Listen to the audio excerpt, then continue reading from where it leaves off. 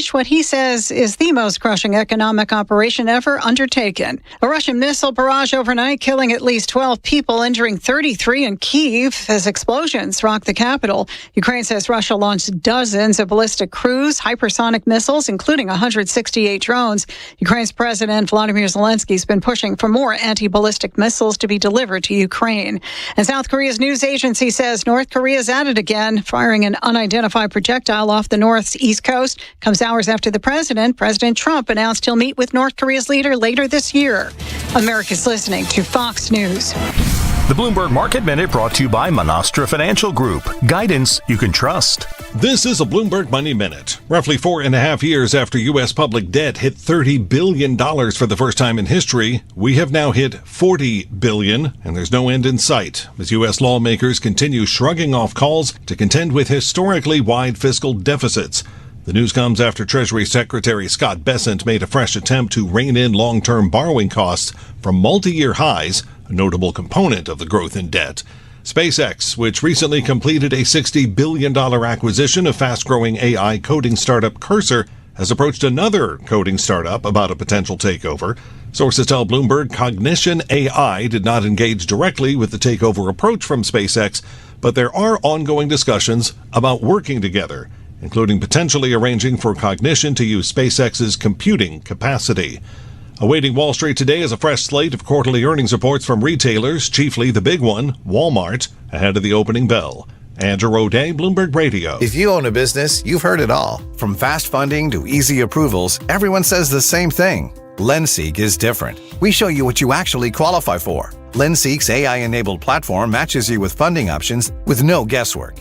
Up to $5 million in as fast as 24 hours. If you've been in business over a year, doing at least $50,000 per month, apply for free with zero out-of-pocket costs and access to over 100 lenders. Start ready, stay ready. Lendseek.com. LendSeek.com. The all-new Pro Battery by Steel. Tackle any task with 60% more peak power. Exclusively available at your local Steel dealer. 60% peak power comparison between AP300PC and AP300S. Look, you put in the work all year long, so here's some straight talk. It's time to reward yourself. Bucks County Estate Traders is cutting prices 20 to 50% off store-wide for Labor Day.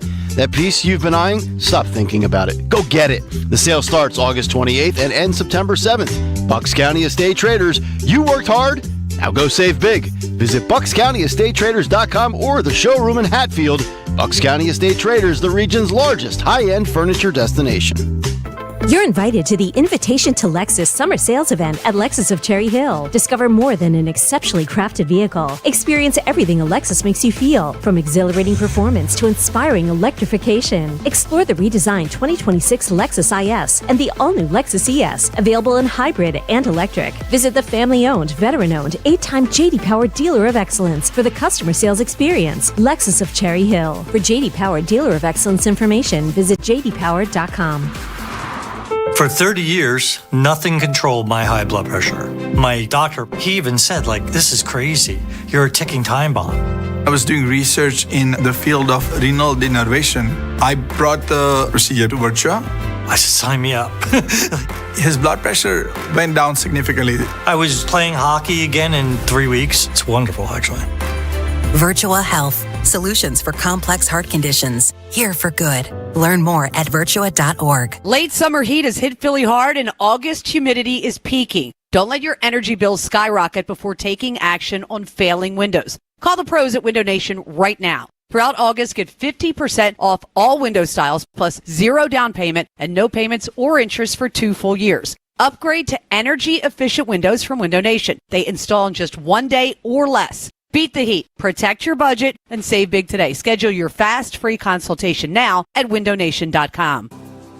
This is Jordan Lundy of Lundy Law. When we say we hope you're never injured on the job, we mean it. But if you should suffer a work injury, we'll work quickly and tirelessly to get you the maximum compensation you deserve. And we mean it when we say there are never any upfront fees, ever. And we only get paid when your case is over and you get paid. Remember our name, Lundy Law. Your injury lawyers. Call 1-800-LUNDY-LAW or visit lundylaw.com. Your mission, should you choose to accept it, is to install a mailbox. Let's go. But there's one critical step before digging. Wait, what? Call 811 to have utility companies mark their underground lines. Failure to do so will result in catastrophic gas line damage. This message will not self-destruct, but your yard might if you don't contact 811 before you dig. Visit pa1call.org. Maybe I should have listened to the home message first. Sprained wrist, ankle twist. Broken thumb, can't make a fist. Busted knee, surgery. That patch of ice you didn't see. Where pain starts, Jernavix suzetrigine begins. Jernavix is a non-opioid 50 milligram prescription tablet for adults with moderate to severe acute pain that reduces pain signals before they reach the brain. Tendon tear, nose repair, tripping on that broken stair, dislocation, operation, moped crash while on vacation. Do not take Jernavix with CYP3A inhibitors. Avoid use with grapefruit or liver problems as these may increase side effects. Tell your doctor about all your medicines if you are pregnant or breastfeeding. Jernavix may make certain medicines and birth control less effective. Side effects include itching, muscle spasms, rash, and elevated muscle enzymes. Joint displacement, knee replacement, fell on marbles in the basement, ladder slip, broken hip, that rock climb where you lost your grip. To learn more about Jernavix, ask your doctor. Call 1-833-589-PAIN or visit jernavix.com. Be first in line to secure a 2027 Phillies season ticket package before the public on sale. Gain access to benefits such as price savings, incredible seat locations, and more. Reserve yours at phillies.com/season deposits. Don't miss the huddle at Citizens Bank Park on Sunday, August 23rd at 1:35 when the Phils play the Cardinals, and kids 14 and under receive a Pico Bryce Harper football jersey. Grab tickets today at phillies.com. Do you owe $10,000 or more to the IRS like Mark? I've been doing home remodeling for 30 plus years, but the economy crashed. I wound up losing my home, losing my job, and on top of that, owing the IRS a ton of money.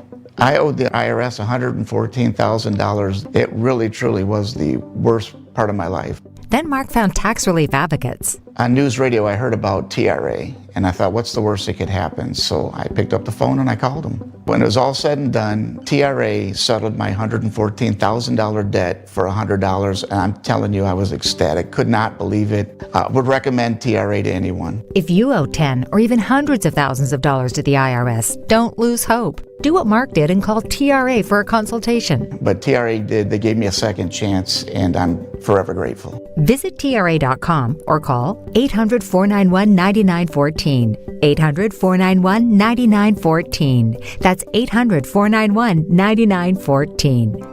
For more expert appliance shopping advice, here's National Appliance Warehouse's own appliance guru. Hi! Our strong reputation for offering the lowest possible prices brings so many new customers to National Appliance Warehouse. They shop confidently knowing that Price Assure is always working to confirm the National Appliance Warehouse price is the best available. What keeps bringing them back is the experience they receive. At National Appliance Warehouse, we're guided by our what if policy, meaning what if this customer was my parent, child, or friend? We provide the same 5-star service we deliver to our own family. You deserve it all. The lowest prices on the perfect new appliances and a delightful, satisfying experience. That's how National Appliance Warehouse customers become our friends. The Friends and Family Savings event is back at National Appliance Warehouse. Upgrade your laundry for less with Whirlpool. Get a top-load laundry pair from Whirlpool, regularly $749 each for only $498.88 each. Click nationalappliancewarehouse.com or visit their showroom in tax-free Wilmington today.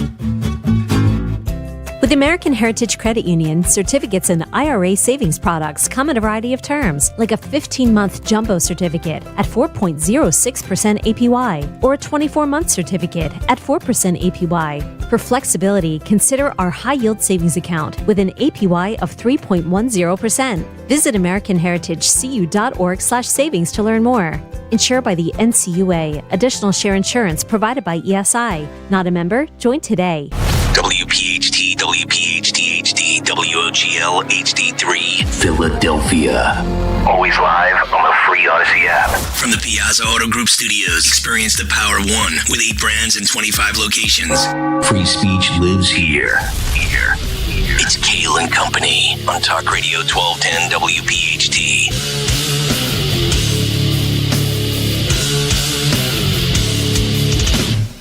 And away we go, live live on a Thursday, August 20th. It is indeed Kayal and Company right here on Talk Radio 1210 WPHT.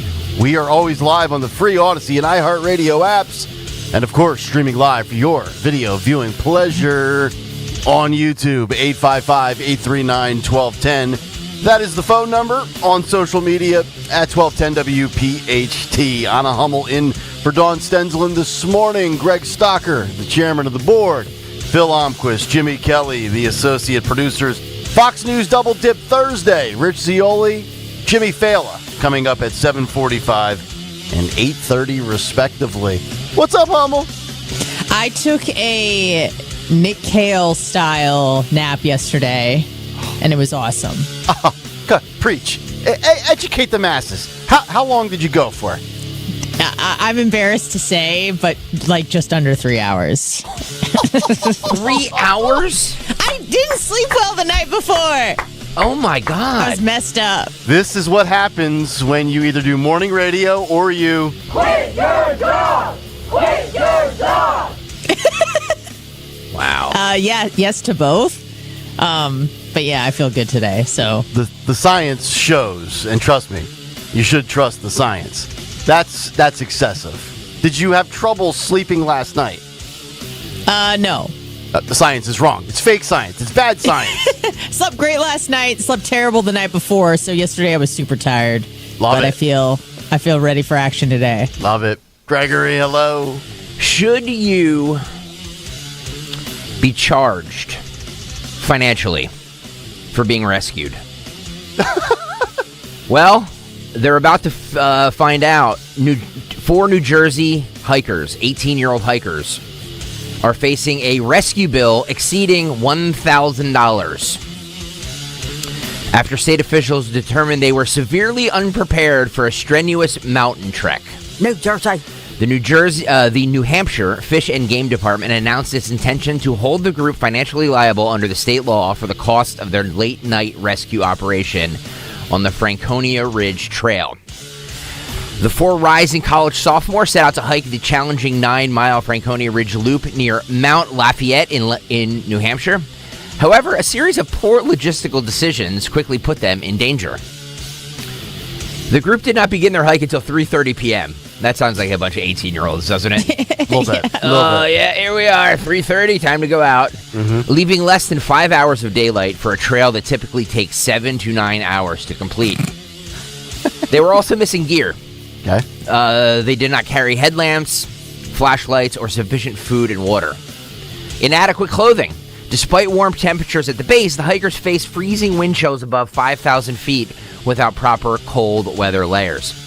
As darkness fell and temperatures plunged, one member of the group began experiencing difficulty breathing and severe leg soreness.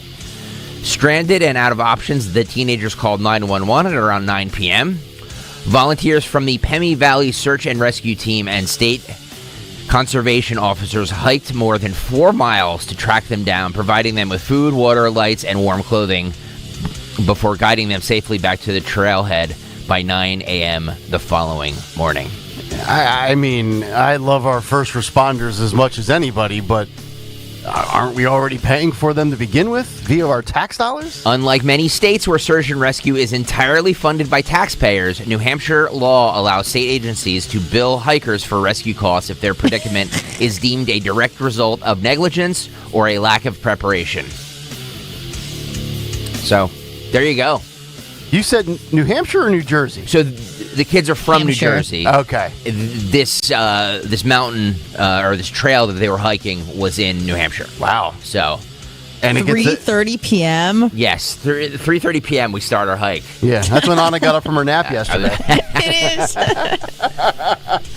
So it gets that cold in the summer, that high up in New Hampshire? You're 5,000 feet above. Okay. I mean, it's, what was the temperature? But you're closer to the sun, Greg. Oh, God. That's your takeaway? That's your takeaway, that it's cold up there? I mean, it's what, in the 80s in New Hampshire when you start that little trek at 3:30? What, all of a sudden it's Antarctica when you get to the top? Wind chills. I think that's how mountains work. Yeah. It's another. He doesn't. The air gets thinner. Just sit there and watch Married with Children, okay? That's it. Oh, God. That's what I do. Oh, God. I bring an awesome story. And It gets cold up there? Okay. I did not know. Where's my...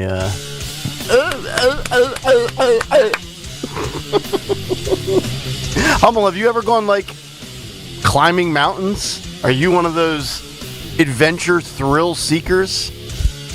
I get my rocks off in other ways, but no. I've driven up a mountain and then gotten altitude sickness and driven back down.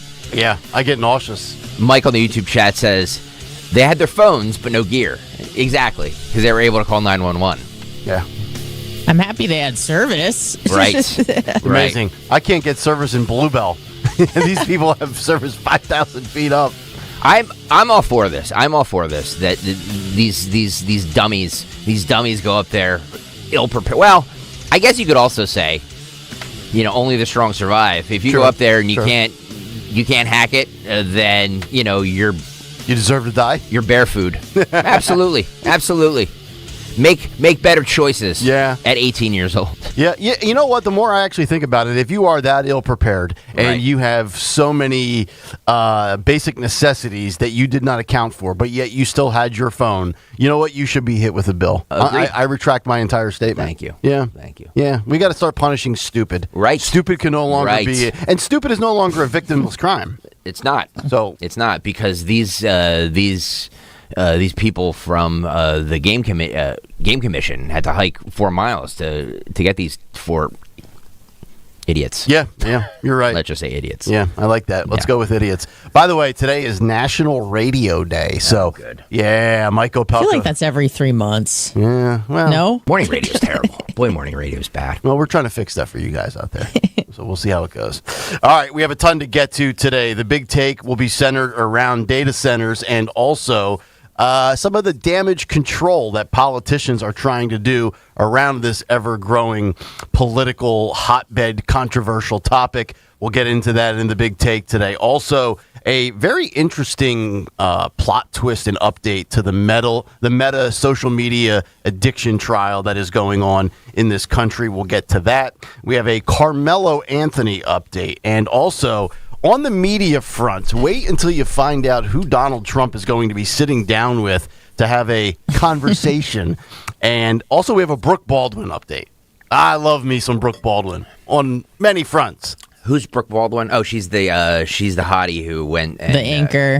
Who used to be a CNN anchor, and now she writes blogs and books about her random hookups. Yes, right? yes, correct. Who was once offended by somebody saying, "I love boobs" in the First Amendment. So there you go. Also, Zioli and Fela coming up with the cut sheet, which will begin at 7:45. But let's get to the news. Round number 1, 6:08. Here she is, Anna Hummel. Let's do it. Kayal and Company News Live for the 6 a.m. hour. Philadelphia Chucky lookalike. Remember that? Oh, this is... A woman says she kicked him in the chest. Yeah. The Chucky lookalike running around Philadelphia terrorizing citizens may want to retire the mask before he gets hurt, because a local woman says she confronted him and it's clear he's not ready for the smoke. Her name is Jamaica. A local woman who asked not to use her last name spoke to ABC7 in Philly earlier this week, explaining she actually squared up to the creepy doll impersonator, and I think we have a video. This woman refused to become a victim. When a masked stranger approached her in Center City last Wednesday morning, she squared up and kicked him in the chest. So you kicked him in the center of his chest. Just like that. Wow. I love her. That's awesome. 15th and Broad, Jamaica W. believes the person who targeted her is the same suspect police say was caught on camera chasing a woman outside City Hall minutes earlier. Before her own encounter, Jamaica says she spotted the masked suspect approaching a runner who was wearing headphones. So I started to wave at her across from the intersection and say, "Hey, there's someone behind you." She then witnessed him try to force his way into the coffee shop before turning his attention towards her. So I figured that if anything was going to happen, I wanted to see it with my own 2 eyes. She turned around, screamed, and yelled and put her hands up to fight. But something seemed off about the scary stranger. He just seemed so disoriented about what his goals actually were. Like, I had bags, he wasn't reaching for those. It didn't seem like he had a clear goal to actually get in La Colombe to do anything.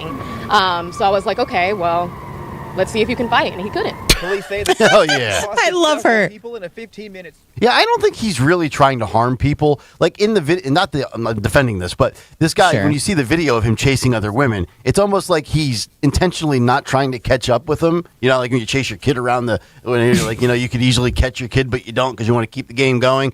That's what I think's going on here. But I'll tell you what, she should be the official bodyguard for Kale and Company. They need to. I'm bringing her to remote. She's awesome. I like Jamaica. They need to find. They need to find this person and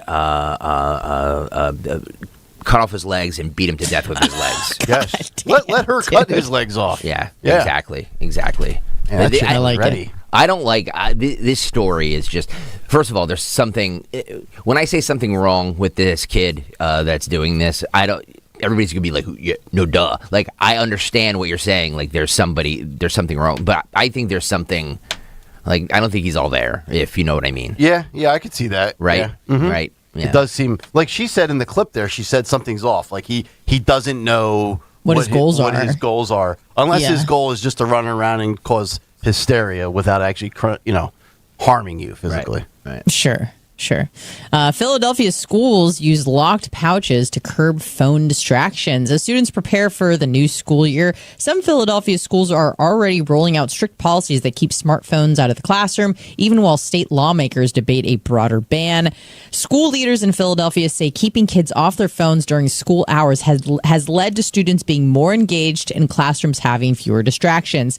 Some Philly schools require students to lock their smartphones into pouches or hand them over to teachers before class. In Philadelphia, schools set their own policies to ban phones during instructional time, and leaders say the efforts are working for both student behavior and focus. The approach can differ by school, but the message is the same. Limiting phone access is a top priority during class. Proven method to get people back on track. We had that story last week with the Pee Wee baseball team. Right. Put your phones away. All of a sudden, they were much more attentive.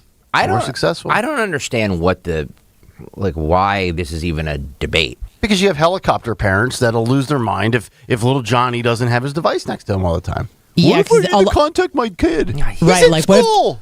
what if there's like a school shooting and I need to contact my kid? I hear that reason all the time. Yeah. How did our parents get a hold of us when we were in school? They called the principal. I don't know. They called the schools, Yeah. right?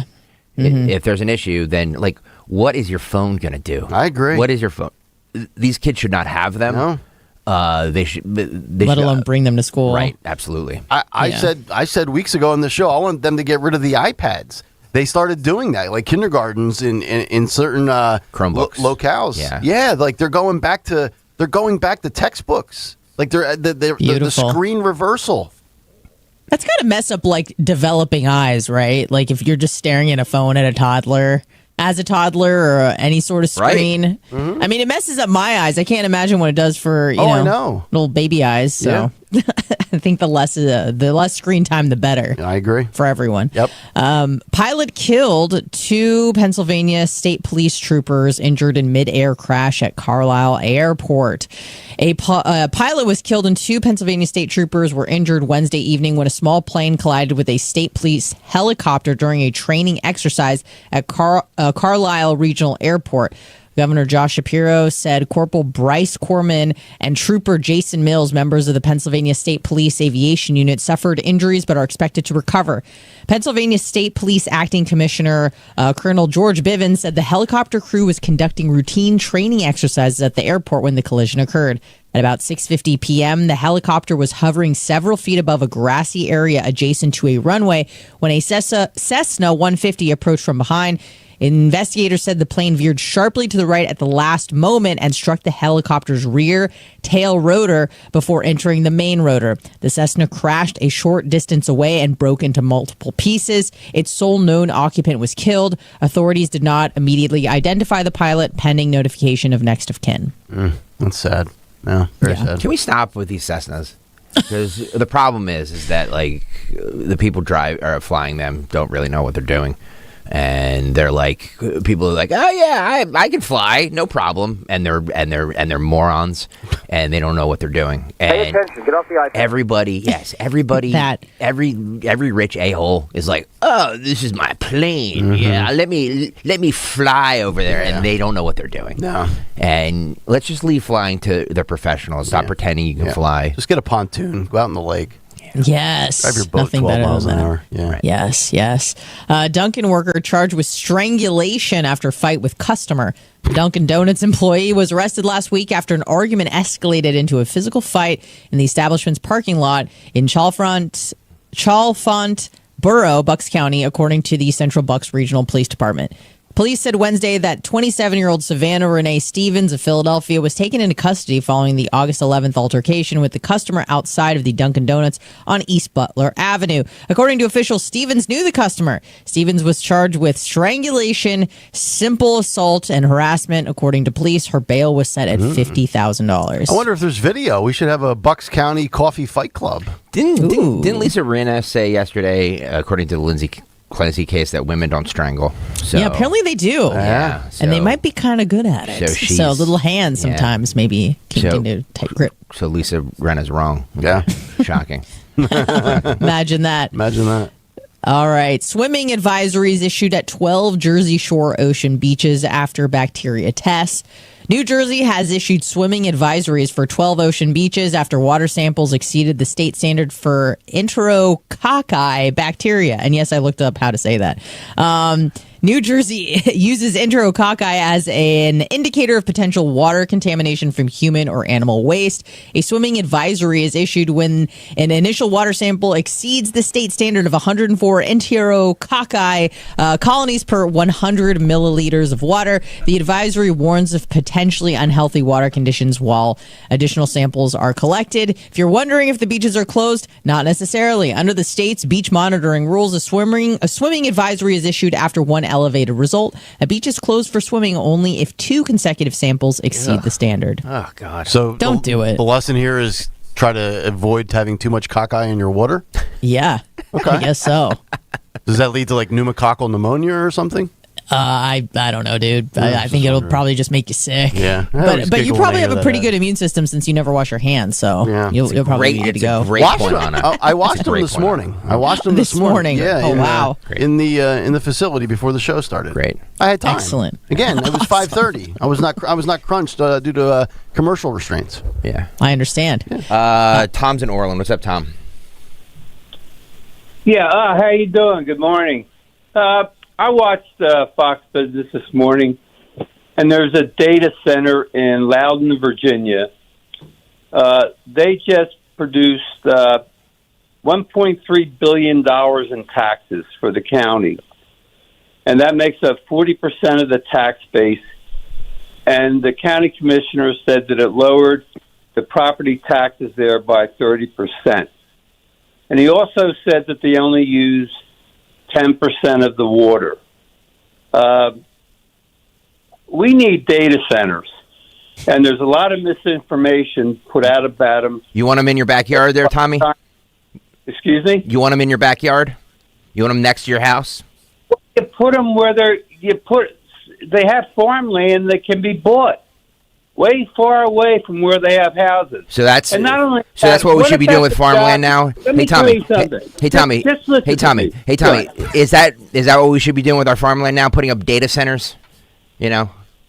Yeah. Because we need them. That's why. How about we use less data? Hold on a second.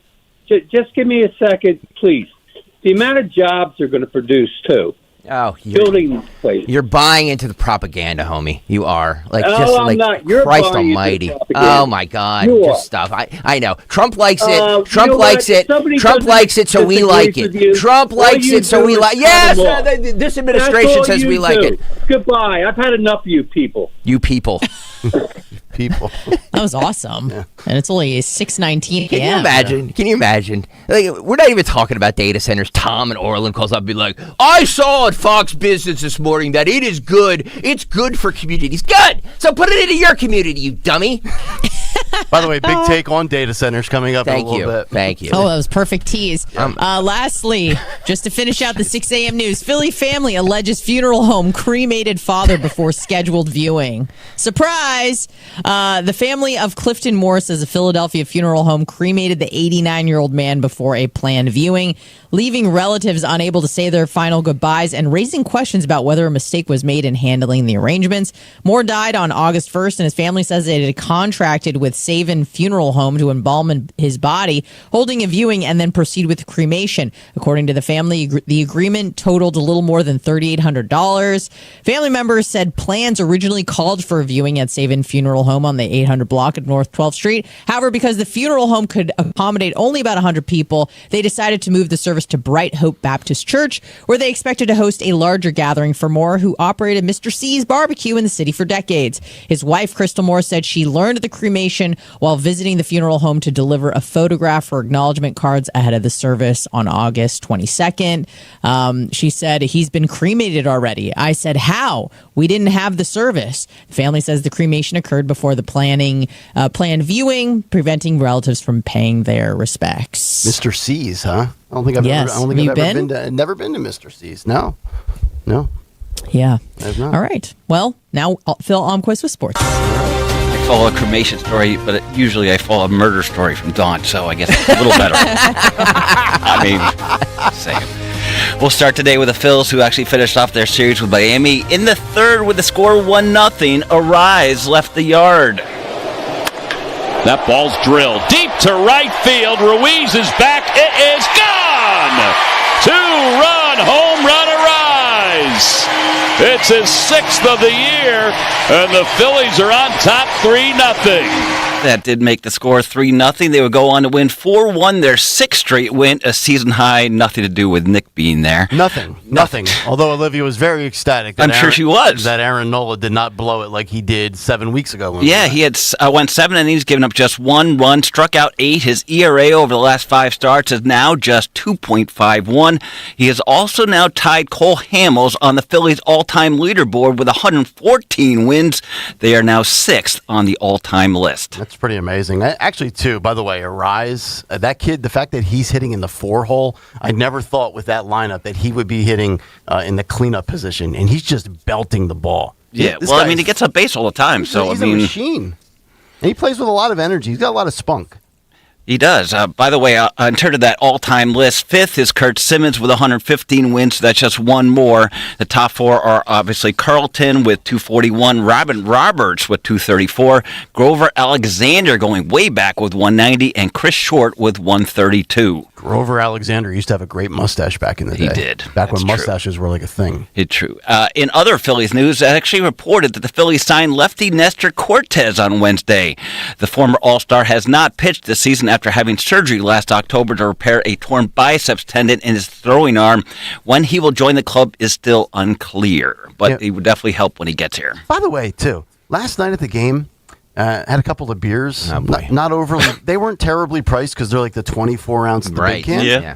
And then in the 6th inning, I didn't want to because the game was getting interesting and Nola was kind of starting to get a little shaky.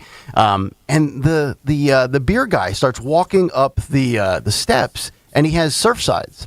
So I thought I was getting a big one. It was a small one. It was the 12-ounce can. You want to take a guess what they charge for one 12-ounce Surfside? 15? Keep going.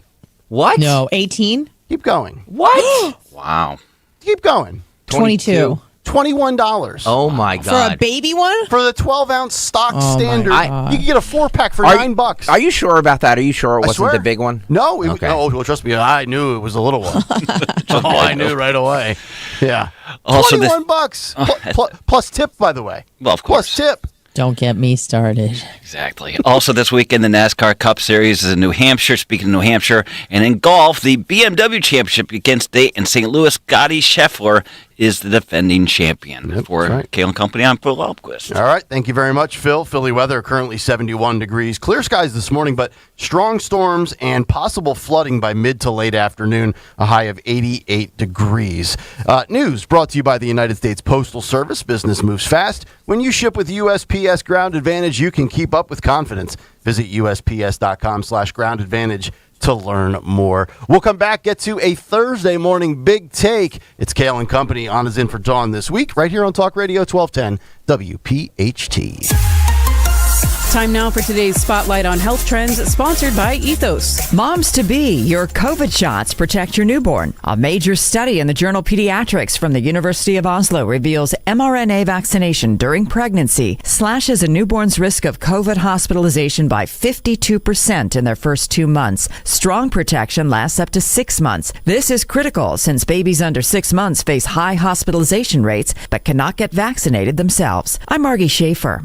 My name is Whitney Allen, and I'm a widow. My husband, Ryan, died. We never thought we'd ever have to use life insurance, but the unexpected happened. With Ethos, signing up was fast and 100% online. You can get a quote in seconds, apply in minutes, and get same-day coverage. No medical exams, and you can get up to $3 million worth of coverage. I'm grateful we were prepared. Get your free quote at ethos.com/radio. That's ethos.com/radio. Paid spokesperson. Time spent on application may vary. Online health questions required. Babbel proudly presents The Bookstore Bungle.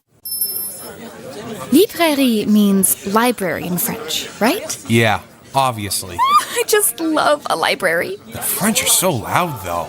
Yeah. Hey, be quiet. This is a library. S'il vous plaît. Ce n'est pas une bibliothèque. Bibliothèque? I think that's Spanish, ma'am. You are in a bookstore, not a library. Oh. No more bookstore bungles with Babbel. Touriste. Learn to speak like a local and act like one too. Practice with Babbel's guided conversations based on real situations. Get up to 50% off on your Babbel subscription when you sign up at Babbel.com. That's Babbel.com to get up to 50% off. Babbel.com. Summer's coming to an end. Now's the time to get organized. Closet Factory Philadelphia creates custom closets, garages, pantries, and home offices designed around your lifestyle. Schedule your free design consultation today at closetfactory.com. Closet Factory Philadelphia. I know that hiring can be challenging. You sort through tons of resumes and you get too many so-so applicants. You're just waiting for someone to match your role perfectly. Well, now, there's a place where you can meet them fast. ZipRecruiter. Need to hire right away. Start your search for strong candidates. The right fit awaits.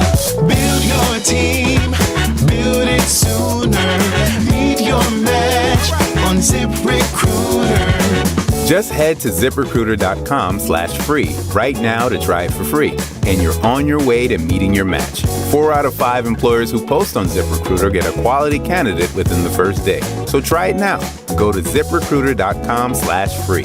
Once again, that's ZipRecruiter.com/free. Meet your match on ZipRecruiter. Try it free. Hi, I'm Chuck McDowell, the timeshare cancellation guy and founder of Wesley Financial Group. And I want to set the record straight. I am not an attorney. I've never wanted to be an attorney. And the truth is, I really don't even like attorneys. If I sound like an attorney, I'll apologize. But what I've learned in my 15 years in the timeshare cancellation business is you don't need to be an attorney to get folks out of their timeshare. After 15 years and over 50,000 cancellations, I can tell you with confidence, we know how to get you out of your timeshare. Call us today and we'll send you our timeshare exit guide absolutely free with all your options for cancellation. Attorneys, this was meant to be funny, so please don't sue me, especially my friend Kenneth from Black River Falls, Wisconsin. Call now for your free timeshare exit info kit. 800-838-6767. 800-838-6767. 800-838-6767. Summer with the family means pool days, road trips, backyard fun, and always having plenty of snacks ready to go. Tasty Cake makes it easy with seasonal favorites everyone can enjoy. Baked peach pies are filled with sweet peach flavor, while lemon cupcakes are a refreshing treat for camp lunches, family outings, or sharing after a day in the sun. Keep your family's summer snack supply stocked with Tasty Cake. Tasty Cake, accept no substitutes. United Tire and Service proudly congratulates Merrill Reese on an incredible 50 years behind the microphone, calling unforgettable game day moments for Birds fans everywhere. To celebrate 5 decades of Merrill, United Tire is offering customers $50 off the purchase of 2 or more tires, or $50 off any automotive service you need. See store for complete details. Congratulations, Merrill. United Tire and Service. Don't drive alone. Drive United. Now you can listen to Talk Radio 1210 WPHT on the iHeartRadio app. It is 6:30. Welcome back in. Kayal and Company here on a Thursday morning. What's on the cut sheet? We all find out coming up at 7:45. Zioli will join us at that point. Jimmy Fallon at 8:30. Fight Club at 9:10. Also, the latest and the big update. Interesting plot twist, I would say, in the Meta trial, the addiction to Facebook. That's coming up very shortly. But first, let's get to a Thursday morning Big Take. The Big Take on Kayal and Company. Brought to you by Bucks County Estate Traders. The Big Take, data centers and damage control. You know, it might be the X factor this November. It's certainly a pivotal moment in politics. AI and data centers have quickly become an inflection point on a bipartisan front. And who says what and how both parties handle this hotbed issue could play vital to victories and or defeats in the midterms. NIMBY stands for Not in My Backyard. And that is how a majority of Americans feel about data centers in their communities. And it's one of a growing number of issues that actually have bipartisan agreement in American politics. And all of the big guns are issuing statements and taking positions and issuing and dealing out the pros and the cons, from Pennsylvania Governor Josh Shapiro to Florida Governor Ron DeSantis to President Donald Trump. We're seeing countless stories and council meetings on a local front in both Pennsylvania and New Jersey here locally. In Ohio, it's quite possibly a deciding factor in the gubernatorial race. And also here in Pennsylvania, Josh Shapiro has made a calculated pivot, according to some, while others believe it's a gamble that could expose him even further and damage his long-shot POTUS aspirations for 2028. Flat out, simply put, I don't like him. I don't want him. That said, I and many of you, I believe we're responsible to some degree for them. From Google searches every single day to America's streaming obsession to social media addiction 24/7, the digital energy demands are, in many regards, self-inflicted. But we still have our rights, and in a day and age where energy bills are high enough, we don't need any more price gouging towards our pockets. Oddly enough, one of the biggest plot twists with this topic is how Donald Trump likes them, while many Republican leaders do not like them. Here is what 47 had to say about Texas Governor Greg Abbott and his position on being anti-data center. Listen and watch. I saw Texas the other day sort of is against data centers. I think it's a mistake. And I'm not taking positions, or I just think it's a mistake because there are other communities that want it. When a community wants it, it means a lot of money is going to come into that community. Unsightly, potentially. Well, I don't think they're unsightly. I mean, I'm looking at some of these data centers, the most incredible buildings I've ever seen. They go for 2.5, 3 miles. They're 3 miles by 3 miles. They're necessary for the technology. Well, but I think they are tremendously important for the economics. I mean, this is for Texas to say no to data centers is a mistake in the sense that it could be bigger than oil. I mean, data centers could be bigger than oil. You have the Texas oil, and there are a lot of communities that want them. But more importantly, and bad for us, there are a lot of countries that want them. And if we turn off on data centers, or we turn off on AI. I'm a little intrigued by what Trump said there on AI compared to oil. I never thought about it that way, but I don't care about the real estate angle. 2.5 miles wide, 3 miles long, but I get it. Trump's got a real estate background, but he loses me on the economy. Just worry about gas prices and war costs that are hampering us this fall in elections and right now with day-to-day expenses. Truthfully, I think we need a true, nonpartisan cost analysis done on these structures that show us the cost that is potentially passed on to us versus what it really does for jobs and the local community from an economics standpoint. If it's undeniable coast to coast that this would be good for the American people and the American economy, Okay, you have a leg to stand on. Florida Governor Ron DeSantis, he echoes the same sentiments that I just mentioned. Listen and watch. And, a hyperscale data center is using enough power that'd be the equivalent of a city of 500,000 people. And in some of the bigger ones, maybe even more than that. You also have a lot of water consumption. You have a big geographic footprint, which has environmental concerns. And so you have all these things. And, our point of view is, you should not have to pay one dime more in utility costs, water, power, any of this stuff because of this. These are some of the most wealthy companies in the history of humanity. They should not be able to offload costs onto people that are already strapped with high costs in other areas. And so, making sure that Floridians are protected against that, I think is really, really important. And I know a lot of people agree with that. The thing about the data centers is there's not really a big economic impact once they're created. If it's constructed, people can make some money doing that. Obviously, there may be some jobs that can go. But once it's done, it employs like a half dozen people. And, these tech companies will likely bring in foreigners to do that on some visa, or they're not going to hire from your local community. That's just not what they do. So, from that, I think a lot of these communities are not supporting the construction in their area when they go before these boards now, because they're thinking okay, it's sucking a lot of resources, but is this really something that we need in our communities? It's something that's going to benefit the community. And by and large, this is across party lines. I think people are saying no dice on that. That breakdown right there is why I believe Governor Mustard is the best governor in America, hands down. Trump kind of for them, DeSantis adamantly opposed to them, and now Josh Shapiro, at least ceremonially, against them. But it doesn't appear to be an authentic stance. In fact, it's a complete 180 on his previous policy. Tuesday, Shapiro signed an executive order to put a stop on local data centers, saying if communities don't want them, states won't grant them. Of course, EO's executive orders are as worthless as a marketing degree from Temple University.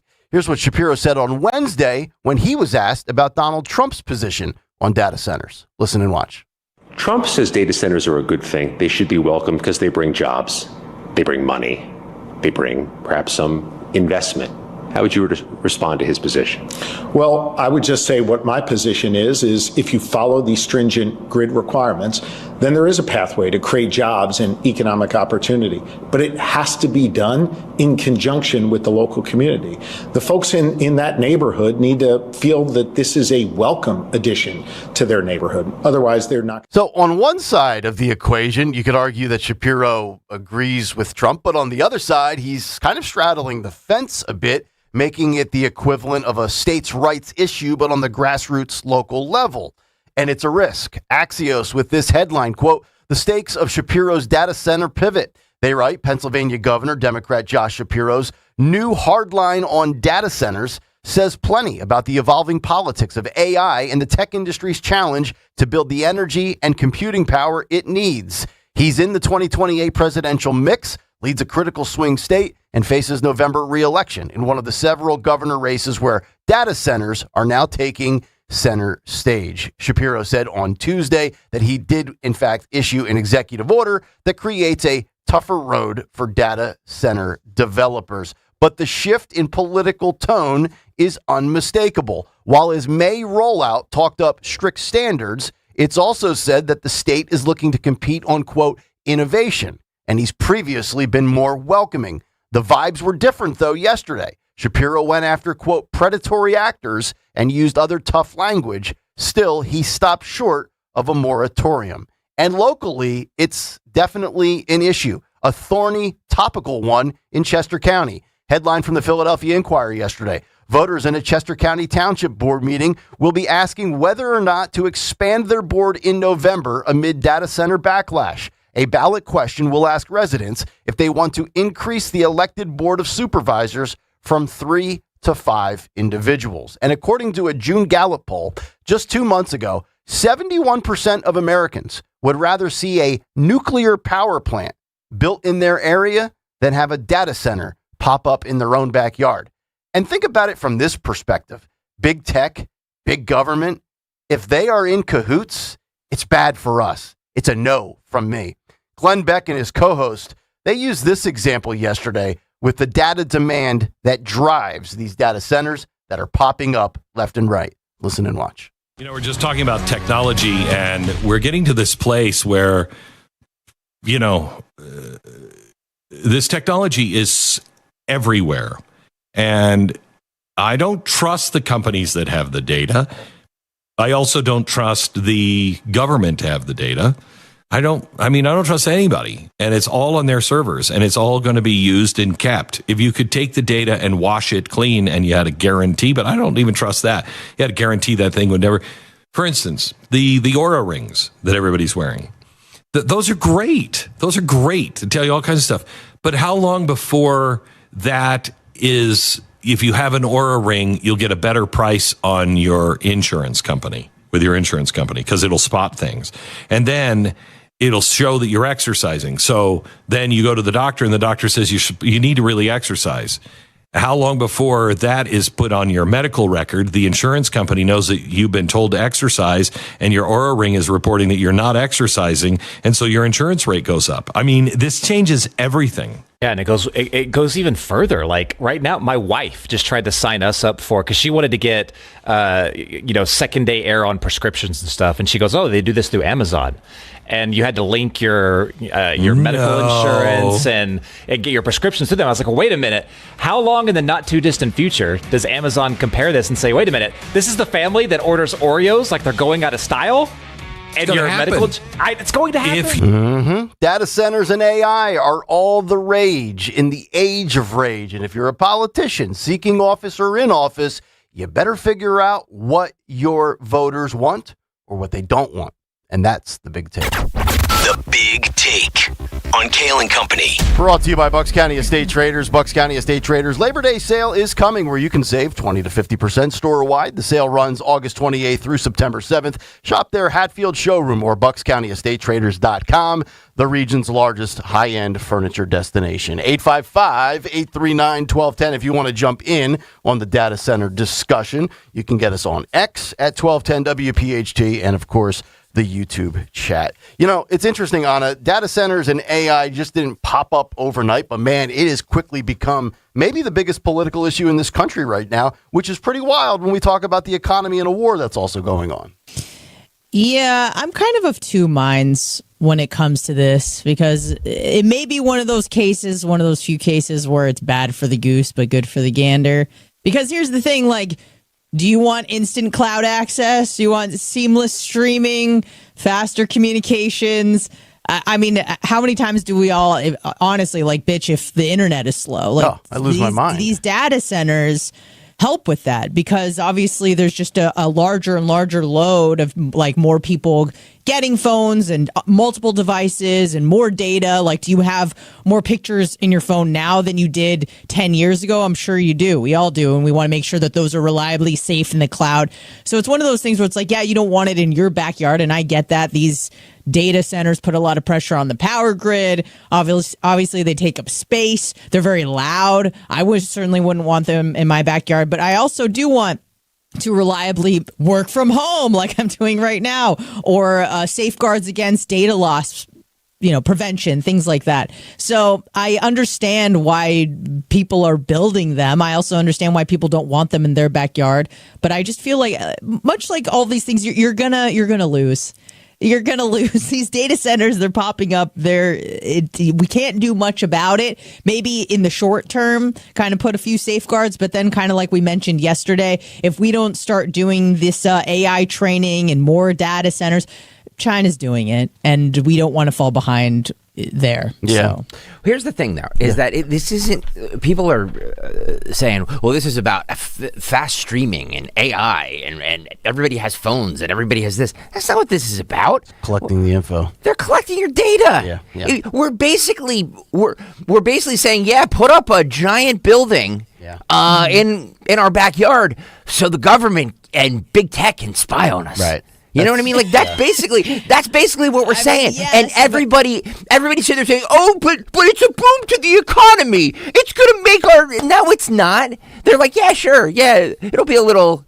Governor DeSantis is 100% right. Yeah. He's 100% right on this. And they're not going to hire you. No, they're going to hire somebody from Robots. a third world nation or AI. It's ridiculous. We're basically allowing them, and this is again a political football because that's what politicians do. They make things political footballs, and the right likes this, and the left doesn't like this, and the left likes this, and the right doesn't like this.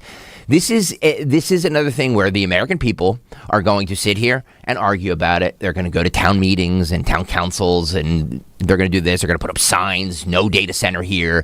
It's going to be a wedge issue maybe in 2028. I don't know. And they're going to go up anyway because big tech and money always wins. That's right. The politicians that like it are probably getting, their pockets lined from it. It has nothing to do with, if we don't do it, China will do it. China has the information already. Yeah. China has the information already. And basically what we're saying is, here you go. Yes, Tom, who's the guy that called in earlier? Tom in Orland. Yes, Fox Business is telling me that this is going to be great for the economy and it's going to be very. So yes, in Orland, Pennsylvania, put it right up. Screw the farm. Yeah, not to mention the fact that we're destroying farmlands where we could make food and so then what, we're importing food anyway. I know not a lot of food is produced here in the United States, I get that, right. But what are we doing for all that? It's ridiculous that this has become this wedge issue when basically we're voting on do you want to be surveilled or not? Yeah, basically. And I think look, there's going to be debates for sure, and politicians are going to make it more of a divide than maybe perhaps it is. I was blown away that the fact that most Americans, they'd rather have a nuclear power plant in their neighborhood than a data center. I think for the most part, I think this might be like a 70-80% we don't want them. And, the media and politicians are going to make this seem like it's a 50-50 battle. And I don't really think that it is. And there's many layers to this, right? Like there's the economics, the environment, your air, your water, your farm, your land. I got to be honest. Most of that I really don't care about. Like, you're going to talk to me about the environment. Like, I can't bitch about the environment. Oh, Nick, it's going to kill me. I had 4 Bud Lights last night and a hot dog. You think I'm worried about what's floating in the air? I just killed myself last night. How's that? How's that diet coming? It was terrible, but the hot dog was delicious. 4 Bud Lights and a hot dog? That was amazing. At the time of my life. All I care about with this is, though, all right, is it going to disrupt me physically? Like, is it going to upend my peace and quiet in my neighborhood? Would it upend my nap? Get it out of here. Is it going to be passed on to me financially? I'm not paying for it. I would be like, no. And of course, what Greg said, basically the don't tread on me mentality. Like, that's pretty alarming that you could wear. And that's why I wanted to play Glenn Beck there at the end. You could wear an Oura ring, Anna. And next thing you know, all of your big tech and your big medicine knows everything about you. And all of a sudden, we're going to have like personalized insurance plans based on what you consume. That's kind of scary. If they know exactly what you're eating, that's a world I don't want to live in. Well, too bad. I'll be dead in 19 years anyway, so it's going to be your problem. But yeah, I don't know. I try, and we all do, but I try not to worry about stuff that I really don't have any sort of control over. Okay, because it's happening. Of course, It's going to happen. Why wouldn't it happen? If it's an opportunity for insurance companies to make money, it's going to happen. Right. So buckle up. Yep. Stop buying Oreos. Right. I guess. 855-839-1210. Charlie's in Philadelphia. What's up, Charlie?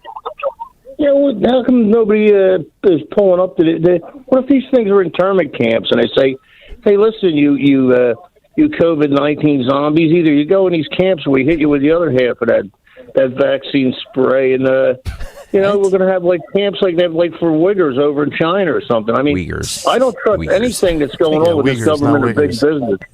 I agree with Charlie. Like this is benefiting big business and politicians because politicians are getting kickback from it. Yeah. Yes, politicians are getting kickback from it. Of course. To sit here and say, hey, go promote this.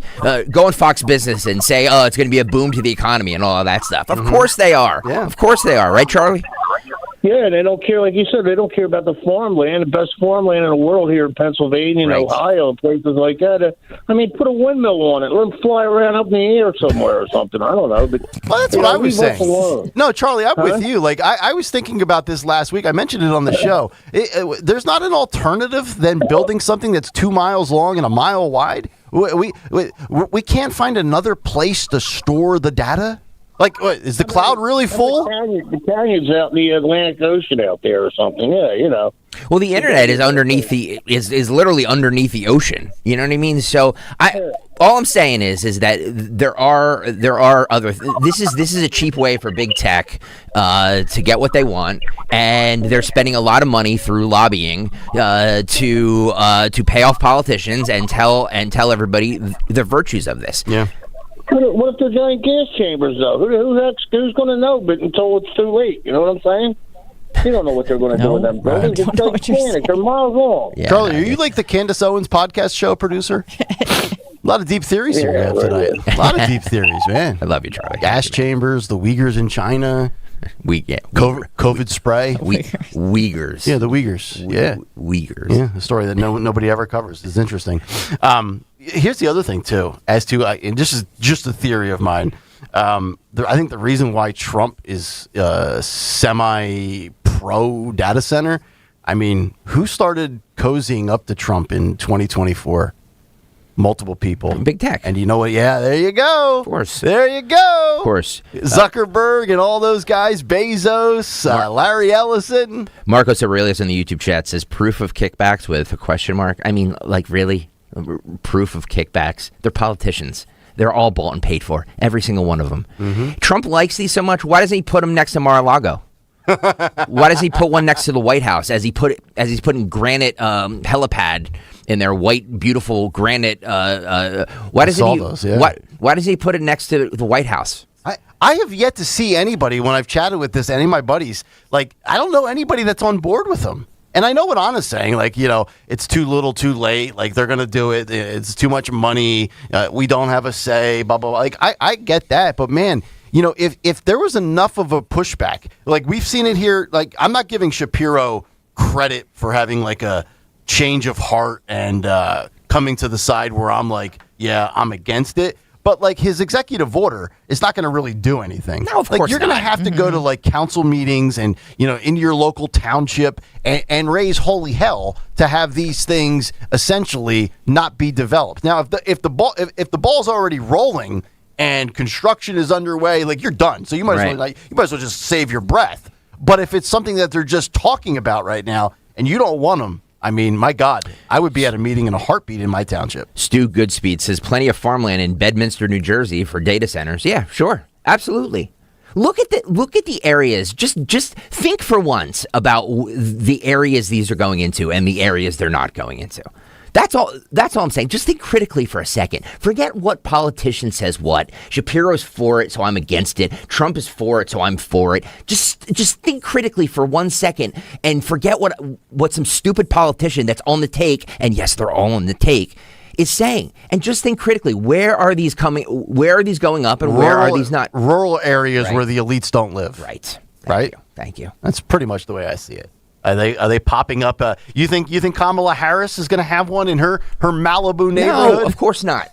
Of course not. They're not going to be in Malibu. They're not going to be in. You think Bernie Sanders is going to have one in Vermont? They're not going to be in Bedminster. They're not going to be near the White House in Washington D.C. They're not going to be in West Palm Beach. Stop with this. Just think about this. Think critically for 1 second. 855-839-1210. David, Lexington, South Carolina. What's up, David? Hey, good morning, y'all. Hey, bud. On the insurance thing, Nick, real quick. Let me make an example. Let's say you're going to insure Greg's car. Your money is at stake. Okay, so he has signed up voluntarily with you to insure his car. Your money is at stake. Don't you want to make sure he's driving properly? Don't you want to know if he's going to maybe cause your money to be at harm? I would prefer that he's a safe driver and I don't have to dole out any funds. Correct. So let's say your neighbor eats 10 tasty cakes and smokes 3 packs of lung darts a day and sits on their butt and does nothing. You go out and you bike 10 miles a day. You're healthy. You would cost maybe $100 a month they might cost $500, but the insurance company says, well, I can't personalize it, so I'm going to charge them both $300. That's not fair to you, and they're getting a benefit. So I kind of like the idea of them protecting their investment, which you voluntarily signed up for, to make sure that you're not going to cause them harm financially. That's the way I look at it. Okay, so you're on board with these, or you're against these? Do you work for State Farm or something? No, I'm kind of for it because I see the logic of this is not, first of all, it's not the government. You voluntarily signed up for X insurance company, and knowing they had this policy to say, I'm okay with this, but yeah, that's on you as a consumer and a buyer. Then you should be aware of what you're signing up for. But I mean, like the data centers, to me, if we're looking at it from surveillance, I don't want it. If we're looking at it from the standpoint of we kind of created this problem ourselves with our desire for never-ending internet and Wi-Fi and streaming and Google searches, like that part of that is on us. But I still don't think the buck should be passed off to us. Like what Ron DeSantis said in Florida, like these companies have so much money. They should never be passing off the energy bill to somebody that's living near one of these places. But Nick, let me ask you something, though. Yep. If you got a data center, not in your backyard, but near you, and your property taxes did like some of these other places that went down 50%, would that change your mind? What went down 50%? Your property taxes. Oh, at the end of the day, if this is a net gain for me financially, then I would have less of an issue with it. Absolutely. Because that has happened some places. I've heard of stories. I think Loudoun County, Virginia, is one where their property taxes went down like 50% because the data center, which does not incur a lot of cost to the town, but still was paying these huge taxes, and these people's property taxes went way down. Yeah, I mean, if you can prove to me and verify that I will actually save money and not have my quality of life disrupted. Like, I don't want to go out on my deck, have a cocktail, and hear a buzzing sound for 3 hours. Exactly. Like, it's just not happening for me. Get you. Yep. All right. Got you, David. Thank you, buddy. We'll wrap up with Jeremy in media. What's up, Jeremy? Hey, how are you guys? We're good. Okay, a couple things here. I work in the air conditioning industry. Huh? I am at a data center right now that I've been driving past for 30 years. Never knew it was a data center until I worked for a company that services it. It is stone quiet down here. You wouldn't know that this is what was going on in here. Okay. Here's what I believe is happening. Number one, we shouldn't be putting these on farmland. That is a ridiculous idea. You can't build more farmland. There's plenty of vacant spaces throughout this area and all these other areas with vacant buildings. That's where they should be put. Okay. Secondly, the zinging or buzzing sound that everybody is hearing is what I believe is a screw compressor. For this type of capacity that you need to cool these things, these data centers down, they're using screw chillers. Okay. They make a zinging sound. It's kind of annoying. They're using air-cooled machines and putting them outside. What we always used to do was you put a water-cooled machine in. The water-cooled machine goes in the building, and the cooling tower goes outside, which is just a spray pump and a fan, makes very little noise. They're trying to cut costs by putting in air-cooled equipment, setting these chillers. I mean, like a chiller like you would have in a hospital or something. When you're in the hospital, you don't hear that machine running. No.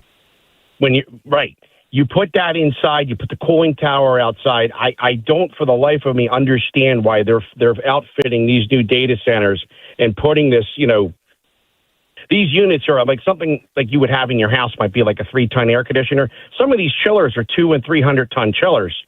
They have big motors on them. They're going to make this noise. I just don't understand why they're putting them outside, other than they're trying to cut costs.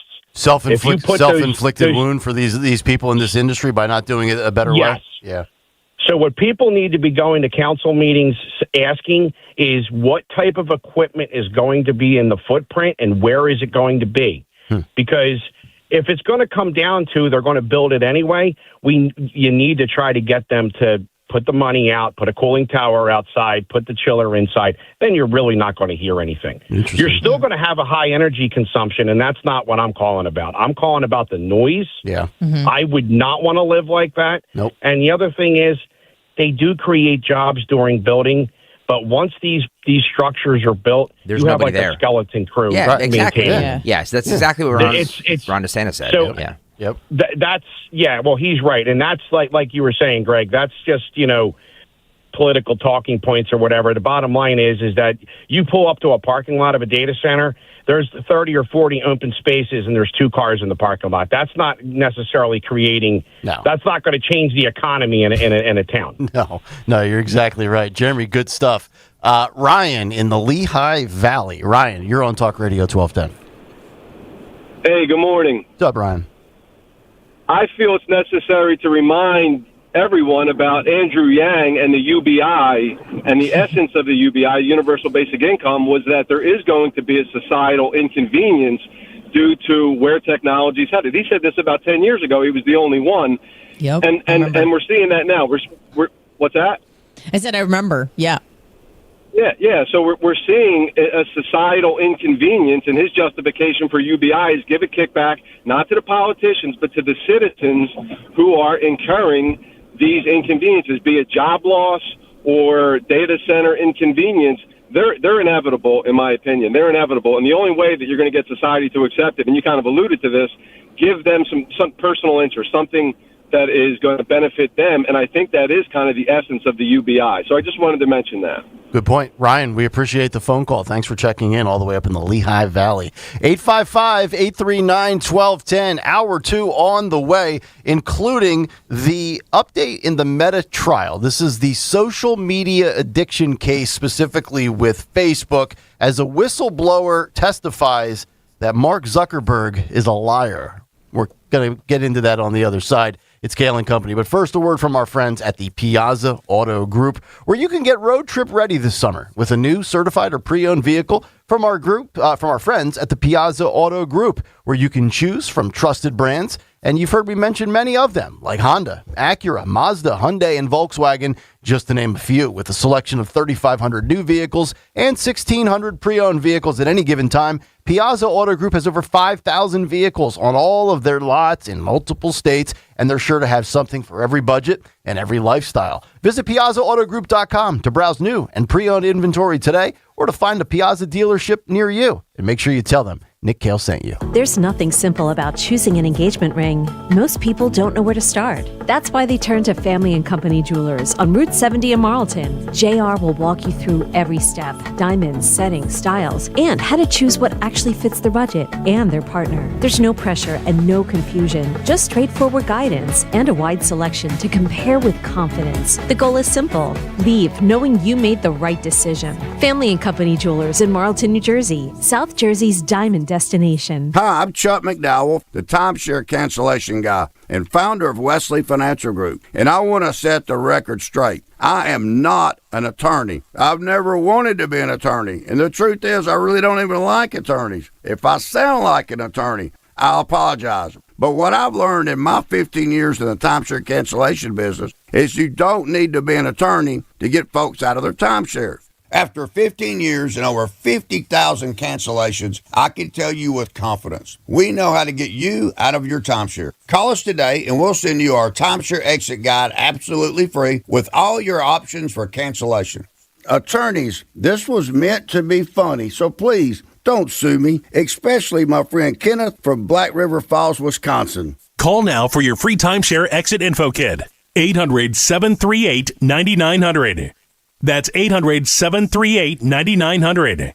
800-738-9900. My name is Whitney Allen, and I'm a widow. My husband, Ryan, died. We never thought we'd ever have to use life insurance, but the unexpected happened. With Ethos, signing up was fast and 100% online. You can get a quote in seconds, apply in minutes, and get same-day coverage. No medical exams, and you can get up to $3 million worth of coverage. I'm grateful we were prepared. Get your free quote at ethos.com/radio. That's ethos.com/radio. Paid spokesperson. Time spent on application may vary. Online health questions required. Leon was about to leave the military. My biggest concern was, what am I going to do next? He found out about My Computer Career and their military transition program. The Cyber Warrior program takes you from not knowing anything about a computer at all to being a subject matter expert. How long is that going to take? In the span of 4 months, I was able to get 4 different certifications. 4 months? Leon's advice? Very highly recommended. Become a certified cyber warrior in just months at mycomputercareer.edu. This is one student's experience. experience. Individual results vary. VA education benefits available to those who qualify. The summer heat means it's that time of year to crank up the AC again. To keep your home cooling more efficiently and help save you on high energy bills, better go Guida and finally replace your old drafty, inefficient windows and doors at Guida Door and Window. Right now, Guida is offering their best discounts of the year with their big 40% off summer sales event on all expertly installed windows and doors. You'll receive 40% off each window you buy. That's right, 40% off all high-performance, energy-efficient triple-pane windows. And you'll receive 40% off any door, including insulated entry doors, patio doors, garage doors, and storm doors. Plus, get your project started today with no money down and pay it off interest-free for up to 18 full months. All prior sales excluded. Minimum purchase required. Don't let these big discounts pass you by. Go Guida today to take advantage of these limited-time savings by calling to schedule a free in-home estimate at 1-877-GO-GUIDA or visit them at GoGuida.com. That's GoGuida.com.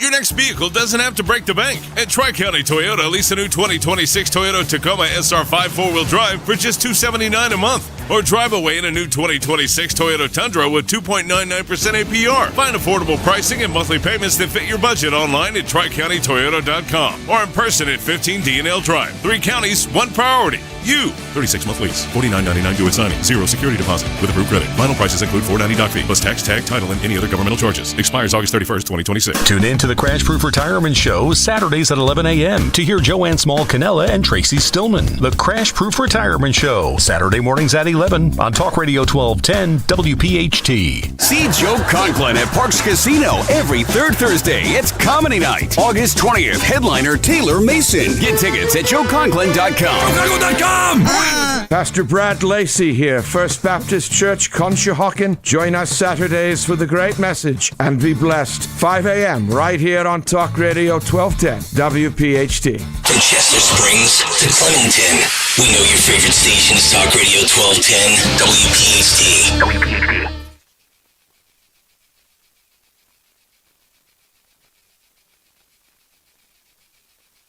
Mustard.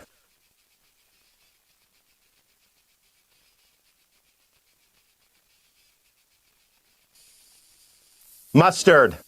It's Kale and Company. Hour number 2 here on a Thursday. Nick Kale, Anna Hummel's in for Dawn Stensland, Greg Stocker. We've got Zioli coming up at 7:45, Jimmy Fela at 8:30.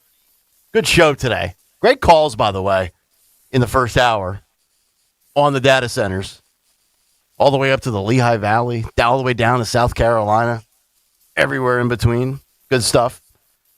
So, I think we all would agree that Mark Zuckerberg, Zuck, is he's a schmuck. But is it his responsibility, and is he liable for damage that you can fall into, or you can end up in addiction or harming yourself over his product? I don't think he should be held liable. So what are we talking about here? So the headline from The Guardian yesterday, Zuckerberg lied about concern for child safety. Meta whistleblower testifies at landmark trial. If you're not paying attention to this trial, it's very interesting because there are cases all across the country where, as Stocker would say, you have a bunch of scum-sucking, bottom-feeding attorneys that are taking on clients who claim they are the victims of social media addiction, eroding mental health, perhaps even physical harm. But Arturo Bejar is a former Meta safety engineer who told the jury that the tech company Meta, which is Facebook and others and Instagram, was aware of the product's potential harm to children. And yesterday, he told the jury that the company is aware of the harm its products have caused children, which included its recommendations pushing content from sexual predators and violent and graphic images. He said he repeatedly raised the issue to various Facebook and Instagram executives, but they did little to resolve it. In his testimony, Bejar said his job often included him briefing Meta's CEO, Mark Zuckerberg, on product issues. He estimated that he spoke to the CEO at least 100 different times. Now, Bejar was the first witness called to the stand in the federal trial that started with opening statements on Tuesday. The case was brought against Meta by 29 U.S. state attorney generals who alleged the social media company deliberately designed addictive products that lured in young people and led them to being harmed. The legal officials also claim the trillion-dollar company regularly collects data on children under the age of 13 without parental permission, which is in violation of federal and state laws. Quote, I heard from many of you at jury selection that the health and well-being of kids is a shared responsibility, says Megan O'Neill, Deputy AG for California, in her opening statements. Meta didn't do its share. Let's just stop right there, and I want to get everybody's thoughts on that. But I look at it this way. When you're talking about children specifically, which I think is really the crux of this case, like, is it a teacher's responsibility to ensure that your child's welfare is protected? Yes, I believe so. Is it the responsibility of a daycare center? Absolutely. You're paying $1,200, $1,400 a month. Is it really big tech's responsibility? Is it really big businesses' responsibility? Anna, I don't know about you, but I would think if you're in business, you want to create a product that people can't get enough of. You want to make that stuff so damn addictive. I'm sorry, I'm no big tech fan. I'm no Mark Zuckerberg fan. Thing. But come on, man. Really? We're going to blame them? Yeah, they're just doing what they do. They're just trying to make a product that either people want to use or they can't stop using. So they're just doing good business. And much like you, I'm not like a huge big tech fan or anything like that. But really, this is such a beta parent move. Okay, why did you give your kid a phone at 7 and let them open an Instagram account? Like, use your brain. Ask my wife that question every day. Yeah, Nick, why did you do that? Yeah. Ask it for a friend. And it's on us. You know what? Why did you do that? Because you didn't think it was that addictive? Have you used these things? Look, you know what I mean?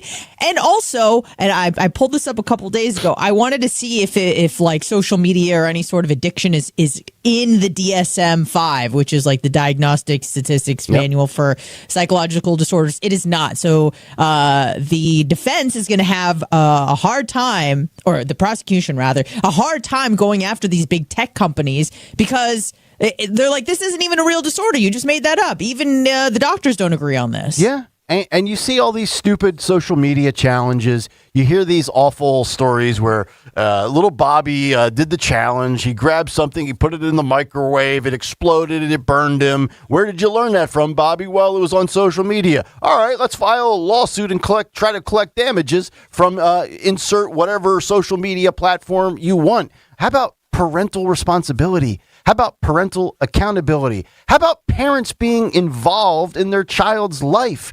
Like my girls, they've had a smartphone since they were 8. They've had a Snapchat and a TikTok. Now my wife has all sorts of restrictions on there, time limits, screen allotments, the whole bit. But if anything were to happen where something goes haywire on social media, you know who I'm not going to blame? Jack Dorsey, Mark Zuckerberg, Jeff Bezos. You know who I'm going to blame? My wife. That's what I'm going to do. Told you, honey. Should not have done it. I'm going to file a suit against my wife. I'm going to hire Rooney, and it'll be me and Rooney against Linda Kearns and my wife, and we're going to have the trial of the century. But it's so weak. Like, you're going to sue McDonald's because you got fat. Yeah, you got to go after Lay's potato chips. You're going to go after big tobacco. Harm your kid. You're going to go after alcohol. Like, yes, there's a risk with everything. I'm sorry, they shouldn't be held liable for it. Be a smarter consumer. Be an involved and an attentive parent. I think one of the biggest problems in this country is, and I don't know if it's Gen Xers, maybe it's millennials, which I'm a part of. I don't know.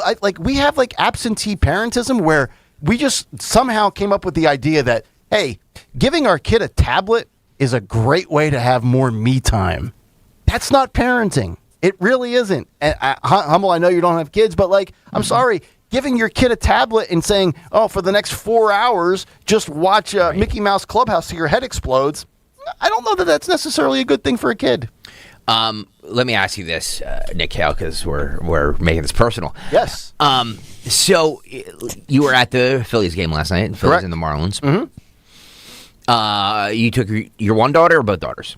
Just Olivia. It was just me. It was just her and I. Okay. Nice father-daughter moment at the baseball game, seeing the Phillies play. How much time did you spend on your phone? 5 minutes total. Wow. Yeah. A couple of pictures. Did you allow her to have a phone with her and spend any time on her phone? Yeah. Yeah. Okay. Oh, yeah. But see, my kid doesn't have any issues. My kid's perfect. Oh, boy, here we go. No, but like seriously, no mental health issues. She's not behind academically. She's got all the extracurriculars. And we give her a 2-hour allotment each day. Like when her phone time hits 2 hours, right? It literally becomes nothing more than a paperweight. There's a difference in my opinion, though. You know, you brought up Mickey Mouse Clubhouse, and we were of the generation. All three of us were of the generation where our parents were like, "If you watch the TV, it's gonna rot your brain. Too much TV, will rot your brain." You know, so this is not a new phenomenon. No, but I will say this. I will say this about social media versus watching TV. You're watching TV, you're watching Mickey Mouse Clubhouse, you're watching a 30-minute show. You know what I mean? With a start, an end, a plot, hopefully. Good point. Yep. And when you're scrolling on your phone, there's no end. It's like it's rewiring your brain because you don't have the attention span to now watch a 30-minute show or God forbid a 90-minute movie. No. You know what I mean? Because you're watching YouTube shorts, 30-second reels, and they're reels. So I would say this that social media is way more harmful than when we were growing up and watching TV. Way more harmful because it's rewiring their brains. Yeah. That, and you can also just monitor. You can monitor what your kid is watching because it's on the TV and you can hear it and you can see it. And then also too, like it's kind of more of a communal experience. Like I would watch Full House with like my dad and my sister, and we would all like pile in the living room and watch it together. It was a shared experience. TGIF. Versus like going in your room and just watching God knows what on your phone by yourself. Right. And like you said, it's just zap frying, and not just for the kids, but for literally everyone. I'm trying to undo the damage that has been done. I would like to read a book again. I know. That would be cool, but I feel like, I don't know if you guys have tried to read a book lately, but it's incredibly difficult because you just get like bored and anxious and I don't know, uptight, and you just give up. I read at least some of a book almost every day. Oh, that's great. I struggle to get through my live read. Read your own big take. No, but I agree. Like, first of all, it helps me fall asleep, and second of all, really, 100%. I cannot unless it's like a Friday or Saturday night, and but it's really hard for me to fall asleep without reading something. Okay, and not my phone because that blue light, it does. It does stimulant. It does something. It to your brain. re-stimulates you, and it's harder to go to sleep. But I will say this: that like.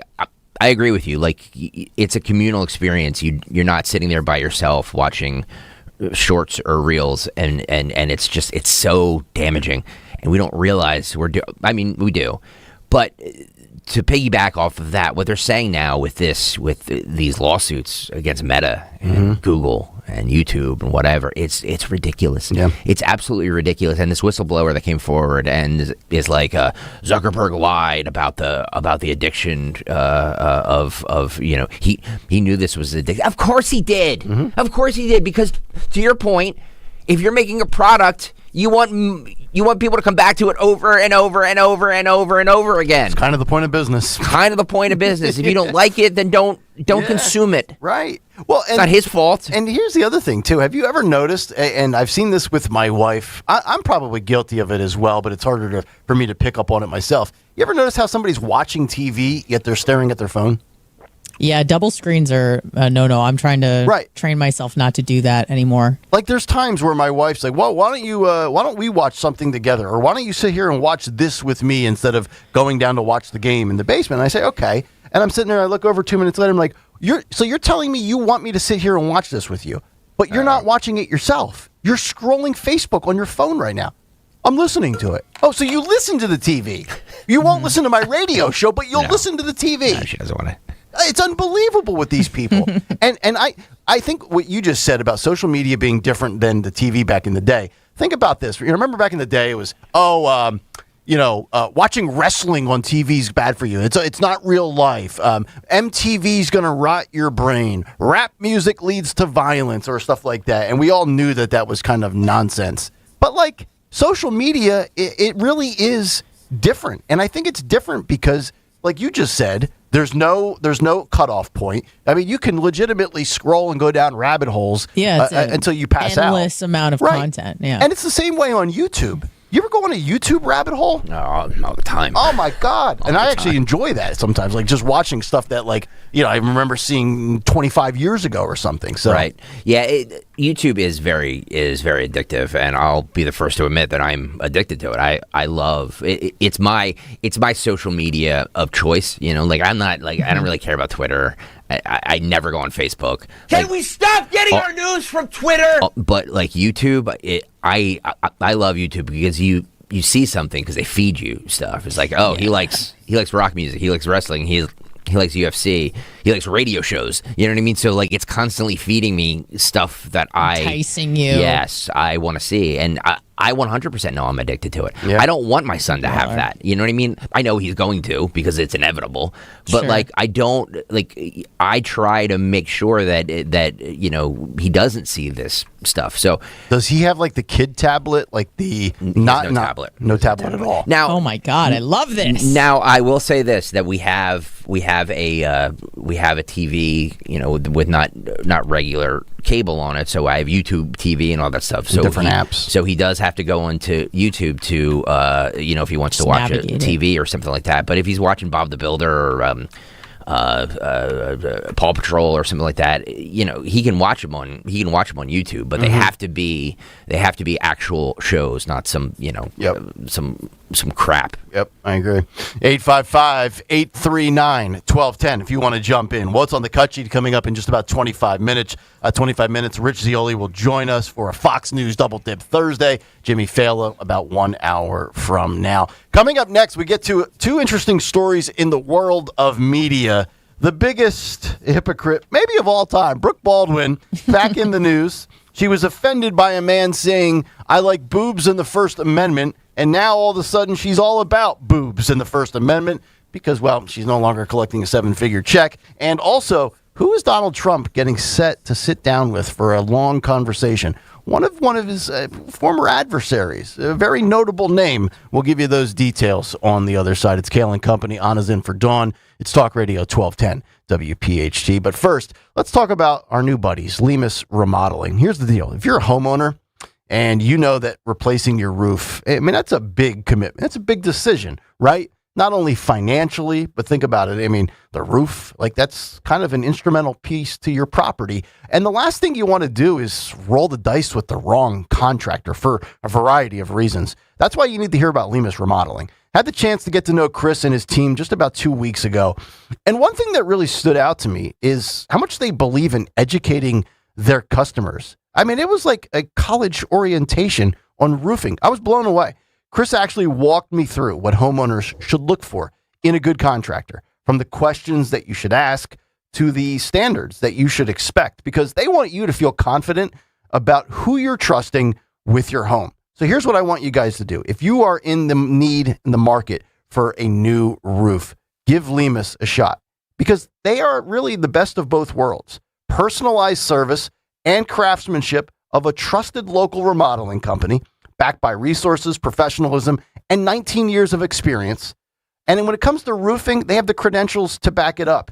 An A+ rating with the Better Business Bureau, GAF Master Elite Contractors, and a 3-star President's Club Award winner. So you don't have to roll the dice with a small contractor or pay the prices of one of the giants, because Lemus Remodeling, they're nationally recognized, but more importantly, they're neighborhood trusted. Visit golemus.com or call 610-GO-LEMUS. That's LEMUS. 610-GOLEMUS to get started. And be sure you tell them Nick Kayal sent you.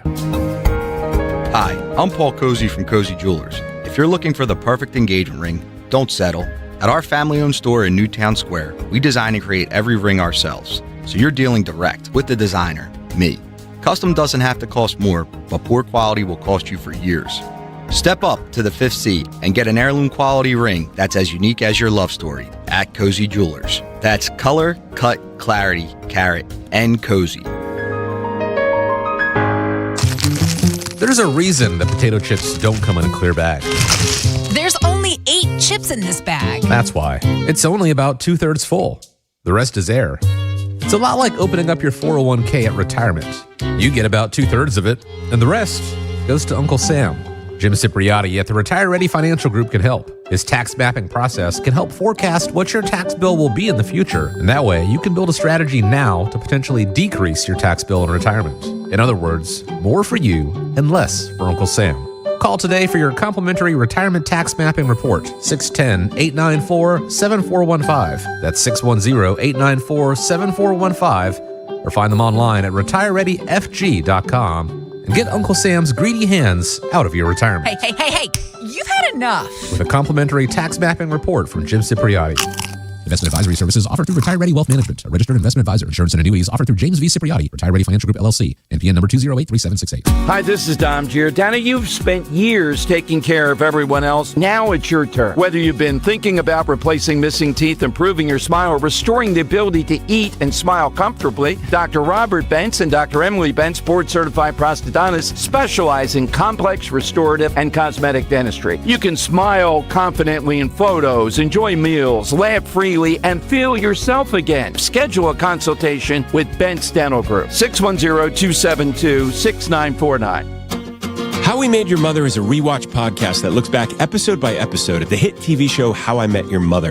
It's hosted by me, Josh Radnor, along with series co-creator Craig Thomas. In seasons 1 and 2, we were joined by Neil Patrick Harris, Kobe Smulders, Bryan Cranston, Ashley Williams, Wayne Brady, Jenna Fisher and Angela Kinsey, Joe Manganiello, and my brilliant co-creator Carter Bays, and now we are diving into season 3. So whether it's your 50th rewatch or your first time through, follow How We Made Your Mother wherever you get your podcasts. At Uline, the prevailing opinion is, if you don't live it, you don't believe it.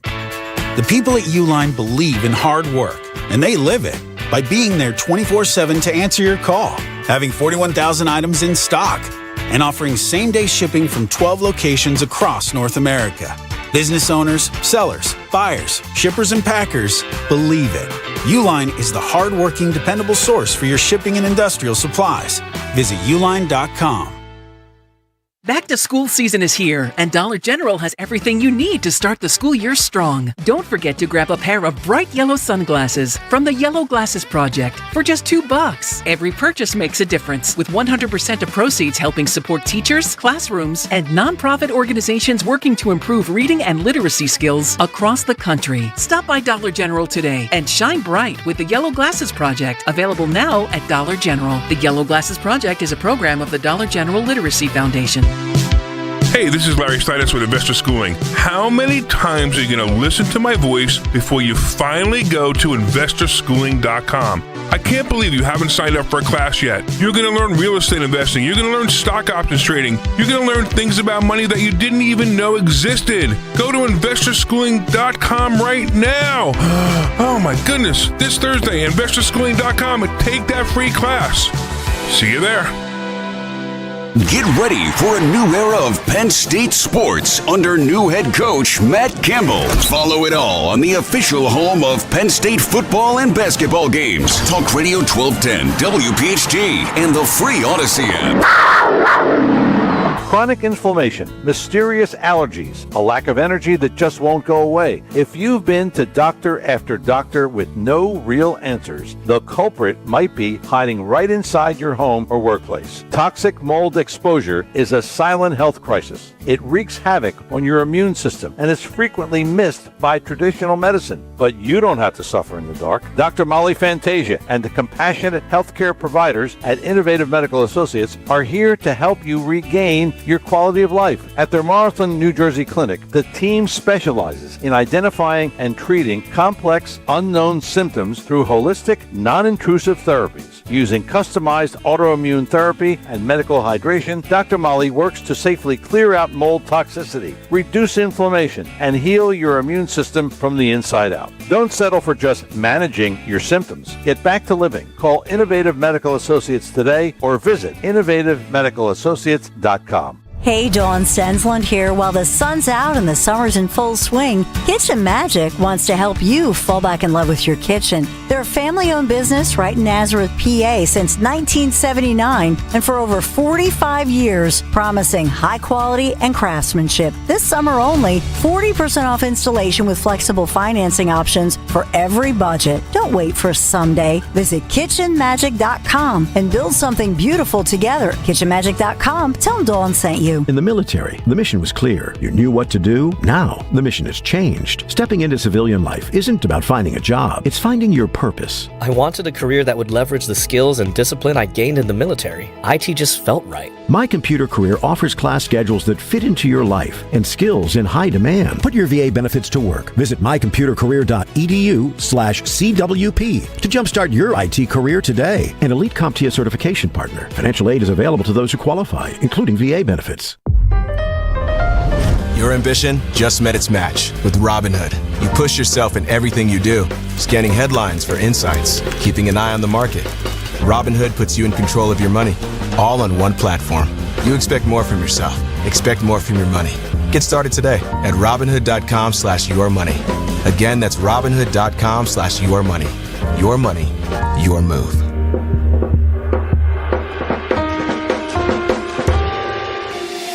The working families of Long Island Labor's District Council of Pennsylvania, D.C., Maryland, and Virginia are proud contributors to all aspects of growth in this great city. The Labor's District Council provides safe, well-trained, productive workers who enable projects to be done on time and under budget. We appreciate our signatory contractors and their commitment to fairness and equality. Laborers, we're building a better future today. Brought to you by the Laborers District Council Licit Fund. Free speech in Philly on Odyssey's #1 talk station. Talk Radio 1210. WPHT. That's right, Odyssey's #1 talk station on this National Radio Day, according to Mike Opelka. Shout out to Stuntbrain for his great prep email he sends every morning. Today is also National Bacon Lovers Day. Love me some bacon, preferably on the crispy side. Bacon over sausage all the time, by the way. Can't trust anybody if they go sausage over bacon. It's a red flag. Should be put in some sort of data center. 855-839-1210 if you want to jump in. Zioli's going to jump in 15 minutes. The cut sheet is coming up. Jimmy Fallon an hour from now. Did Charlie, I know we're going back an hour now, but did Charlie from Philly say that he doesn't trust the data centers because he thinks they're internment camps? Yeah, what's to stop them from using them as internment camps, taking all the people that didn't get the COVID shot, stuffing them in there. Right. The Uyghurs from China. Yeah. Oh, yeah. Because they're big. They're 3 miles long, 3 miles wide, as Trump said. So you can fit a lot of people in there. Right. Maybe that's where you should do your firing squad executions. Instead Data of a data. centers? Yeah. By the way, I call it data. You say data. Interesting. Yes. Hummel, how do you say it? Data or I don't data? even know. Probably data. Yeah. Anna, data, potato, potato. Right. Yeah, there you go. So all I want is a little consistency. I just want these politicians and the president who love these data centers so much. If you like them so much, then put them up next to your properties, or put them up in your area, put them up in your neighborhood. Let's see him up in Bedminster. Let's see him up in West Palm Beach. Josh Shapiro. Let's see him in Abington. It's really no different than like when a politician says they want to abolish prisons and defund police, yet they live in gated communities with personal security, right? Right. Yeah. Or they try to shut down the state and then they get their hair done. Right. Nancy Pelosi. Right. You have to restrict your dining for Thanksgiving at home. Yep. But if you're the governor of California, you can eat out at a ritzy restaurant with Magic Johnson and all is good because you're a governor, so you're not going to get COVID. It's not going to kill you. You're a protected class. Anyway. Hummel, what do you think about this story? We had this originally, I don't know, 2 months ago, a month ago, 6, whatever it was, with Brooke Baldwin when this story first came out, and now there's an update. Ex-CNN anchor Brooke Baldwin dishes on her desires after candid sex confession and shares career update. For those who don't recall, I think the year was 2017. This was early on in Trump 1.0. Clay Travis, before he was a Fox News guy, was kind of just like a sports guy and had a website. And he goes on and he started getting into politics. And he goes on with Brooke Baldwin and another guy, one of her panelists on the round table. And he says, the only two things that I love and trust and the only two things that have never let me down in this world are boobs and the First Amendment. And it went viral back when, like, you know, things started becoming viral trends. And she was completely offended. Her male beta panelist guest co-host, he was triggered by it. And I think in 2022 or so, Baldwin left CNN and kind of went off and did her own thing. And now she's all about, like, talking about her sex life. And we've got some updates here that we'll give you in a moment. But I want to kind of like lean into you here. I mean, you're a female broadcaster. You've had high-profile jobs. You've lost high-profile jobs. Have you ever thought about Have you ever thought about a Substack and talking about your sex life? Oh no, I didn't think so. It's super cringe. I think especially as you get older, it's just like you're just begging for attention, and to me, it's just It's not a good look. It's not a good look just leaning into that. It's also like easy as well. I remember the early days before Call Her Daddy, there was a podcast called Guys We Effed. And they would and it was two female comedians and they would just, I don't know how many guys they effed because they had a new episode every single week and it was a new guy every single time. I'm like, what are you guys doing? Okay, 52 a year. It's like, do the math. Right. I don't know. I don't like it. I think it's really just like an uncouth kind of crass and maybe I'm a bit of I'm clutching my pearls here, but I just think it's not ladylike to be doing that. And I know that's like a crazy thing to say in 2026, but some things are just meant to be private, in my opinion. If you want to share them, oftentimes I will listen to some juicy goss, like, let's be real. But as far as for yourself, I don't know. I just think it's a gross move. And especially for women, it's not a flex if you can bang a lot of guys. Is it gross or is it a grift? Because it feels like to me, and without like knowing her true agenda here, you start to release a little of this information about your sex life in a Substack or a blog or on a podcast. I mean, is she fast tracking for like OnlyFans? Is it going to go from OnlyFans to something more? I read the quotes here and I don't think any of it is really out of bounds. Like, I'm not sitting here, like you said, I'm not clutching pearls or anything. Yeah, I don't care what people personally, do. I think Brooke Baldwin's hot. She's a wood. She goes, I don't want less intimacy. I want more, she wrote in her post that was published on Sunday. I love being deeply known and knowing someone deeply in return. Instead, I crave spaciousness in partnership or out of it. Like, there's almost like this philosophical vibe where I'm like, no, this is fake deepness. I hate fake? this. Yeah, this is just like you just say words. And what is spaciousness? What does that mean? I have no idea. It's like I want to be deeply known. Yeah, what I can almost woman hear doesn't Kamala want Harris. intimacy? Like, I don't. It's like almost like a word salad. Yeah, it doesn't make any sense. It's just really painful to watch someone just crying for attention. To me, that's cringe for me. She goes on to say, after 20 plus years in mainstream media, I'm doing journalism on my own terms. She goes to say to the Washington Post yesterday, adding she plans to tell stories with and about women whose lives and experiences may look nothing like mine or each other's. Revelations come after Baldwin stunned readers last month by dishing about her sex life, revealing that her rejected suitors include a man who used to run a country. A lot of people have speculated as to who the heck that might be. And another who literally just flew in to take me to dinner. I mean, I don't know. I think is it possibly that was Justin Trudeau? I mean, Trudeau wasn't he with Katy Perry for a while, right? I think he still is. Is he really? Yeah. By the way, how does he pull that off? How does beta Justin Trudeau get Katie, I kissed the girl and liked it, and I have big boobs, Perry? What am I doing wrong he's here? He's a good-looking dude, and he's a politician, even though he's kind of... You think Trudeau's good-looking?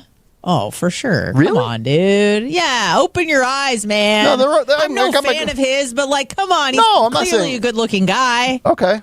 Well, you don't think so? Kind of like a beta dweeb to me. No, he's handsome. Okay. He's for sure handsome. Unfortunately, I don't like it either. Trust me. I'm just like, why are you hot? You don't deserve it. You can have him.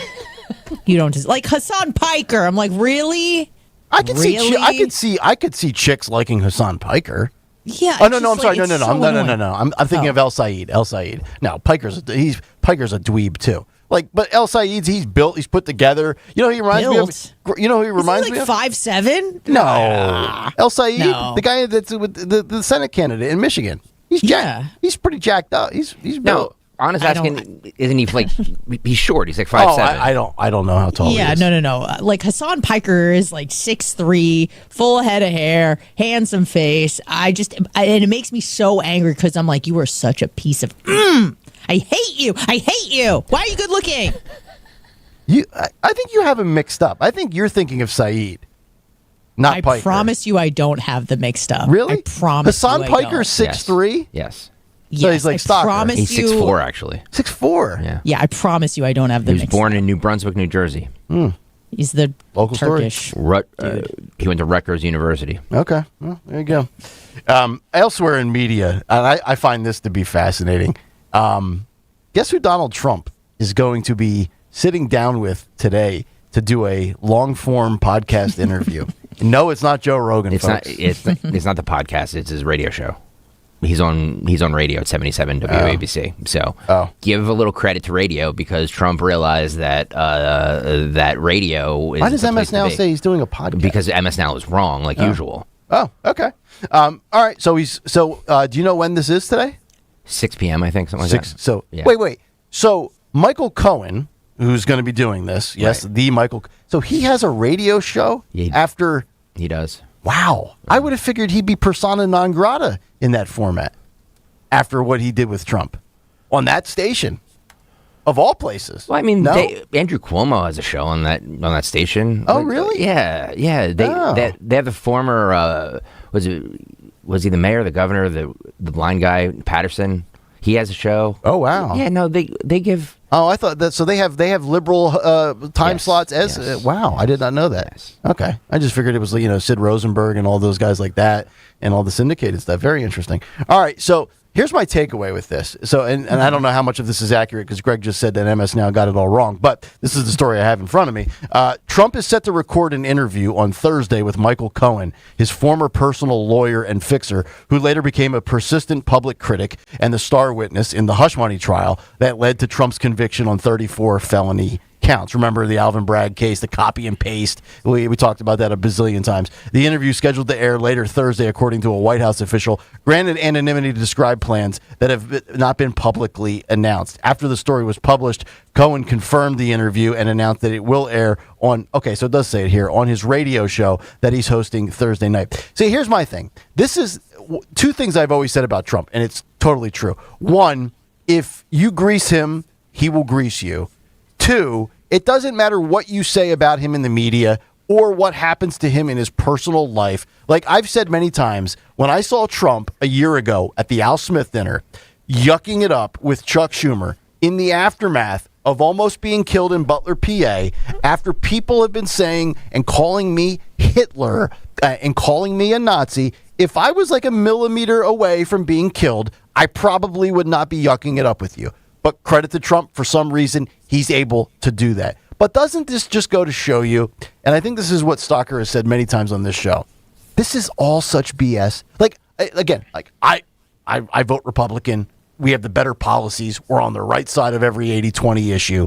But at the end of the day, Michael Cohen and Donald Trump together, and the quote here from Trump is that, yeah, I'll probably do it when approached at his golf club. They haven't spoke in years. They chatted last year, I think in May of 2025. And it's almost like all Michael Cohen ever did to Trump was call him a bad name. Like, I'm sorry. I don't know that I would go on Cohen's radio show or his podcast, especially at this point right now, because I don't think he has anything to gain from it. That's what I'm thinking. Right? Like, what's the angle? Like, if it was an election year and he was up for re-election, okay, like, I get it. You might want to do that. But, like, Trump's done in less than a little over 2 years. It's over. He's done. He's gone. The whole thing, the decade, it's done. I don't know why you do this. What is the point? unless Cohen is going to make some public apology. I understand why Cohen would do it. As a radio host, you always want to take it only boosts Cohen, of course. Right. But for Trump, I'm not quite sure what the upside would be. Yeah. He goes on to say, quote, I regret doing things for him that I should not have. To keep the loyalty and to do the things that he asked me to do, I violated my moral compass. He said that in the trial. Oh yeah. It just shows you it's all pro wrestling, right? This is all it is. It's who's the bad guy? He's the good guy. Oh my God, it's a slobber knocker. They're on the same they're on the same podcast actually now. The heel. Email or they're on the same radio show now. Oh my God, look, it's a grift, and people are just so caught up into it, and they shouldn't be. Well, you know what's funny is when you went off on that caller earlier this morning, what was his name? Tom. Yeah, Tom. Yeah. By the way, we actually have Tom on the board now. Goodbye. I've had enough of you people. There he is. Stalker, you yelled at him and said, oh, so you're on board with data centers because Trump's on board with data centers. Right. So think about this. The amount of people that get offended by a joke or a criticism of Trump, yet here he is, Trump himself, and he's willing to yuck it up with all of his critics, which makes me think, like, wait a minute. If the guy that you always ardently defend and protect is okay with being around the people that bash him nonstop, then maybe you should realize, because he realizes it's all part of the game, right? Like that's the thing I think that Trump did better than anybody. He outplayed the politicians for a decade as the outsider. He's like, I know how the game is played, and I'm going to come in, and I'm going to send a shock to your system. I'm going to rattle your cages, and I'm going to do it to you better than you can do it to any other establishment honk out there. So, like, that's the thing at the end of the day. And as Jimmy Fallon says, be a Republican, be a Democrat, just don't be a dick, right? Exactly. And I think Fallon's got that nailed. 100%. And that's why it's on his Twitter profile. All right, we'll come back. We'll get to Rich Zeoli. To come back, we can get to Rich Zeoli right now. Oh, okay. Let's say good morning to Richard. 13 weeks recovered. Hello, Rich. Good morning. Hi, pal. What's going on, guys? Oh, How are you? Hi, Anna. Just chopping it up. Hi. Chopping it up? Yeah. Fighting with the audience again? Oh, that's Greg. Ejecting people from Kayal and Company? Greg threw out Bob, Steve, and Tom this week. I did. We're down 3. There's the body count's you piling gotta thin up. the herd. You know, it's like deer. You got to cull every now and then. Otherwise, it's overpopulation. Well, I just like it's infuriating to me because I know you're a person who likes who doesn't like to be surveilled like I do. You know, you have more libertarian leanings than some of the people on this radio station do. But you mean there are some people that are supporting like flock cameras, for example? All of these people now with these data centers are just like, oh yeah, no, it's going to be a boom. It's going to be a boom to the economy, and it's going to be great for your neighborhood, and it's going to be no, it's going to be great. It's like, okay, then put them in your backyard. Goodbye. I've had enough of you people. Rich, what do you make of the data centers? I mean, I'm assuming you're just absolutely against them, full stop. No. I'm not against them. I think that there's a couple things. It's a complex issue, and you need to have local control. And they didn't have that. Like when they did the windmills at the Jersey Shore, the massive wind turbines, they had no local control. They just came in and said, we're building these monstrosities, whether you like it or not. We're going to tear up the coastline. We're going to put them in the ocean. And that was ridiculous because you had towns that didn't want them. If a town doesn't want them, they shouldn't have them. If the people in that community or county don't want them, they shouldn't have them. There will be places where people want them, and then that's where they should build them. It's not that complicated. You know, there will be places that want them and places that don't. And I just don't like the idea of anybody steamrolling in and saying you have to build one here. Yeah. They should have to bring their own power. That's what Trump said. They got to make sure that the water's all clean and they have enough of their own water so that they don't become a drain on the public resources. That's good. Biggest obstacle to me, it seems like, with the whole not in my backyard argument is the noise complaints that you hear. Like people in Michigan are suing actually because of the noise. This is just constant buzzing and humming. And that's not from NPR. I thought they were listening to NPR when they said that. They said it was just a monotone hum the entire time. But no, apparently it's from the data centers. Let me ask you this, because you've advised presidents, you've advised politicians, you've been a part of all of the inner workings. Do you think this is like a top 2 or 3 issue after affordability, or is it? Yes, Okay. 100%. Yeah. 100%. And, you saw Shapiro's flip-flop on data centers. Obviously, I know you guys talked about it. But, I mean, that's because he's reading the tea leaves again. And the people just do not, like, he came in and said, Amazon's building this massive $20 billion data center. We're all excited. Yay! And everybody was like, we are? He's like, yes, we are. Well, let's start there let's jump because Rich, as usual, and I are on the same page with this. Oh no, that's the big take. That's the wrong. No, thing. we do not need another big take. I'm a big take. Just kidding. The Cut Sheet! What's on the cut sheet on this Thursday? Sponsored by Tri-County Auto. Great deals on Toyotas or Chrysler, Dodge, Jeep, Ram. Stop by both dealerships. Look for the big American flag. Thank you, Tri-County Auto, for sponsoring the ever-important Thursday edition of What's on the Cut Sheet. That's Also, where I bought my minivan. Your minivan. I have a minivan. That's right. We're And having. how hot is a guy who drives a minivan? Come on, spill Do you the have beans. wooden panels? That would make it even better. I was asking for wood panels, but they had to order them. So, Then they crushed my car, and I wanted it back, and so I had to take the minivan. You know what I mean?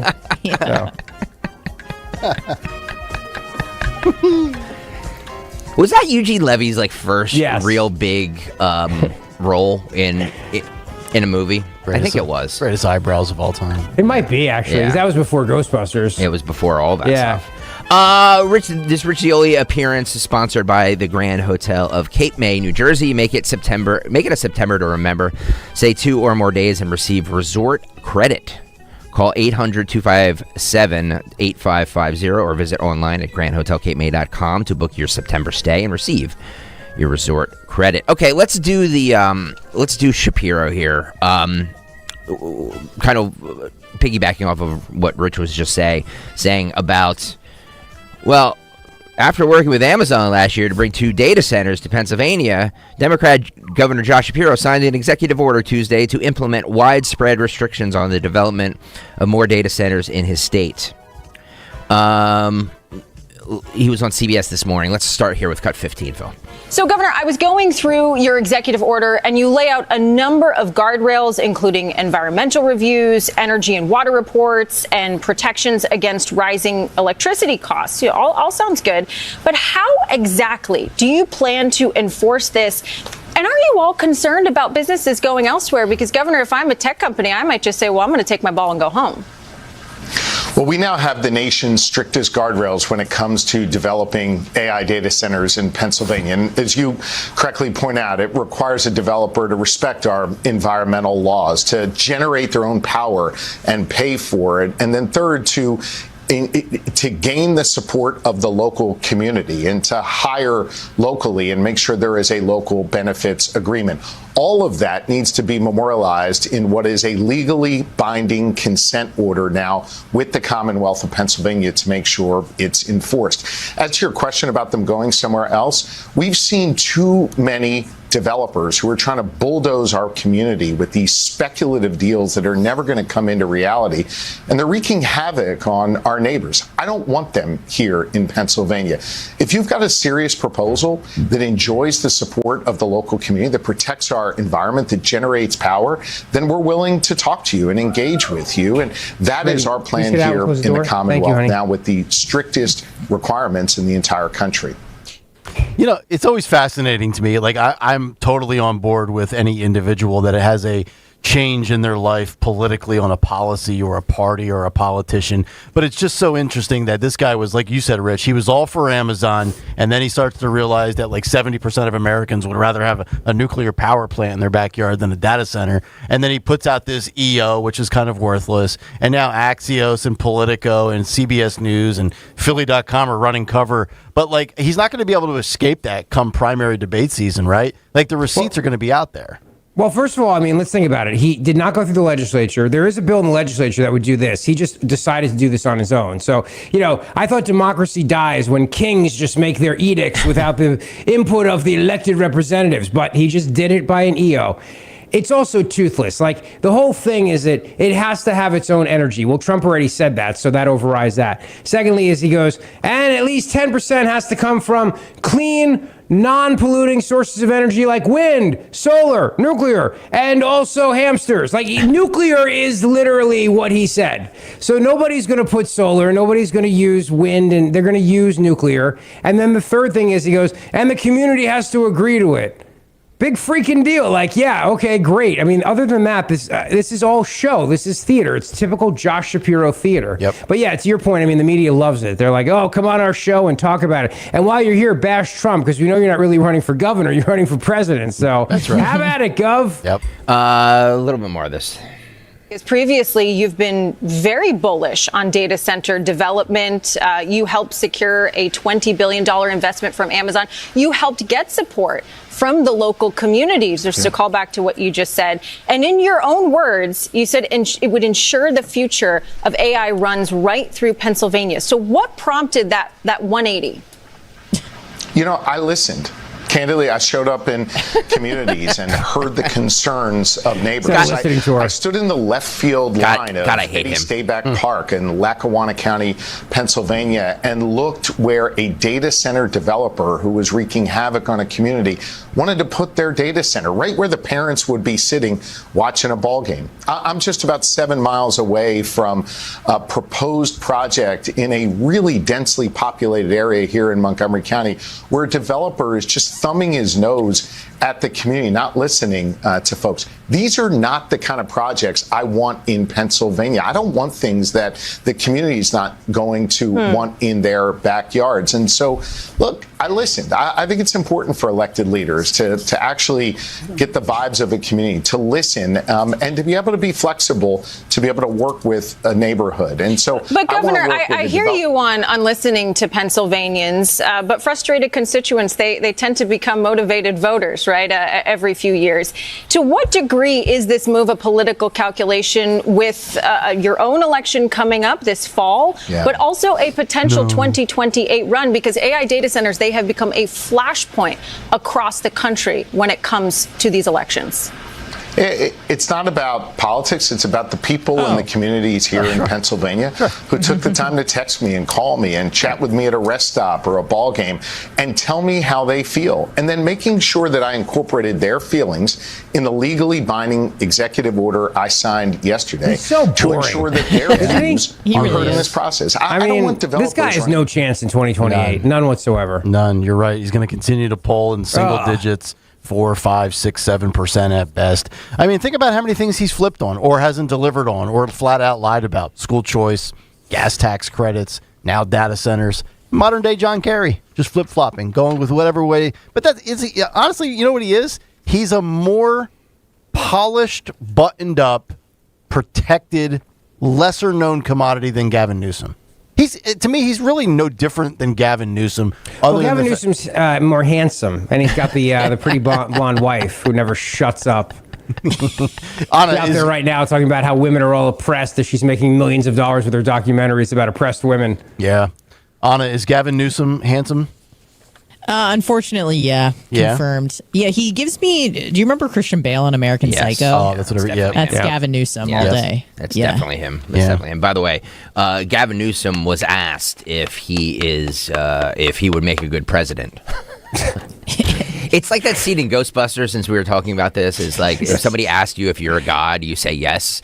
You always say yes, right? Yes. This is Gavin Newsom, where it should have been a layup for him, since he's effectively been running for president since 2024. Yeah. Roll this.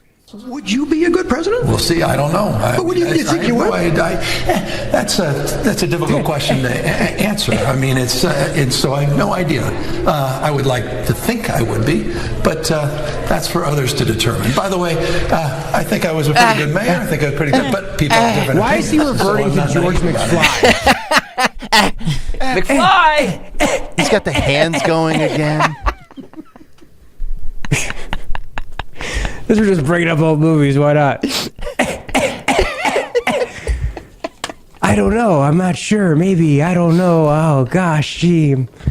Remember that debate he had with DeSantis on the Hannity show? Yeah. two governors. That was so annoying. 6 years before the next election, Right. debating each Right. other. Right. Yeah, but That was before hanging with Hannity. Have you been invited on Hanging with I have Hannity not. yet? No, I'm not holding my breath either. You're not. Yeah. No. I have a feeling that invite's going to be a while. Yeah. Probably. Although our boy Jimmy Fallon was on it. He was. So, yeah. Well, he goes on Sean's show, a TV show, a lot. So. Right. All right. There was a special election in Pennsylvania. Because don't forget, I took Hannity's spot twice on this radio station. I remember. I was here. Yeah. You better get out of there, buddy. Right. There was a special election in Pennsylvania for a House seat, flipping a district that has supported Republican candidates for decades. This is out in Western PA, right? Brandon Dukes, the Democrat candidate, defeated Republican Scott Timko with a lead just shy of 100 votes in the race to represent Pennsylvania's 12th district, according to Decision Desk HQ. The pair will face off again in the general election this November for a full 2-year term in the House. Is he a DSA guy? I don't know. I don't think so. Okay. But this is by the way, this is a district that Trump won in 2024 by 18 points. I think he's won it all 3 times too, right? Right. Yeah. Right. So Harry Enton was discussing this with I think this was with Aaron Burnett last night. He says that there's alarming data on Republicans ahead of the midterms. This is 16. So I guess that gets to the way you are looking at it on the map. Is this an isolated incident, or is this the start of something bigger? I think it's, something bigger. One of the things that Mr. Dukes ran on, I guess now Representative Dukes ran on, was, the fact his working class upbringing, right? And what you see in sort of that district and what you see nationwide is Donald Trump won with white working class voters, right? But look at the switch that we've seen amongst them. I mean, he won them by 34 points. His net approval rating now is -4. He's underwater with the white working class. That's a 38-point switcheroo since the election. What's going on in that district, what happened in terms of another flip in Pennsylvania earlier this cycle, is emblematic in my mind of the group that has been the core of Donald Trump's support. Adios, amigos. Goodbye. See you later. Okay, so this was a special election. Yeah. So I was just pointing out he is going to be facing the same opponent in November, right? So this special election, he's in office, but you could do it again. Democrats have been very successful in special elections this time. Oh, yeah. Okay, so some might say, okay, but then you got to run again in a few months, so what do I really read into it? You actually think that's the whole point, and it's very significant. I think it is very significant because it's been a very unlucky 13 for Republicans. There have been 13 Democrats who have been able to flip districts that were formerly held by Republicans. Republicans have flipped zero in special elections. You don't have to be a mathematical genius to know that 13 is greater than 0. And more than that, if you go back over the last few cycles, 5 out of the 5 last few cycles in midterm elections, when a party outperformed in U.S. in special elections, state legislative, federal, they went on to win the U.S. House of Representatives. So this, to me, is very emblematic of something that could be huge come November. Okay. Yeah, I agree with that. Rich, I want to get your thoughts on this. They're talking specifically there about how Trump has fallen off with working class voters. I saw this stat from Politico yesterday. In 2024, 87% of ads mentioning gas prices were run by Republicans, the analysis found. This year, roughly 2/3 of those ads have come from Democratic candidates or groups, and those same Republicans are now quiet about voter angst at soaring prices at the pump.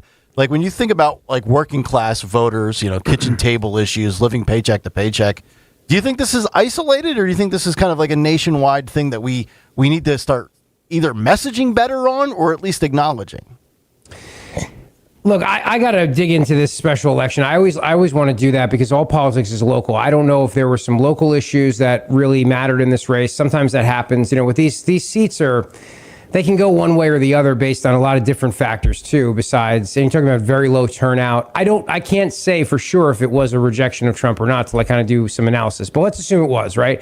Let's assume it was. Then Republicans would be idiots to not look at that as a gigantic warning heading into November, because it's not the first time this has happened, where you've had a special election in a district that Trump won and then that person lost, in the special election. But I just think that assuming that there wasn't, some scandals, some affairs, local politics where like some mayor hated the other guy and they all said, let's vote for the Democrat to screw that guy. And because that stuff happens. I mean, I've been involved in local politics a long time. I was a Republican county chairman for 6 years and I saw that stuff a lot and it was crazy. And people would be like, oh, this is a warning sign for George Bush. I'm like, no, it's because the mayor of Greene had sex with the councilwoman in Hopatcong and now they decided that, they're going to screw the Republican. It's actually just that. So I don't know if it's that. We just have to look. But assuming it is a rejection of Trump, the war in Iran, the messaging on this is a giant F. I mean, I've never seen anything this bad in my life in terms of messaging. It's insane to me. It really is. It's insane. I was talking to a general yesterday. I was filming on Guy Benson's radio show. I was talking to this general yesterday, and even he was saying, the messaging has been so wrong. They got this wrong from the start. And I think a lot of people right now, the market's great, the stock market's great, the economy overall is great, but people are still getting slapped with high food prices and high gas prices. And Republicans need to empathize with that. They need to talk about that. And you have these socialists who are pointing it out, and a lot of Republicans are like, it's not that bad. You know what I mean? We got to defeat Iran. So, yeah, it's a messaging failure, I think, right now. And again, if Republicans don't take that seriously as a warning, they do so at their own peril this November. Yeah, I agree with everything you've said. I've been saying the same exact stuff. Don't look at the YouTube chat, Rich. They're going to start yelling at you. You're a rhino now. 91 LSXer says, how in the world has the fall of 24 momentum been squandered this badly? I've said that as well. You end up with the White House, the Senate. MAGA is mainstream. It's a cultural phenomenon. Big tech cozying up to you. People getting replatformed. Like it was such an overwhelming vindication, redemption story. And in less than 18 months, you just piss away all the goodwill. It's staggering to me that you could allow that to happen. I don't get it. Far left Democrat Angie Nixon defeated. Who'd she defeat? And by the way, the only saving grace right now is that they keep nominating these freaking lunatics like Angie Nixon and others. So it's like it's something that a great quote I heard. I think it was Dana Perino who said it. Trump is blessed with the worst opposition. You know what I mean? Like if they had nominated like a normal Democrat in Michigan, they probably would have won that seat. They're probably going to lose it now. The same thing in Florida. I mean, this woman has no shot. So as long as they keep nominating people who are certified insane, crazy communists, the Republicans actually can still, I think, actually keep the House and the Senate. I really look at that map and I'm like, they can actually keep this, which is crazy, but to think about, and as you hear all this stuff, but. Vindman is the person that Angie Nixon defeated, right? And she's a DSA far left Democrat. Abolish everything. How will she pay for health care? CBS asked her this. This is cut 13. You want Medicare for all and free universal child care and pre-K. How are you suggesting taxpayers pay for that? Yeah, for sure. So thank you for that question. I have been traveling all across the state of Florida having conversations with folks. And what is evident is that everyone wants the same things, right? To be healthy, prosperous, and safe. And a lot of folks, it crosses party lines as it relates to universal child care and Medicare for all. And how do we pay for that? Actually, Medicare for all, we're already spending the amount we would be paying for Medicare for all right now, even while folks are still paying for co-pays and deductibles and co-insurance. If this lady defeats Ashley Moody, I might have to relocate to another nation. She's not going to. She's not going to. Oh, Zero chance. That was a Kamala word salad. How are you gonna, and this is after the consultants got to her and said, can you stop screaming about being in chains, please, and just answer a normal question without screaming? Yeah. Was she the one who went to the one of those town council meetings with like a bullhorn and started screaming? Yeah, but it was a low energy megaphone like you get at the bowling alley. Right. After you know what I mean? You had your tickets and you cashed them in after playing skee ball, and she got there 5,000 tickets to get a megaphone. It's this crappy pink megaphone. Not megaphone Bernie acceptable, Greg. Oh, I know. Yeah. Exactly. Although the answer was still probably better than Lindsey Graham's sister yesterday. Oh, boy. Boy, that might be the worst thing I've ever seen. Well, she, luckily, Sissy Graham went on, Sean Hannity's show to, He gave her a soft landing. Don't worry. Of course. Tried to redeem herself. Oh, of course. Of course. Was she hanging with Hannity or just No. This is formal Hannity. Yeah, this is okay. formal Hannity, where he basically didn't Greta Van Susteren come out and apologize for the question? What is Greta Van Susteren doing? It was a totally valid question. I have a question for you. Do you think the woman's mouth doesn't move? She's like Laura Ingraham. Sewed together like Wade Wilson. Exactly. X-Men Origins. Darlene Graham, Sissy Graham, was on with Hannity, explaining her. For those of you who weren't with us yesterday, they asked her a foreign policy question. Really? Yeah, it was about like the South China Sea and Taiwan. And she basically was like, "Yeah, I don't really know anything about that. So maybe ask somebody who knows more about this stuff than I do. I don't really know anything about that." And they're like, "Wow, that's a bad answer." Just defer to Gordon Chang. Right. Roll Sissy Graham. I think you're 100% right, Sean. And, I tripped up on one question last night regarding Taiwan. But, I've said many times, I'm not a politician, certainly not a career politician. I don't speak politician. I was just honest. And I think that's kind of a foreign concept. But I talked to several people today. I traveled around the state. And they said, we appreciated the fact that you were honest. And I did say several times that China is our enemy, our military and economic threat to the United States. Of course, Taiwan is our friend, but I think people in South Carolina are more worried about making ends meet. They're concerned about boys and girls sports. One lady talked to me extensively about that today. Is Hannity working? He's concerned about the Second Amendment. He's just letting her go. First time he's ever been quiet. To answer a question. Illegal immigration. So they're concerned about a lot of other things other than Taiwan. Yeah, and to be fair, if people want to judge you on the South China Sea and old puffy Taiwan, face. Okay, I think that's fair. But I bet maybe the only saving grace for her is that it's like the third week of August and most Americans are on vacation and not paying attention to this. Did AOC write her foreign policy statements for her? Right. Is that where she got it from? Well, what's worse, Rich? She also choked on the Taiwan answer. You remember that? Yes. Yeah. And then froze for 20 seconds. Right. What do you think is worse? Just flat out saying you don't know, or giving us a 2-minute word salad where? I have always, when I've advised candidates, and I've said to them before, if you get asked a question you do not know the answer to, you have to be very honest and transparent about that, because people can see through BS a mile away. They can smell it.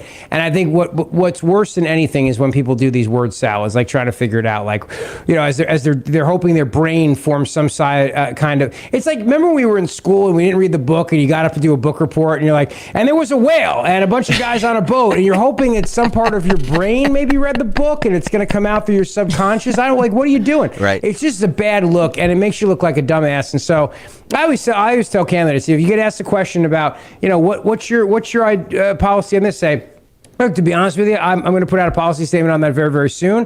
Looking at both sides on this, what are your thoughts on this? What do you think if they're talking to constituents or something? Mm-hmm. That's one way to handle it, but just the word salads. I mean, we're so done with this, especially given the cyclospiralysis outbreak. We don't want salad. I don't want salad. I'm never touching salad again. No. Oh, Dawn's deep frying it now. Yeah. Yeah. How did she slip into that seat? Was it Darlene? I know that her brother died. Her last name is Graham, Anna. I understand that, but I'm just saying, how does that work? Your brother dies, and then automatically the sister just pops in and is like, I'm the new senator? That's what's going to happen when I drop dead of a heart attack. Kayal and company will keep going. My sister's just going to assume the role. She is. Okay, she doesn't know anything about politics either, or radio. So she actually has more qualifications than you. That's correct. Yes. Oh God, it's unbelievable. Farm Boy says Hannity is starting to look like Glenn Quagmire from Family Guy.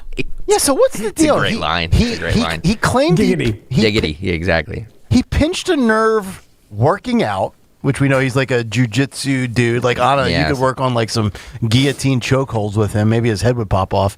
And then he takes prednisone, and that leads to a raspy voice and a puffy face. That's what he says. Yeah, the steroids puff you up like a tick. Boom. How are you feeling, by the way, Rich? Everything good? Oh, I feel great. I'm ready to. I went to cardiac rehab the other day for the first time because now I have to rebuild my muscle mass because I've lost so much muscle. Yeah. 3 months of not being able to do anything really, and I brought the median age down by 57 years. I was so proud of myself. They made me walk around this little track, and I walked past the guy who actually fought in World War II, and I went by him. I was like, "On your left," and I felt like I was Captain America. So I kept going. I felt great. It was really good. On your left, it's coming through. Yeah. You can run in a marathon now, right? I'm ready. Maybe I'll even bike with you guys next year. That probably won't happen. But maybe I'll go in the dunk tank again. It probably won't happen. But TMF Warrior run's coming up in about 2 months. The DSA, Harry Ann says the DSA candidates winning is not just a Northeast phenomenon. They're happening all around the map. But he's right. He's right. Yeah, okay, he's right. But Jersey. Two of them just got smoked in Florida by Democrat establishments like Jared What's-His-Face and Debbie Wasserman Schultz. But Like didn't two of them win? they're losing too. And 2 of them won. Thank you, Anna. Yes. Yeah, okay. 2 of them so won. they went 2 for 4. Hong. Nick, there are 2 DSA members. One is a congresswoman already in New Jersey, Anna Malia Bagia, whatever her name is. And the other guy, Adam Hamaway, is going to win in November. Mm-hmm. They're both so in Jersey, and these are suburban districts. These are not urban districts. This isn't Newark or anything like. So it's a problem, man. Oh, I agree. But they're also. I think people are crazy if they think that this is isolated to the burbs. It's going to be basically every blue district is vulnerable to this virus infusing and taking over because these people. Yeah. They don't want a big tent. You see, this is funny, right? You hear all these Democrats go, we're a big tent, where everybody's welcome, and then you hear the socialists, they're like, if you don't support the following things, abolish the police, abolish prisons, abolish Israel, Medicare for all, you're not welcome. So they don't want a big tent, and they don't want the Democrat establishment around, and they're going to come for everybody. Roll cut 14. No, wait, that's my fault. You might just say, oh, this is just a phenomenon in the Northeast. This is part of the Acela corridor. This is just an urban phenomenon. No, not really. I mean, take a look here. Where DSA candidates won primaries for Congress, they're all Democrats. Yeah, you got 3 in New York, but you got 2 in Michigan. You got 1 in Colorado. You got 1 in Florida last night running for the Senate. And you got 1 in Pennsylvania. So this is not just a Northeast phenomenon in terms of these DSA candidates or is it who Bob won Brooks? primaries. Yes. Well, actually, I mean, there's 2. Yeah, you're right. Rab and Brooks. There's 2. Yeah, it's bad numbers by Harry. He's going to have to recrunch his stats. By the way, El Said just opened up in a new poll that came out, opened up a 7-point lead. On Mike Rogers? Yep. Yeah. What's the poll? Emerson? Susquehanna.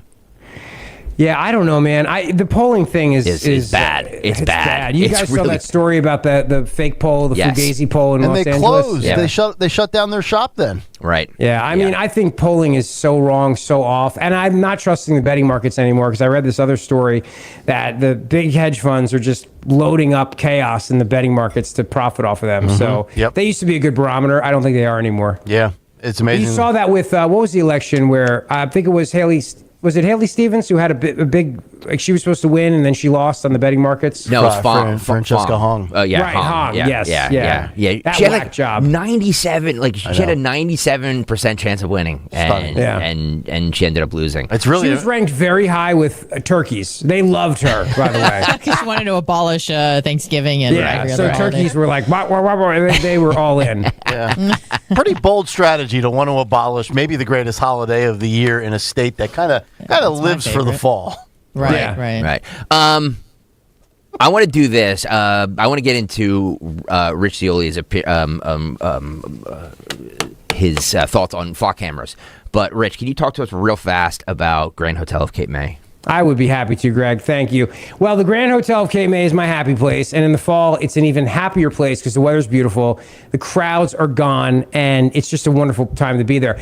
Mark your calendars. We're going to be back there Friday, October 23rd, 3 to 6 p.m. for our last live show of the year. It's a free show. You don't need tickets. You don't need a reservation. Just come to the show. 5th floor ballroom. Great crowd. A lot of the people on the YouTube chat right now are there, and it's going to be a lot of fun. So 3 to 6 p.m., my second return to afternoon drive for the year at the Grand Hotel of Cape May.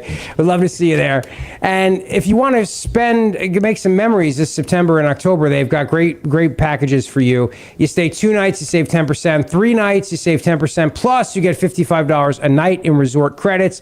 You stay longer, you get $65 a night in resort credits each night, and the 10% off. And you can use those resort credits at Hemingway's restaurant, the outdoor pool bar, the beach concession stand. So you'll love being in the fall. Just do a romantic getaway weekend, or when the kids are off for school for all the various holidays and teachers' conventions, pull them out of school, take them to the Grand Hotel. They got this beautiful indoor heated pool. It's massive. It's a saltwater pool, and the restaurant right on site. So everybody will have a great time. And if you want to have a wedding or corporate event, baby shower, family reunion, there's no better place than the Grand Hotel of Cape May, New Jersey. My friend Caitlin will help you plan the event of your dreams.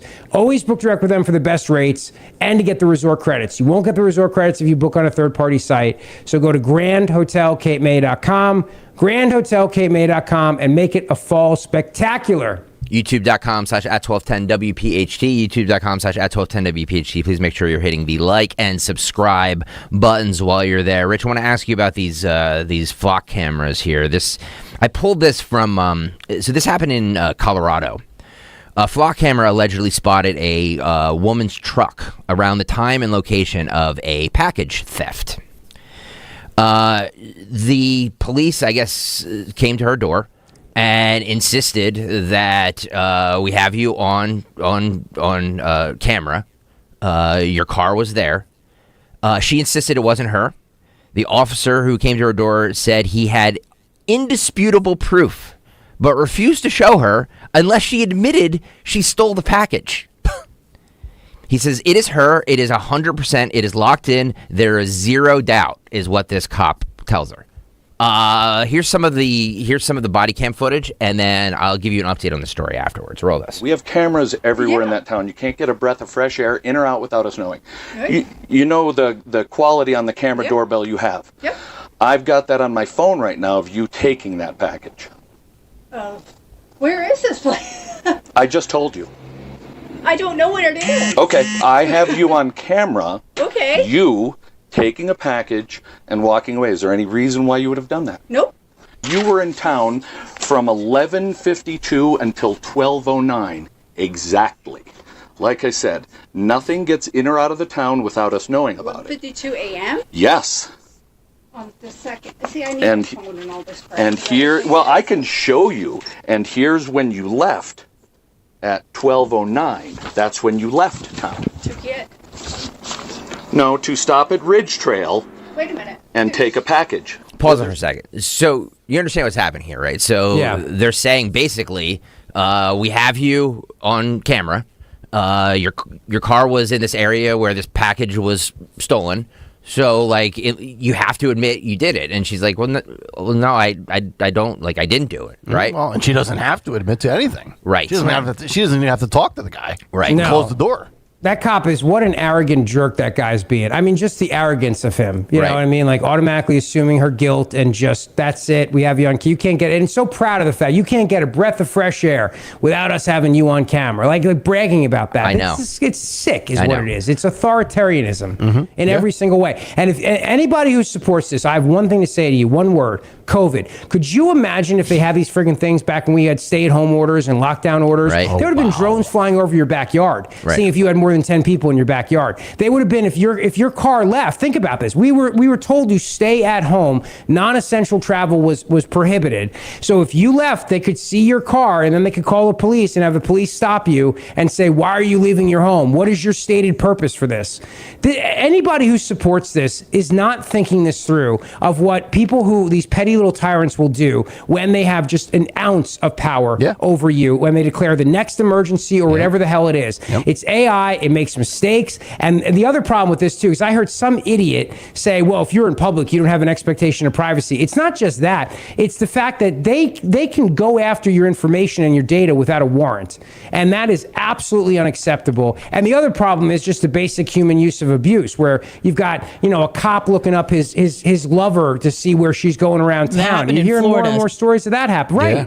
He was following his estranged wife. He broke into the camera system and found out Yeah. where his wife was going and followed her. So Yeah, and Rich, now we're talking Fourth Amendment here with search and seizure. I mean, the fact that you could actually do this without a warrant and get everybody's data and then try to basically put this person on trial, so to speak, is really outrageous. And remember when people said about COVID, it was like, well, it's this is the test run to see how much control they can flex and exert over you. To your point, you saw, and now with the flock cameras, you know that they know how many people complied with COVID like little sheep, and they're going to make it even 10 times worse moving forward. So I agree with you completely. We'll give an update on the story in 1 second. I just want to continue with this body cam footage. It doesn't matter. I'll be giving this all to you. If you're going to deny it to me, I am not going to help you with any courtesy. It is her. It is 100%. It is locked in. There is zero doubt. I wouldn't have come here unless I was 100% sure.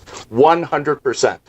It is certain. It is on video. You're obviously welcome to go to court. Okay, by video evidence, you have the ring and you have my truck, and that is it. Nope.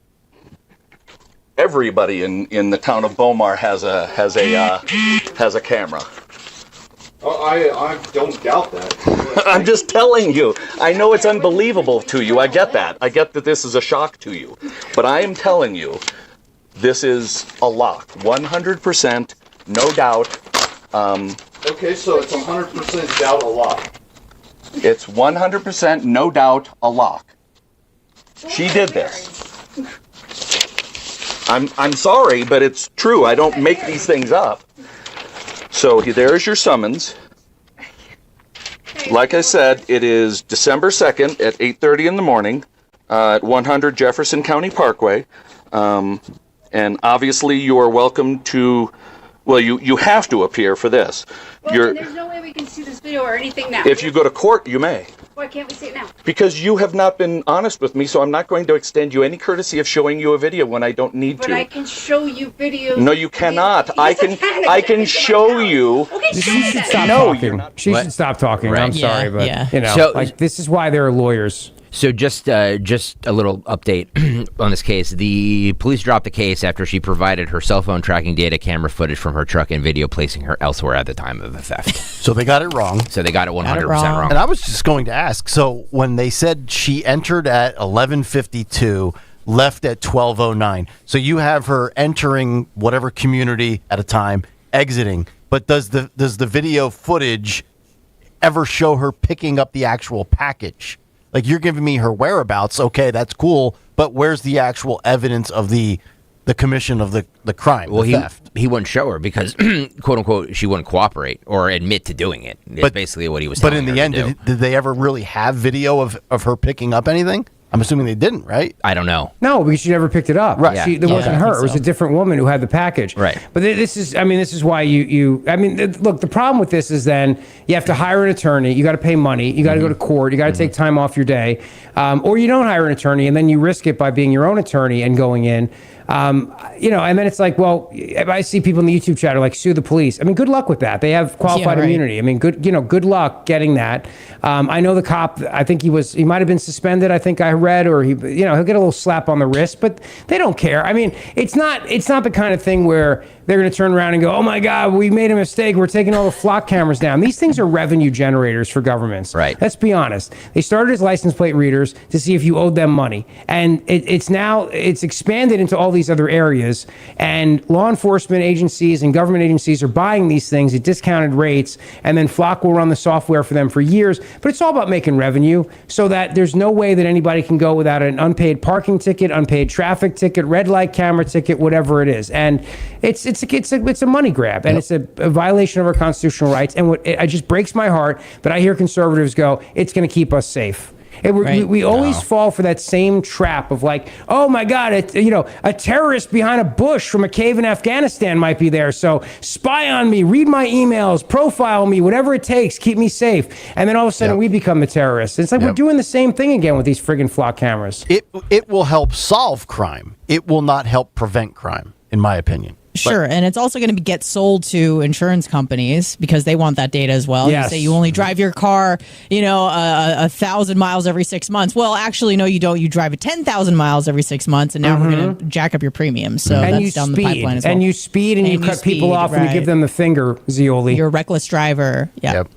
So you know what we need? We need more data centers to store store all this information. Boy, between the data centers and the flock cameras and AI, I'm all technology. I hate all of it.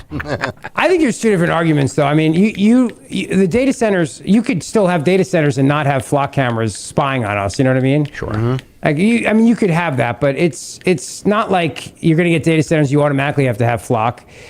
There are towns and communities pushing back on this stuff, pushing back on this surveillance. People need to speak up about it. But we're just like, oh my God, you hear it. Did you see that video that discussed that? The Free Press put it out. That young girl was going on about how flock helped save a baby. Did you see that? No. It was nothing other than gushing pro-flock propaganda by Barry Weiss's Free Press.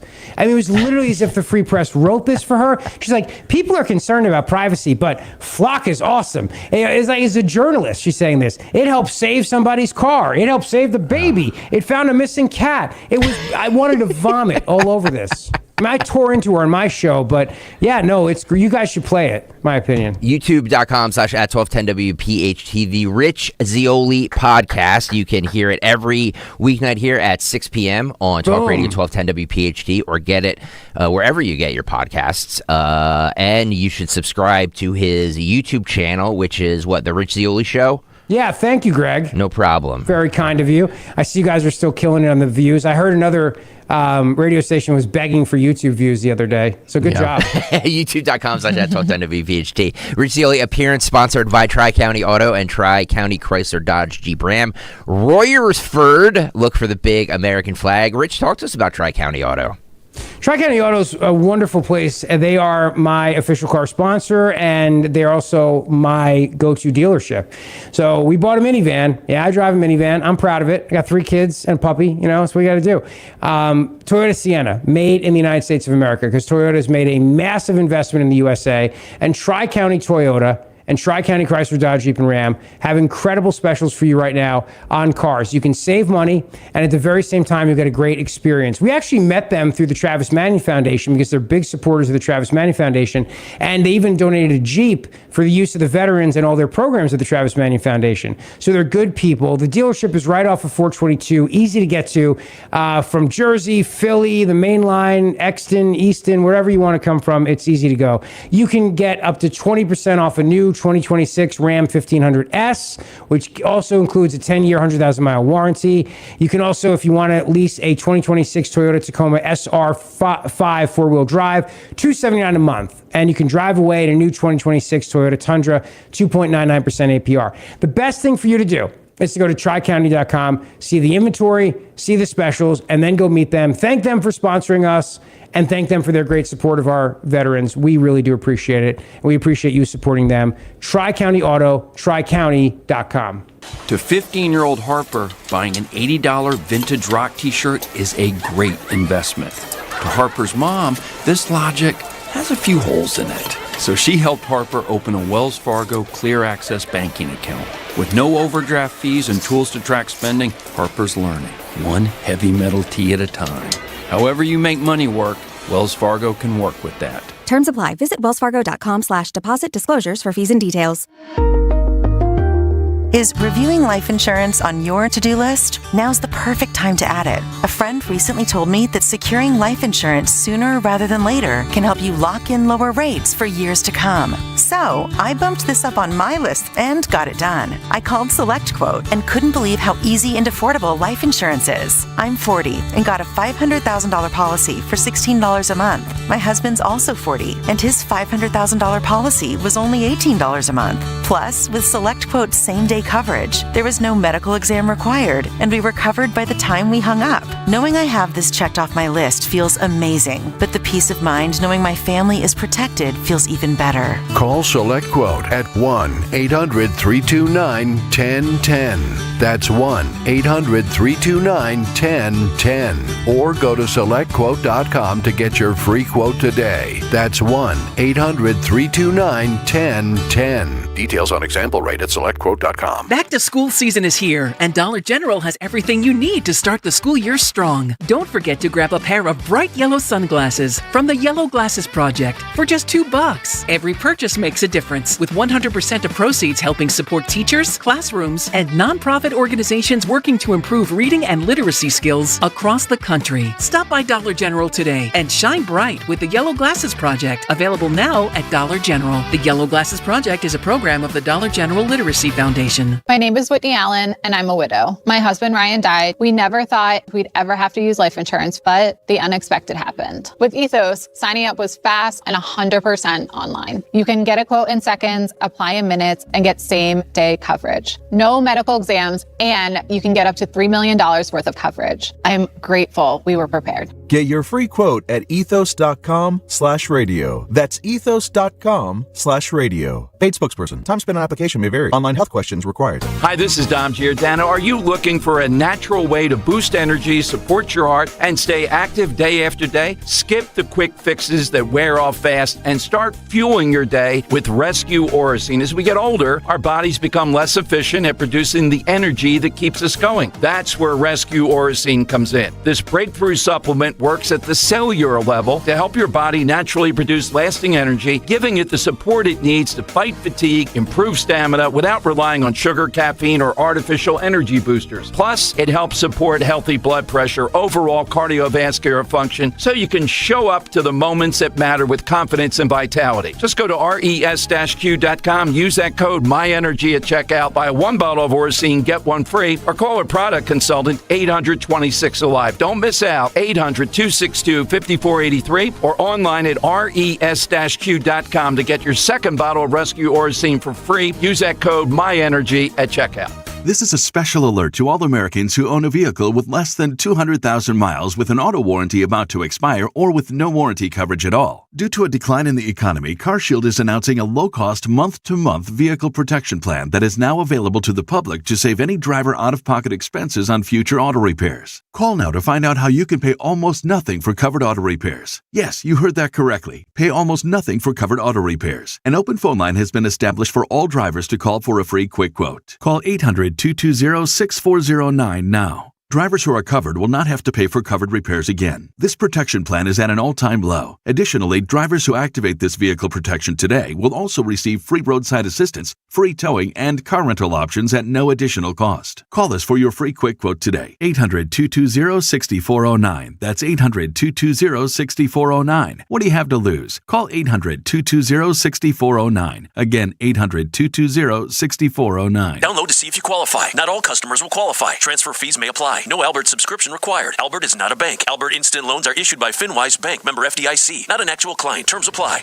Kylie, what's wrong? I just got hit with a car repair bill. I'm behind on rent, and I feel like I can never save any money. Have you tried the Albert app? Albert is your financial assistant, helping you find ways to save and create custom budgets to actually grow your money. Plus, you can get up to $10,000 for big expenses, or advance up to $1,000 fast when you need cash right away. Albert can get me up to $10,000? Exactly. Albert spots you in a pinch and helps you grow your money in the long run. I'm downloading Albert right now. Download the Albert app and use promo code INSTANT to borrow up to $10,000 for whatever you need. The Albert app helps you budget better and save more money, so you reach your financial goals faster. Download the Albert app right now and use promo code INSTANT to borrow up to $10,000. Use code INSTANT to borrow up to $10,000. At LendSeek, we know running a business takes heart, hustle, and sometimes a little help.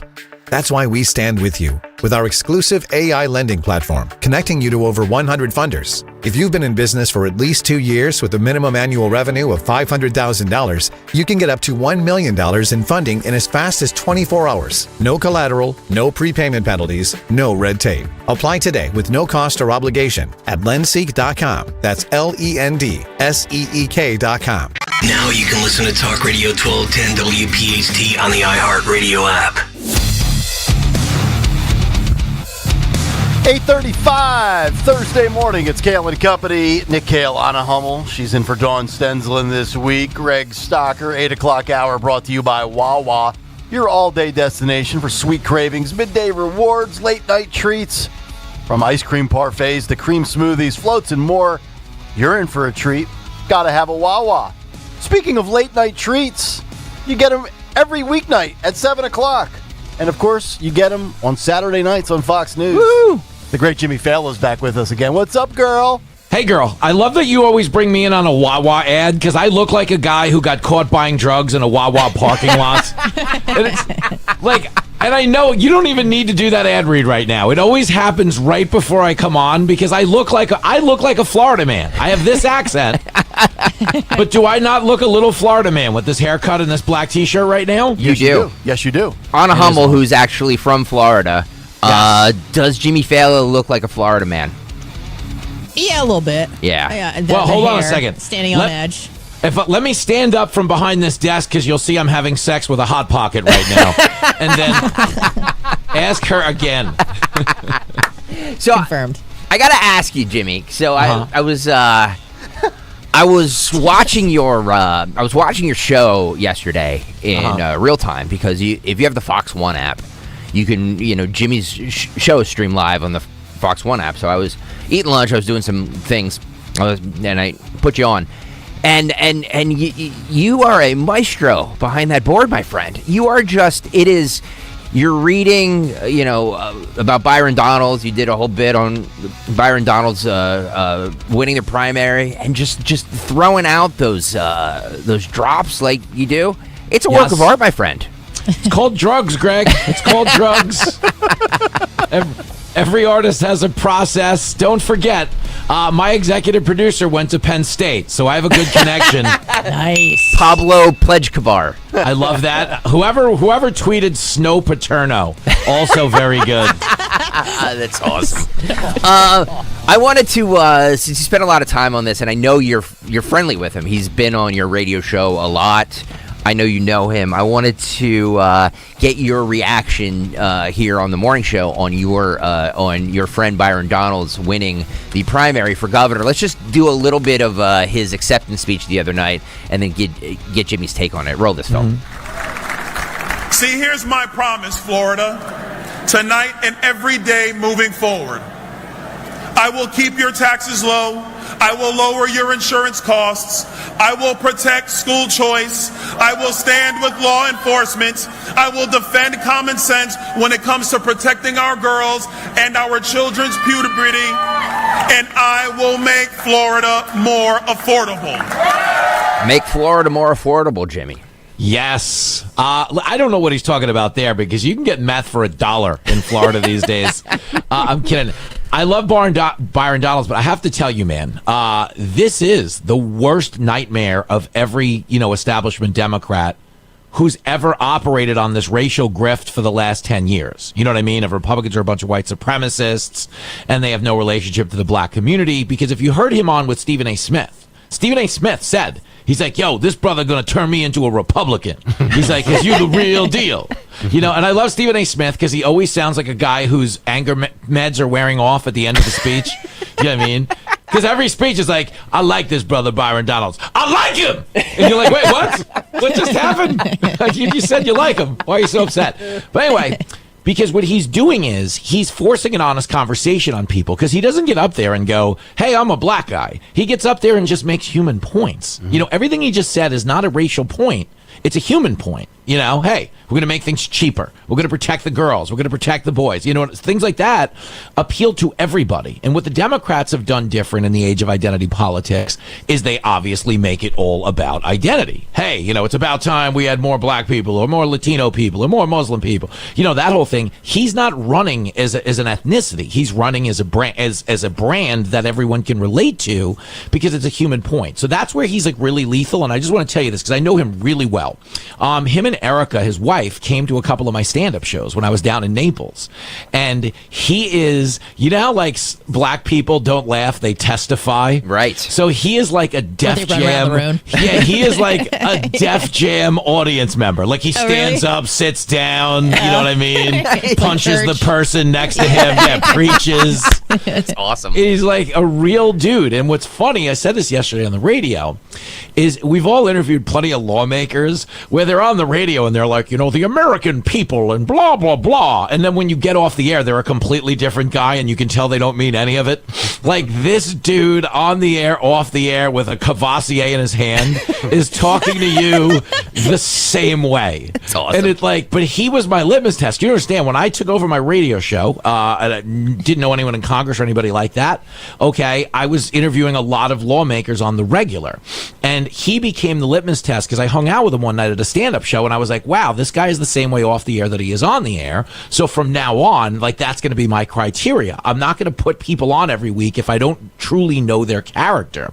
And if you've noticed, I only book 2 lawmakers a week now.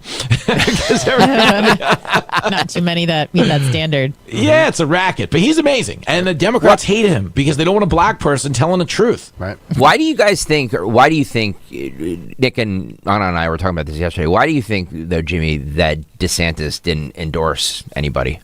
Well, here's the thing. DeSantis, for a while there, was hoping his wife would run for governor. And, you know, had fancied her kind of helping him to maintain his relevance because he obviously wants to run for president again himself.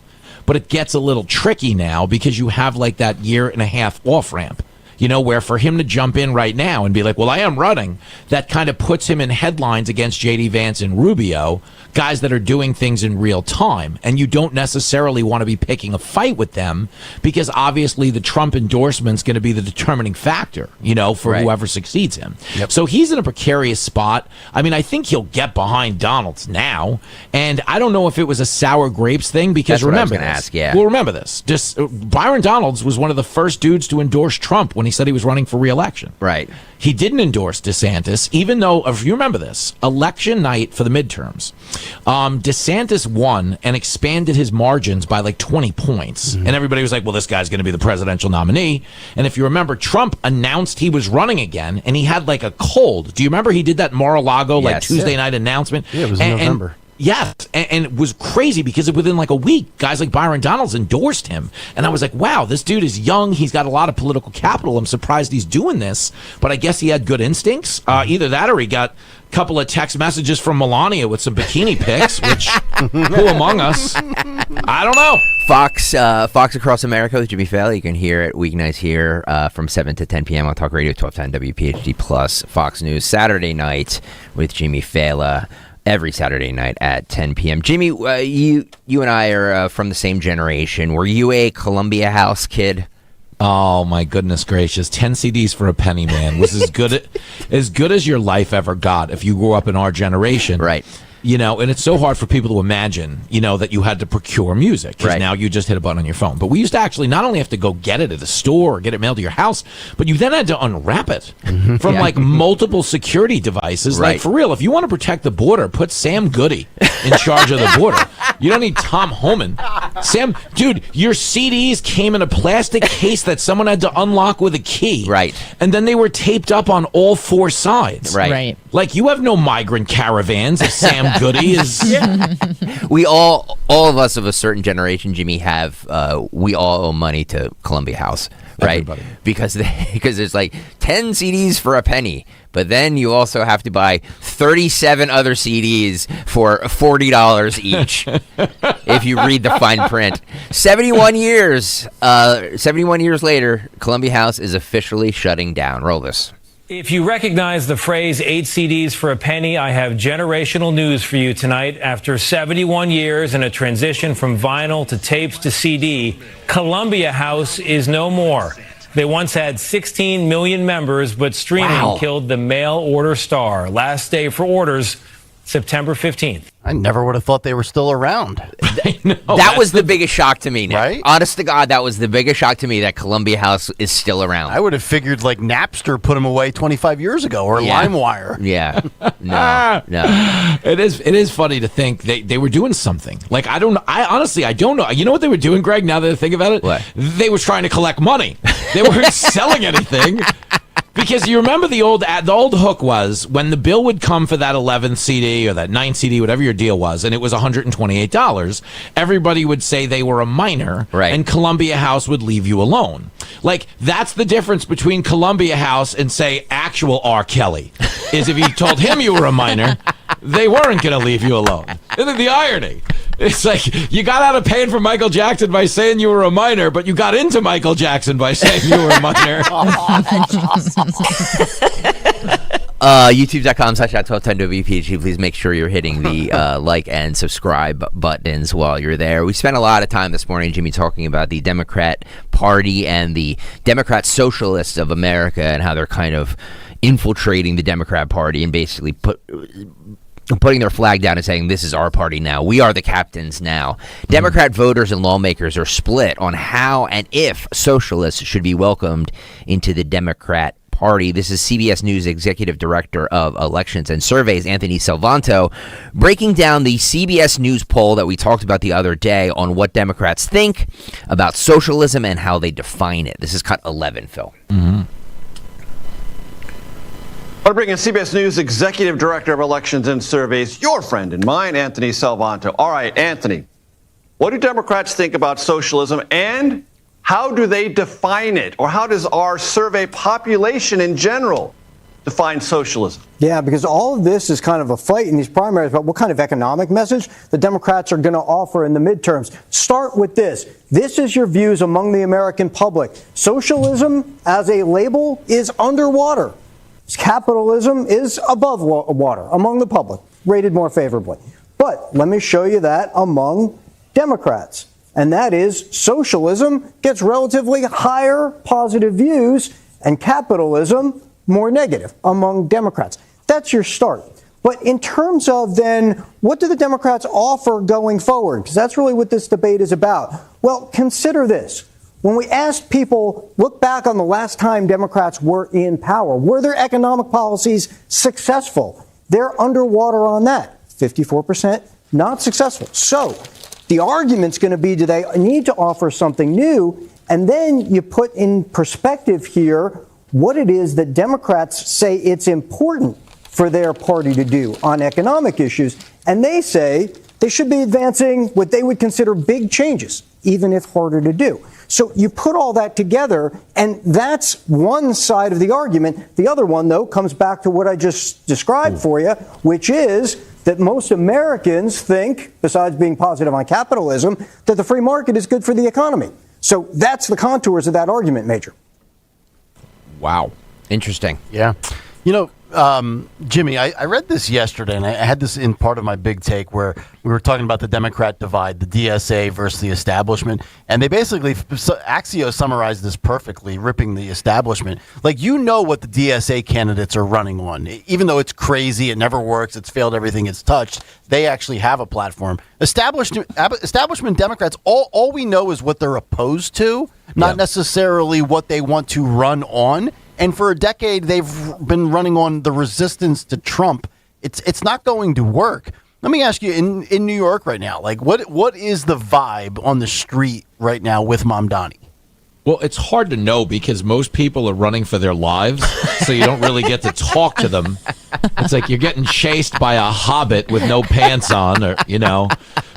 But no, it's a lot of what you'd imagine it to be, in that, you know, people who voted for him are happy because the one thing the socialists are showing, okay, and he's a good example of this, is the government can work a lot faster than we've expected it to. You know what I'm saying? Like, I don't like Mamdani policies, but his dopey rent freeze, his pied-à-terre tax, this fact that he's trying to do these city-run grocery stores, he's only been in office like 6 months, and things are happening. Whether we think they suck or not are irrelevant. The point is, people are used to politicians running on things and then running for re-election on those same things. Meaning, I know we promised you we'd do these 5 things, but the other party isn't playing ball. But if you vote for me again, it's like, think of the Republicans right now. John Thune won't pass the SAVE Act. And he keeps saying, well, we should make this a campaign issue, and then if we win. But you understand they control the House, the Senate, and the presidency. So he's saying, if you get us all the way back here to where we already are, then we'll do the thing we're refusing to do now. You know what I'm saying? Yeah. So that's where, Nick, you're right, that the socialists are showing the people who might potentially support them that there is a plan they're capable of following through on. Right. And the problem the Democrats have is, after 10 years of calling everybody a racist, there was no deliverable on that. You know what I'm saying? It was Trump's a racist, supporters are racist, Trump's a racist. Now their party's literally being overtaken by people who are shouting, kill the Jews. And it's like, it's so bananas. It is. Yeah. But Exactly it's like, imagine I'm like 3 weeks away from going to a 9/11 memorial where Mamdani's going to announce a taxpayer-funded flight school for foreigners, and this is the New York I live in, and that flight school is going to take off within like a week of him saying it. What do you think? Crazy. What do you think the vibe? It's actually an interesting question. What do you think the vibe is going to be around New York on September 11th, the 25-year Super anniversary? awkward. He'll get booed. Yeah. He'll get booed. If you saw Mamdani in Staten Island, he got booed right off the stage. Like, you didn't hear a word he said. He spoke for a minute and a half, and he got booed right off the stage. I don't know whose idea it was to book Mamdani in Staten Island, because Staten Island is 137% Italian by law. Okay, and Mamdani wanted to cancel Christopher Columbus. Okay, I have told you the story. I didn't know that about Staten Island when I was a young open mic comic. For real, I did an open mic at this place, 3 of Cups. I told a Columbus joke, and I got jumped by 3 sisters named Nina, Pinta, and Santa Maria. It was like crazy. They're so Italian, like so Italian. We've got some people that want to jump in on 2 things that Jimmy talked about: Byron Donalds and Columbia House Records. Let's go to Ralph in Broomall. Ralph, what's up? Hey, good. As a matter of fact, I'm originally from Brooklyn, and I got all the Italian cousins in Staten Island, so he's right on. But what I was calling about was on Byron Donalds. Again, I got to meet him a couple of times, Newtown Square, Broomall. See, again, this gets back to if you become a volunteer in the Republican Party, you get access to these people when they're in town. And that's when J.D. Vance was going to be speaking in Aston. And Byron Donalds, he's a Brooklyn guy. He used to coach kids in football. I have a question for you, Nick. Your kid's going out for football. You want him coached by Byron Donalds or Tim Wolf? Byron Donalds 10 times. Yeah. I'd let Byron Donalds coach my daughters in football. Yeah. Well, the thing about it is, it depends if my son gets his period, because then I want Tim Waltz. Thanks, Ralph. Thanks, Ralph. Thanks, Ralph. Spot on. Kevin in Bucks County's got some CD thoughts. Kevin. Good morning, guys. So this is the brilliance of Columbia House. You signed up for your free stuff, right? And then every month you're committed, and they would always say, "Oh, a sale. You know, you get a penny for the CDs up until an X amount for $3.99 shipping and handling." Well, there's a reason why they limited it to like 7, because once you get an 1/8, the shipping charges change. Oh. It increases. So basically, you're paying $3.99 for each CD because it's free shipping because it was set by weight class. So that's where they made their money. They would say, "Oh, a penny each up until 7, and once you hit 8, then it's an increase in postage." But wasn't there something where you bought, you could buy 7 or 8 for $1, but then you had to buy another like 10 for like normal price or something? Well, you commit to the one a month. One a month, yeah. For the bonus, right, or whatever, right. and then after that, but it was like I think at the weight class, and it was brilliant because that's how I made money on eBay back in the day, where I would say, "Oh, for an extra such and such, you can buy another this." It didn't cost me any more shipping. You're just basically paying for the product. Gotcha. Wow. Interesting. And one last thing. Yes. I'm thinking, Greg. Yeah. I'm thinking about letting JimmyFallahSucks.com expire. Oh no. or we could use it towards a charity thing. Jimmy will talk and just so you know, Jimmy, Kevin here has websites, GregStockerSucks.com, NickKayalSucks.com, RichZioliSucks.com, and apparently JimmyFallahSucks.com too. Wow. So. And AnthonyFauciSucks.com. It's very innovative. Which takes you to Dr. Rand Paul's book. Oh, nice. The Anthony Fauci Sucks. Nice. And then HunterBidenSucks.com takes you to, I'm smart. I don't get the respect I deserve. And Rand Paul gives you a cut of that, right? For all your work, right, Kev? Yeah. No, I didn't link it to my affiliate. I should, and it's a 6%. You get like nothing on that. Right. It's not worth it. But it's all good for charity, and you can still donate to Greg Stocker Sucks. Thank you. It's still there. Love the it. donate button's there. Thank you, Kevin. There he is. Greg Stocker Sucks. Wow. That was something. That's why we don't take calls. I was going to pay $3.99 to get out of that call. Who do I ship this to? One more from the DSA, if you will. This is the co-chair of the NYC DSA, Grace Mauser. This is 6 Phil.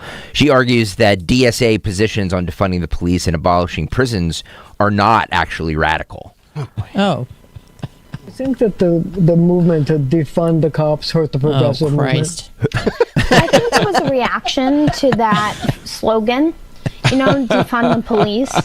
But ultimately, I do believe that many Americans, especially over time, will come to realize that the radical position is not defund or get rid of prisons. The radical position is that believing that America should have the most people in prison of any country in modern history, which is what we have now.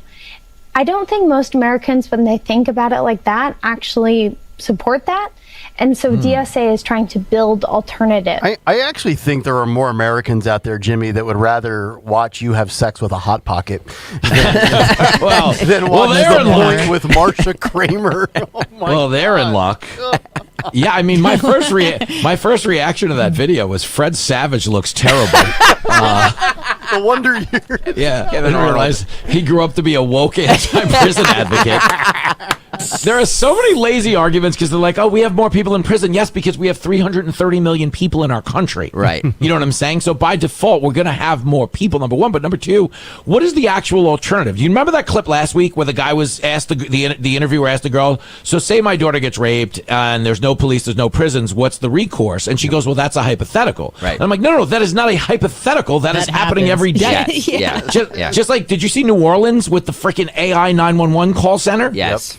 Yep. That is insane. I said this on my show, so forgive me. But the idea that someone's going to die and their last words are going to be representative, I think is the funniest thing in the world. Sad. Jimmy Fallon, ladies and gentlemen, weeknights 7 to 10 p.m. Fox Across America with Jimmy Fallon. You can hear weeknights here, and then Fox News Saturday night, every Saturday night at 10 p.m. on the Fox News channel. What you got coming up on this weekend? Jimmy? So Lincoln Fala is on because he's getting ready to leave for college. So it's Lincoln Fala is getting college tips from Uncle Joe Piscopo. So it's going to be Lincoln and Piscopo. I love this. Yeah, fantastic. Madison Allworth and Gina Brion, who I love. Gina Brion is a Puerto Rican comic. And she's really funny. She has a twin sister, and she does this great bit. She's like, yeah, my sister's single, and she always calls me up, and she says she can't get laid because everyone thinks she's ugly. And she's like, but if you're a twin, that's like the most insulting thing you can say to me. Right. You know what I'm saying? Because she looks like the sister. But the nice thing about Gina Brion, for real, is she can joke about anything. And you know, the way the world works right now, we need more people that are willing to pull the goalie. And I don't mean that in the Puerto Ricans have a lot of babies way of pull the goalie. But I guess that applies too. Jimmy Fallon, we love you, man. Thank you, man. You're the best. Bye. There he is. Jimmy Fallon. By the way, Hot Pocket power ranking, pepperoni Hot Pocket over the cheesesteak Hot Pocket. Disgusting. Pepperoni pizza first. Disgusting. Yeah. Pepperoni pizza Hot Pocket. Never. I don't think I've ever had a Hot Pocket. You never had a Hot Pocket when you were younger? Like growing up as a kid? Parents were working? My parents loved me and they gave me real food. I'm sorry. I was told to stick the Hot Pocket in the sleeve. Always loved the sleeve. Little cardboard on the outside, metallic on the inside so it would toast it. You pop it in the microwave for 90 seconds, and you had lunch. I'm sorry. It explains a lot. It does. It does. I think I'm the only person that actually enjoys life on this show. Yeah, that's true. Everybody else is so like, it's gonna kill me. I'm gonna get sick from it. I didn't say anything on that. I'm just saying. Did you ever have a Hot Pocket? Of course I did. Okay. And they're gross. Oh, that's fine. I don't think they're great. I like their sweet cousin, the Pop-Tart, which is, I think. Now, do you toast your Pop-Tart or do you take it right out of the wrapper? No, you gotta toast it. It's so much better. Yeah, for sure. I mean, I like them both ways, but I'm good with the just right out of the box. I'm usually impatient and I'm hungry. I don't want to wait the 90 seconds. You can't wait. You can't wait the 90 seconds. No, I'm just hungry. Unbelievable. It's go time. Yeah. All right, 9 o'clock hour officially gets underway on the other side. But first, let's talk about our friends at the Piazza Auto Group. The Hyundai Getaway Sales Event is going on right now through the end of the summer at both the Pottstown and Westchester locations, where right now you can get a deal so right it almost feels wrong. Save on the Hyundai you've always wanted, like the adventure-ready Tucson or the 3-row Santa Fe. Everybody's in love with the third row. Seats up to 7. You get 0% financing for 60 months. That's great. And because every new Hyundai comes with America's best warranty, 10 years or 100,000 miles, you'll get away with more than just a great deal. But don't wait. Get to Piazza Hyundai of Pottstown or Westchester today during the Hyundai Getaway Sales Event going on this summer. In Philadelphia, Chase is proud to root for the home team because they're our team too. We cheer from the bleachers and on the sidelines. We cheer for gymnasts and quarterbacks. And with more than 80 local Chase branches and 5,000 nationwide, we are right beside you, Philadelphia. Neighborhood bankers, digital tools, national strength. Chase, make more of what's yours. JP Morgan Chase Bank, N.A. member FDIC.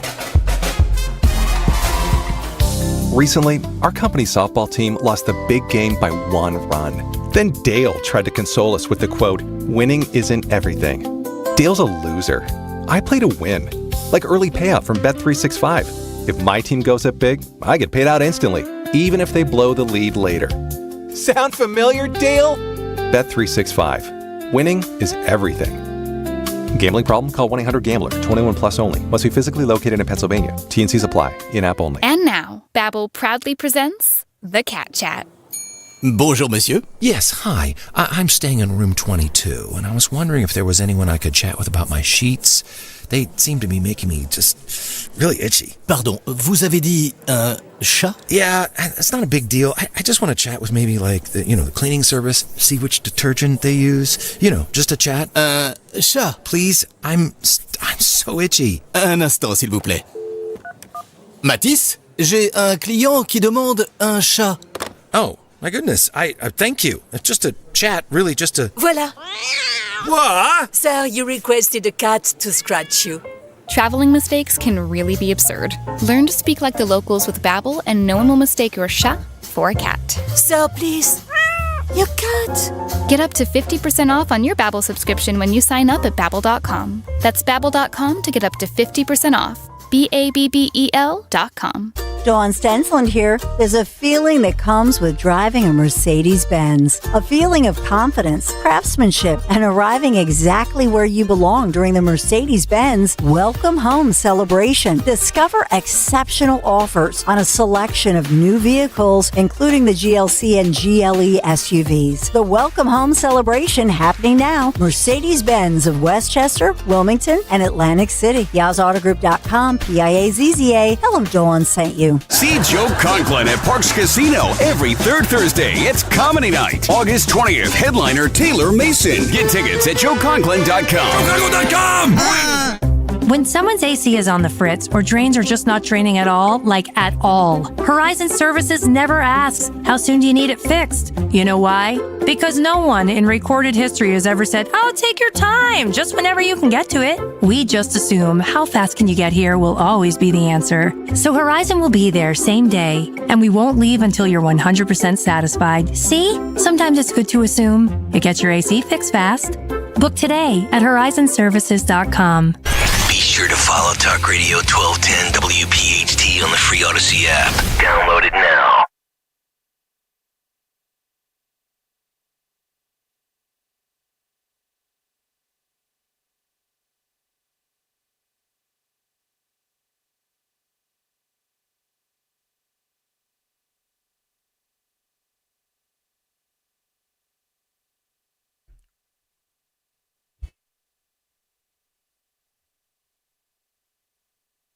.905 Thursday morning. It's Kayal and Company. Anna Hummel is in with us for the week. 5 minutes out from another edition of Fight Club. H-Share will be here with the music. Linda Kearns in again for Dawn today, coming up at 10 o'clock. Will she actually take me up on the spelling bee challenge? She sidestepped that yesterday. She did. She thought she was slick. She thought it would go unnoticed. Very politically savvy move by her. Not answering the question. She filibustered. She word saladed. Will she partake? Will we do Rock and Roll Jeopardy? H-Share redeemed himself yesterday. He had a nice showing. He did. Stocker's still undefeated. I don't think Stocker. I don't think you've got one wrong yet. I mean, there's a trend on the show. Greg is always right. Will you have a Sissy Graham moment and say, Sissy, I don't know the answer to that question? Probably not. Probably not. Hey, apropos of nothing, what do you guys think? I'm going to start with Anna on this. What do you think is the most ordered mixed drink at a bar worldwide? If you had to guess. Worldwide? Oh, wow. Worldwide. Yeah. Jack and Coke? Since we're talking, since we're playing Whiskey in a Jar by Thin Lizzy, you'll want to know why we're playing Thin Lizzy coming up at 9:50. Rum and Coke is the number 4th most ordered drink at a bar worldwide. Jack and Coke, or like Whiskey and Coke? Whiskey and Coke is number 5. Oh, okay, even worse. Key All here right. being worldwide. Worldwide. So if we're scoring at home, Rum and Coke number 4, Whiskey and Coke number 5. Nick, do you want to take a shot? And it has to be mixed. It can't be on the rocks. A mixed drink, yeah. Cocktails. Yeah. Cocktails. Boy. Old fashioned? Old fashioned is not even on the list. It's not even in the top 20. Too fancy. Yep. Can I make another guess? Yes. One more guess. Yeah, let's keep going here. Don't. If you Googled it, don't be. Okay. All right. Okay. Show us your hands, Hummel. Yeah. Show us your hands, baby. Put them on a glass. I'm going to say a screwdriver, which is vodka and orange juice. That is also not in the. Jesus Christ. No, 18. That's number 18. Wow, that's. Let's go. Let's go. Vodka cranberry. Vodka cranberry is no. Wow. That is also. Okay. Look, this is a bad job out of me. My wife's grandfather loved these. Gin and tonic. Gin and tonic is number 9. Number 9. Number 9. So gross. Tonic is disgusting. Yeah, vodka, rum, gin. Margarita. Margarita is the number 1 most ordered drink at a bar. Okay. I got you. Yeah. Number 2, the mojito. I can see that. I actually like the mojito better than the margarita. Oh, what is wrong with you? Margaritas are just, it's I love perfection. Them. It's perfection. Pina colada, number 3. Yeah, I was never a pina colada guy. Too sweet. Yeah. It's like a dessert drink. It is. Yeah. Rum and Coke, number 4. We said Whiskey and Coke, number 5. A spritz, number 6. The hell's a spritz? Among whom? Like worldwide. 40-year-old moms? Like this. Who do you think's going out to bars? Well, I guess like if you're going out drinking, perhaps I'm thinking like alcoholics at home. They're probably just drinking straight from the bottle. So maybe that's not who we're talking about. Okay, that's not who we're talking about. That's not who we're talking about. Okay. Sorry, I just lost my page. Man, hang on a second. So vodka really low, which is interesting. Vodka lemonade, number 7. Yeah.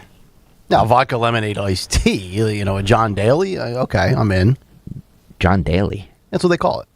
Yeah. Arnold Palmer is no vodka, just iced tea lemonade. A John Daly is iced tea lemonade with booze. Vodka soda, number 8. Yeah, vodka. Yeah. Nice. That's my favorite. I mean, it's not my favorite. I just drink it because it's low sugar. Yeah, that's the Rob Kalustian. Our general sales manager. Yeah. Which, by the way, Kalustian, we've got to go out for drinks again soon. Yeah, he doesn't like a year. He doesn't like you either. I'm starting to realize that. Yeah. All of these little get-togethers that used to happen, they don't happen anymore. No. I am really persona non grata around here. I wonder what a drunk Nick Kayal is like. Have you been around this person, Greg? I have multiple drunk personalities. A drunk Nick Kayal. I think I have. Drunk, happy drunk. I think at the last Andy Chan block party that we went to together, I think he was a little tipsy that night. I was. Yeah. Do you get quiet? Do you get loud? I actually wanted to strangle Harry Mays. Yeah. Oh. Yeah. Number 10, the dry martini cocktail. Number 11, Irish coffee. Number 12, a Bloody Mary. Oh, I love a Bloody Mary. Me too. Yeah. 13, a tequila sunrise, which is tequila and orange juice. Number 14, a daiquiri. My wife loves daiquiris. Number 15, the mimosa. 16, a tequila soda. No, you don't mix soda with tequila. What's wrong with you? Gin lemonade, number 17. A screwdriver, number 18. Paloma, number 19. What's that? Tequila and grapefruit. Grapefruit. That's good. Yeah. That's good. And 20 is the passion fruit martini. What exactly is passion fruit? Is it a real fruit? Yeah, it has like the really slimy, seedy innards sort of a thing. That's really good. See, I don't. Every time I've had anything passion fruit, I don't like it. I don't know what it is about it. It just doesn't do it for me. Right. Yeah. By the way, best liquor straight up on the rocks: tequila or bourbon? Well, I go close, tequila. right? I go tequila. So okay. I don't drink anything on the rocks. It's gross. Do you drink? Do you do anything fun? I do fun stuff. Yeah, it's okay? really. We need to have this conversation. This is Okay. fascinating because Yeah. you're like a no F's given kind of person. You may or may not have experimented with certain illicit drugs, but like you don't eat anything interesting or dangerous. You don't drink anything interesting or dangerous. Talking about, I had like a donut for dinner the other day. Did you really? Yes. Yeah, I'm I so just proud don't do of it you. every day. I don't do it every day. Okay. But it's not like I never have fun. I'm not like one of these like zero Yeah. processed food. Da da da. Obviously, people just have too much of it, and I like Right. making fun of the fatties. But for myself. No, I'm not 100% A+ diet either. Okay. I don't think anybody can be because then No. you go crazy and then you binge, which I've also played those games too. Yeah. So Did you feel that's bad about the donut? And what donut was it? no, it was a ring cream filled chocolate ice donut. Yeah, see, that's too much for me. No, Nah, I'm a no, glazed yeah. guy. Yeah, I mean, I'll eat. I've yet to meet a donut I didn't like. So I'll Donuts eat. are so much better than cake. So much better than I ice can't cream. tell you how much I love donuts. Yeah, donuts I and love pie. Donuts. I love pie. You an Entenmann's donut fan, or do you like an actual? I like a true bakery. Okay. I'll eat whatever. I mean, I'll take a Krispy Kreme, on the fly. Krispy Kreme is good. of Dunkin' course. Donuts are absolutely trash. I don't even touch those. You just got to get them fresh. Yeah. All right, everybody. I need you to get over to YouTube right now. YouTube.com/@1210WPHT. Please make sure you're hitting the like and subscribe buttons while you're there. Because it is that time. It is time for Fight Club.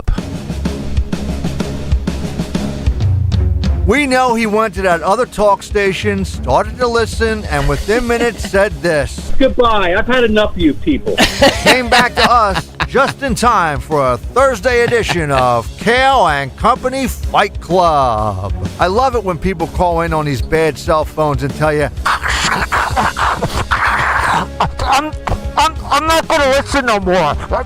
I'm done. We know Tom is still listening. We are #1 with data center employees and fights equal rating. You got knocked the out, man! Dangerous Heat Dome. We are gonna knock you out. I'm not looking for a fight, but if you want one, you came to the right place. That was my fault. It fit. It worked. I didn't even know that was a mistake. Dangerous Heat Dome. Dangerous. The days you were out over, I think back in July when you were out, we had fun with a Dangerous Heat Dome. All right, this today's submission is once again from Chris Eppolito. All right. This is a kitchen fight. Oh. A kitchen fight. Okay. Mm-hmm. What are they fighting over the last scoop of Hot mac Pocket. and cheese? Hot Pocket. All right, gather around your YouTube units there, ladies and gentlemen. YouTube.com/@1210WPHT. All right, let's roll this. Hang on. And they're off. Oh God. Hell Yeah. And it's a dated kitchen. Yeah, it's ready? a dated kitchen. All right, ready, Phil? Roll it. Ah, crap. All right, 3, 2, 1. Let's Start re-rack it this again. sucker one more Start it time. again. 3, 2, 1, go.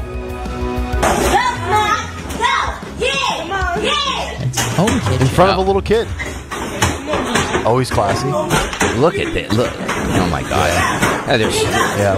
What is there, soup on the oven? Yeah. That's good. That's my tomato soup. Oh, watch the grilled cheese. Oh! Oh, the whole unit. Wow. Wow, look at the violence. Look at the violence.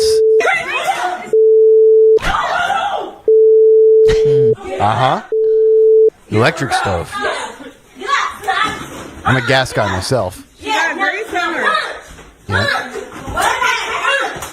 No weaves or wigs coming off, but the hair is being tugged. Yeah. Yeah. Wow. It would never happen in a kitchen that has backsplash and granite countertops. Can we play that again? Look at that. Look at this. You know they need kitchen magic. They do. Yeah. That kitchen was established in 1993. Look at that. I need to know what this is over. Like, are they related? The pot Is it's this because over the a pot's not boiling. My mom always said that, Nick. A watch pot never doesn't boil. You're right. Yeah. You're right. Which I think there might be some truth to that. It took me about 20 minutes a few days ago to boil water for spaghetti one night. I was pissed. It was not going. I kept watching. It's an outrage. Oh, wow. Yeah, kitchen magic could do some work. Then they might need to do some work after that violence. Wow. Yeah. Are you an I like how electric? that's what you're focusing You an electric stove or gas stove person? Me? I don't know. I don't really make food. Do you own a stove? Do you know Yes. Do you own a stove? You don't, but you don't know if you have electric. It's electric. It is. You're asking what I prefer. I guess electric. I don't know. It kind of just looks more modern, I suppose. Okay. I don't know. I'm not good behind. I'm a very bad woman, Nick. Very, very bad. I just chop. You are. You and I would be. You and I would be having like a fight club every night if we were like a thing. Probably. Yeah, we'd be throwing down in the kitchen. I'd be like, "Make me something to eat," and you would say, "Go F yourself, Nick." And then I put you in a guillotine choke, and then my fat ass would pass out and be over. And I'd wake up hungry still. By the way, too, have you seen like when we were looking for like a house a year ago, and the biggest deal breaker for me when you're looking at a house online is the dated kitchen.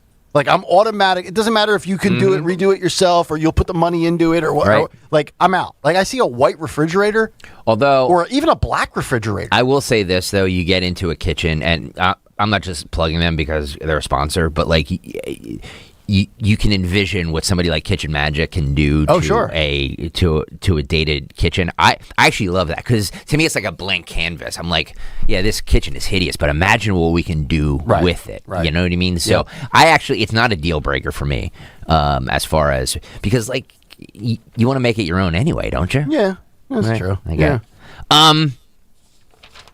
kitchenmagic.com. So this is they do these man on the street things on Fox News, and they go to they ask students on the beach simple questions about America. Johnny's back in action. I always love this. I mean, it's brilliant because he's getting dumb chicks in bikinis to answer questions that they don't know the answers to. Look at the first one. Right. Wood. Is that Caroline Levitt? She could be your daughter, bro. No, dude, that's easily a 23-year-old. How old are you? She could be your daughter. My daughter's 11 and I'm 42. 23 could be a daughter. Thank you, Anna. Like he doesn't get it. He's blinded by the breast. This is coming from the guy who gives high fives to 16-year-olds for slaying teachers. Male to female. Students. Yes, male students. Not the other way around. So, as a 42-year-old, I'm out of line for saying a 23-year-old is a wood? I think the people are going to back me up on this one. No, I just think he was just basically saying that she's young enough to be your daughter. She's daughter. There's no way. Which is fine. I don't think Joey is or Johnny is going around interviewing 12-year-olds. Look at Johnny. He's a dork too. Yeah, Johnny's getting a little bit heavy there. He's got a gut coming in. All right, let's roll this. Who is Donald Trump's vice president? Am I supposed to know this? Couldn't tell you. Don't pay attention. I couldn't tell you. JD Vance. Vice president. I don't know. J.K. Rowling. Pause. Name pause. That is awesome. Pause. Oh my God. I hope she's banged up on White Claws or something. J.K. Rowling, huh? The author. Wow. These people vote, folks. No, they don't. I don't know if these ones. Well, they're eligible to. Yeah. Well, of course. Yeah. Again, when we say all this time about like these people, they have no idea who's the vice president. They didn't know. Remember when Vivek said you should have to pass a basic civics exam? I agree. To vote? Yeah. Uh-oh. I don't know if I agree with that. No? Yeah. You don't have to be informed to vote. It's just your right? It's just your God-given right. It's just scary that these people are actually walking around Earth. Scary. Right. Yeah, but I mean, I've been known to not know a thing or two, but like, well, hang on there, Hummel. Yeah, Is yeah. voting your God-given right? I mean, come on. It's your constitutional right. It's your constitutional right. Yeah. Yeah. Yeah, but according to the Constitution, if you're down with that, but there should be down with that document. but don't you think there should be limitations on it? Like there's limitations on everything else, right? Like it's not an absolute right. You know what I mean? You don't get a vote if you're in jail, obviously. Right, if you're but I'm convicted saying no. But dumb we people do. should be allowed to vote. But we do. Should we raise the age on it? We do pick and choose. I don't think so. We do pick and choose because we can say a 6-year-old can't vote, right? So why can't a 6-year-old vote? Say a 6-year-old is super, super in tune with what's happening in the country. Why can't a 6-year-old vote? I mean, they had to draw a line in the sand somewhere, right? So it was there are 18 years old. limitations. So there are limitations on it. Yeah, for 18. So I was talking about adults. So adults. so it's not. But I'm saying it's not an absolute right. To me, the logic no, is not for everyone, Right. but Yeah. for adults 18 and over. if you can fight in war and die for your country, you should be able to. You vote. should be able to vote. Yeah, I agree. I think so. There's no draft. We need to stop with this. No. I'm not talking draft. I'm just saying, like at 18, You're you can eligible enlist to in the vote. military, Right. And you can go or to fight. Right. Right. Can you back it up like 5 seconds there, Phil? So we can hear the next line of questioning. Yeah, roll there. Vice President. I don't know. J.K. Rowling. You're a wizard, Harry. Name the 3 branches of government. I don't know why I chose to do this. Oh God, I'm bad with all this. Congress and conservative. Republican, Democrat, Judicial, legislative. executive. Give me a hint. I don't know. Jewish? Pause it. Hummel, your thoughts? Not good. I don't know what I'm supposed to say. Not impressed, Well, I but tell you also what, not surprised, I guess. The girl in the yellow bikini, she doesn't have anything going on up there. Right. She's completely unconscious. You know what? Yeah. She's probably so much happier than the rest of us. Just You're right. cat videos. I agree. Yep. I agree with you. I agree with So you. maybe we should take a page out of her book. Yeah. And Right. kinda detach. She's definitely had a hot pocket. You know, it's like autistic people and people with Down syndrome are just like the happiest, most joyous people in the world. It's attest to that. it's. I don't know about the autistic folks, Well, but definitely the Down syndrome yeah. folks Yeah. seem to be very joyful and gleeful. Right. My wife's sister, all she does is watch DVDs, eat McDonald's, Okay. and kind of sit around and just go at her own pace. So she's like Trump. She's well, the McDonald's part. Yeah. So I don't want to lose a listener. Oh yeah. Oh God. Bob will get mad, or Steve will leave, or Fred will be pissed. All right. Next question, Phil. It's the First Amendment of the Constitution. I have no idea. I'm allowing you to do it right now. Oh, free will? I got nothing. Freedom of speech? I got nothing. I need help. I need help. Jimmy, pull that beach guy saying, "I got nothing." I got need nothing. that for my my board. All right. Next question. Second Amendment of the Constitution. Second Amendment. The right to vote? I don't know. I have no idea. You have 2 of them. This is a trick question. I don't know. Bare arms? Bare boobs. You packing? The right to go places? You need to get The right to go Man, places. I'm telling you, man. Democrats are salivating right now. How do we get them on the voter rolls? Now, look, with these man on the street things, as somebody who's done stuff like this in the past, you always pick out the ones you know are not good because it's funnier, Right. Sure. But still, it's a sad state of affairs. I don't know. Let me ask both of you. At 22, however old these kids are, would you have known these answers? I mean, a few. I'd probably be hit or miss on a lot of them. Anna, I don't be think honest. I really started paying attention. I knew basic stuff, but I didn't really start paying attention to things till I was about 27. But it's amazing. Like people then will knock you for being stupid, but the amount of things that you learned that you knew in school that for whatever reason you no longer retain. Right. I don't think that means you're stupid. It's just I don't know. It's just many things that I was taught. Like, and to be honest, how much of it really matters for life? Seriously, have you used algebra once since you left school? Have you used geometry? I didn't use it in school. Yeah. I didn't go to school. I didn't go to school. Yeah. Right. No. All right. More questions. Where you need to go? Are there any more questions? How many Supreme Court justices are there? 20. 101. Lower. That's really packing the bench. 55. 13. 7. Higher. 8. 9. Name a Name a justice. Name a justice. Amy Winehouse. Hey! I got nothing. Sonia Gomez. Samuel Adams. John Summit. Katanji Oh, I got nothing there. Neil Armstrong. Brett Kavanaugh. This I know kid's smart. Nancy That guy's a smart kid. Yeah, I was just gonna say. Yeah, he's got a couple right. He has. He probably has parents that are politically astute. Yeah, Right. Yeah, I think you're right. He probably hears his parents talking about it. Right. Because Yelling at Fox News all day. Yeah, his. That was David Menti answering those questions. His parents. It's not his peers, right? Yeah. No, there's no way. All right, keep going. She's not a justice. Oh. We just call my dog Nancy Pelosi. What is this? What is this? Who was president in the 1990s? How am I supposed to know this? 1990s. Wasn't even alive. Before Bush, I can't really give you anything. Oh. Joe Clinton? Oh my God! Wait, hang on. That can't be serious. She can't be serious, can she? Joe Clinton. Can she be You don't know serious? Joe Clinton? Have you seen the track record of her answer so far? She's whiffed on everything. Wow, Joe Clinton. What beach was this? This is Fort Lauderdale. Buying a plane ticket, Nick, or one-way trip. Hummel, this kind of looks like a Florida beach, does it not? Yeah, I wouldn't be surprised. Yeah. The water's bluer than it is at the Jersey Shore. Yeah. Back it up like 5 seconds. Joe Clinton. There you go.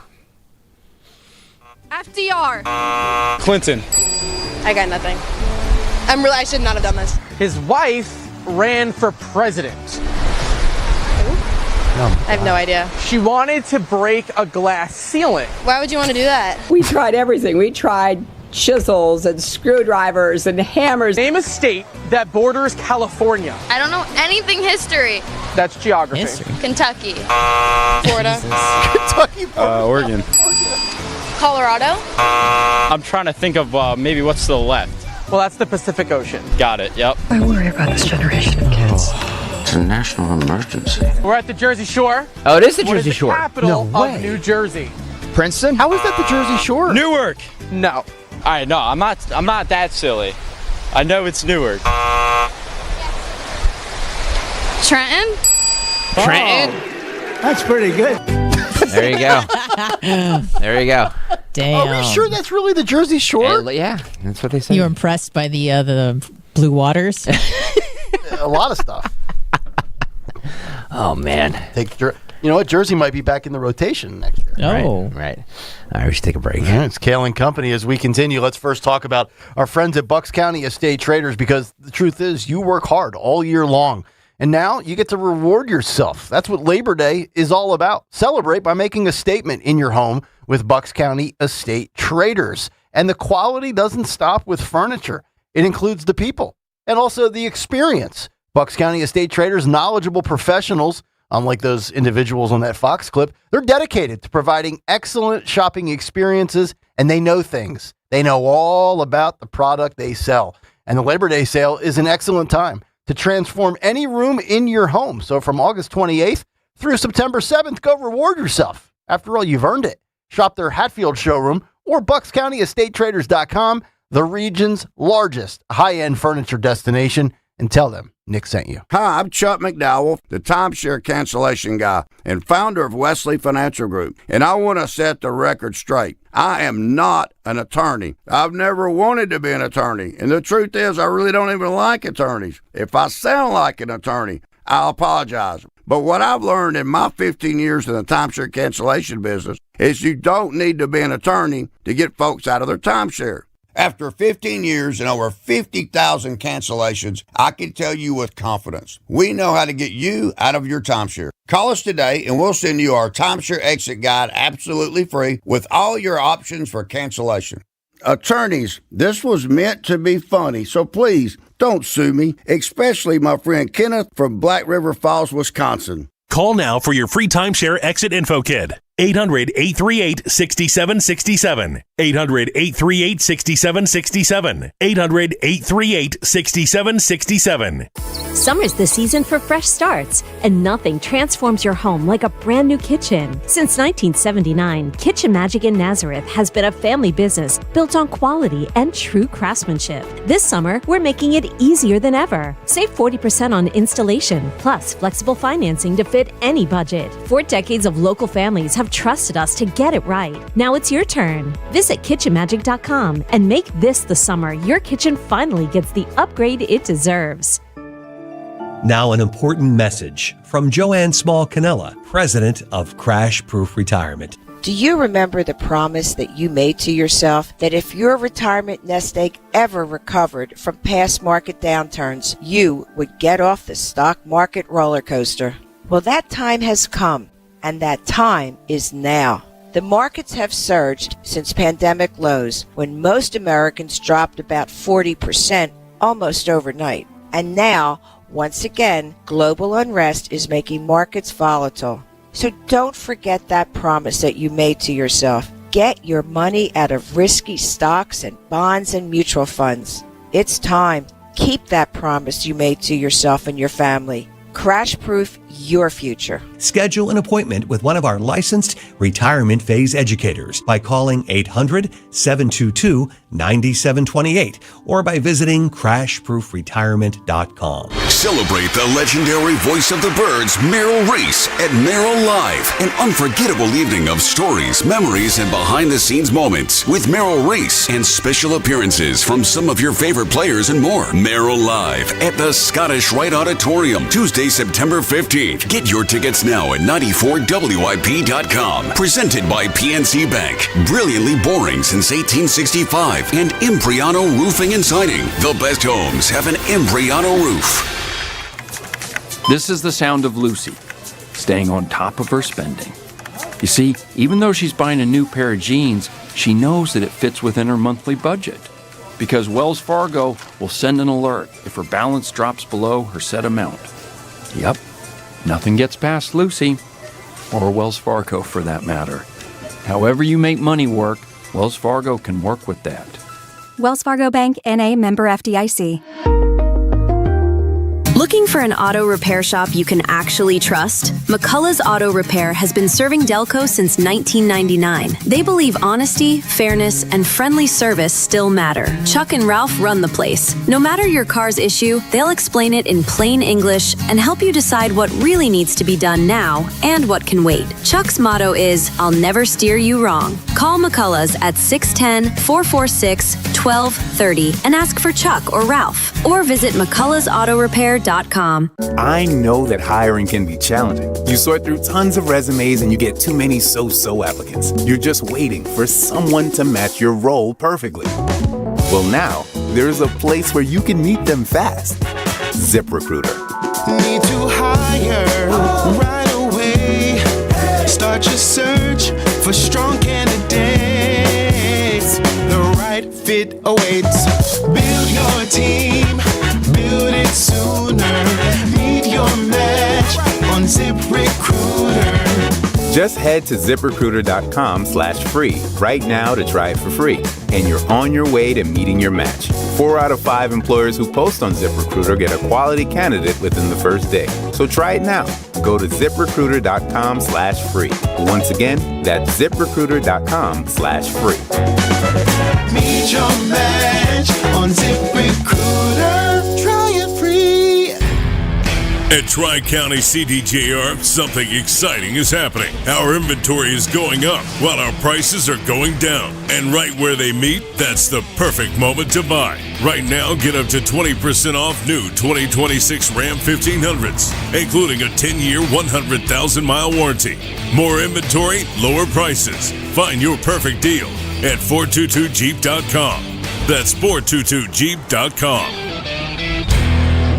You can now tune in to Talk Radio 1210 WPHT on the iHeartRadio app.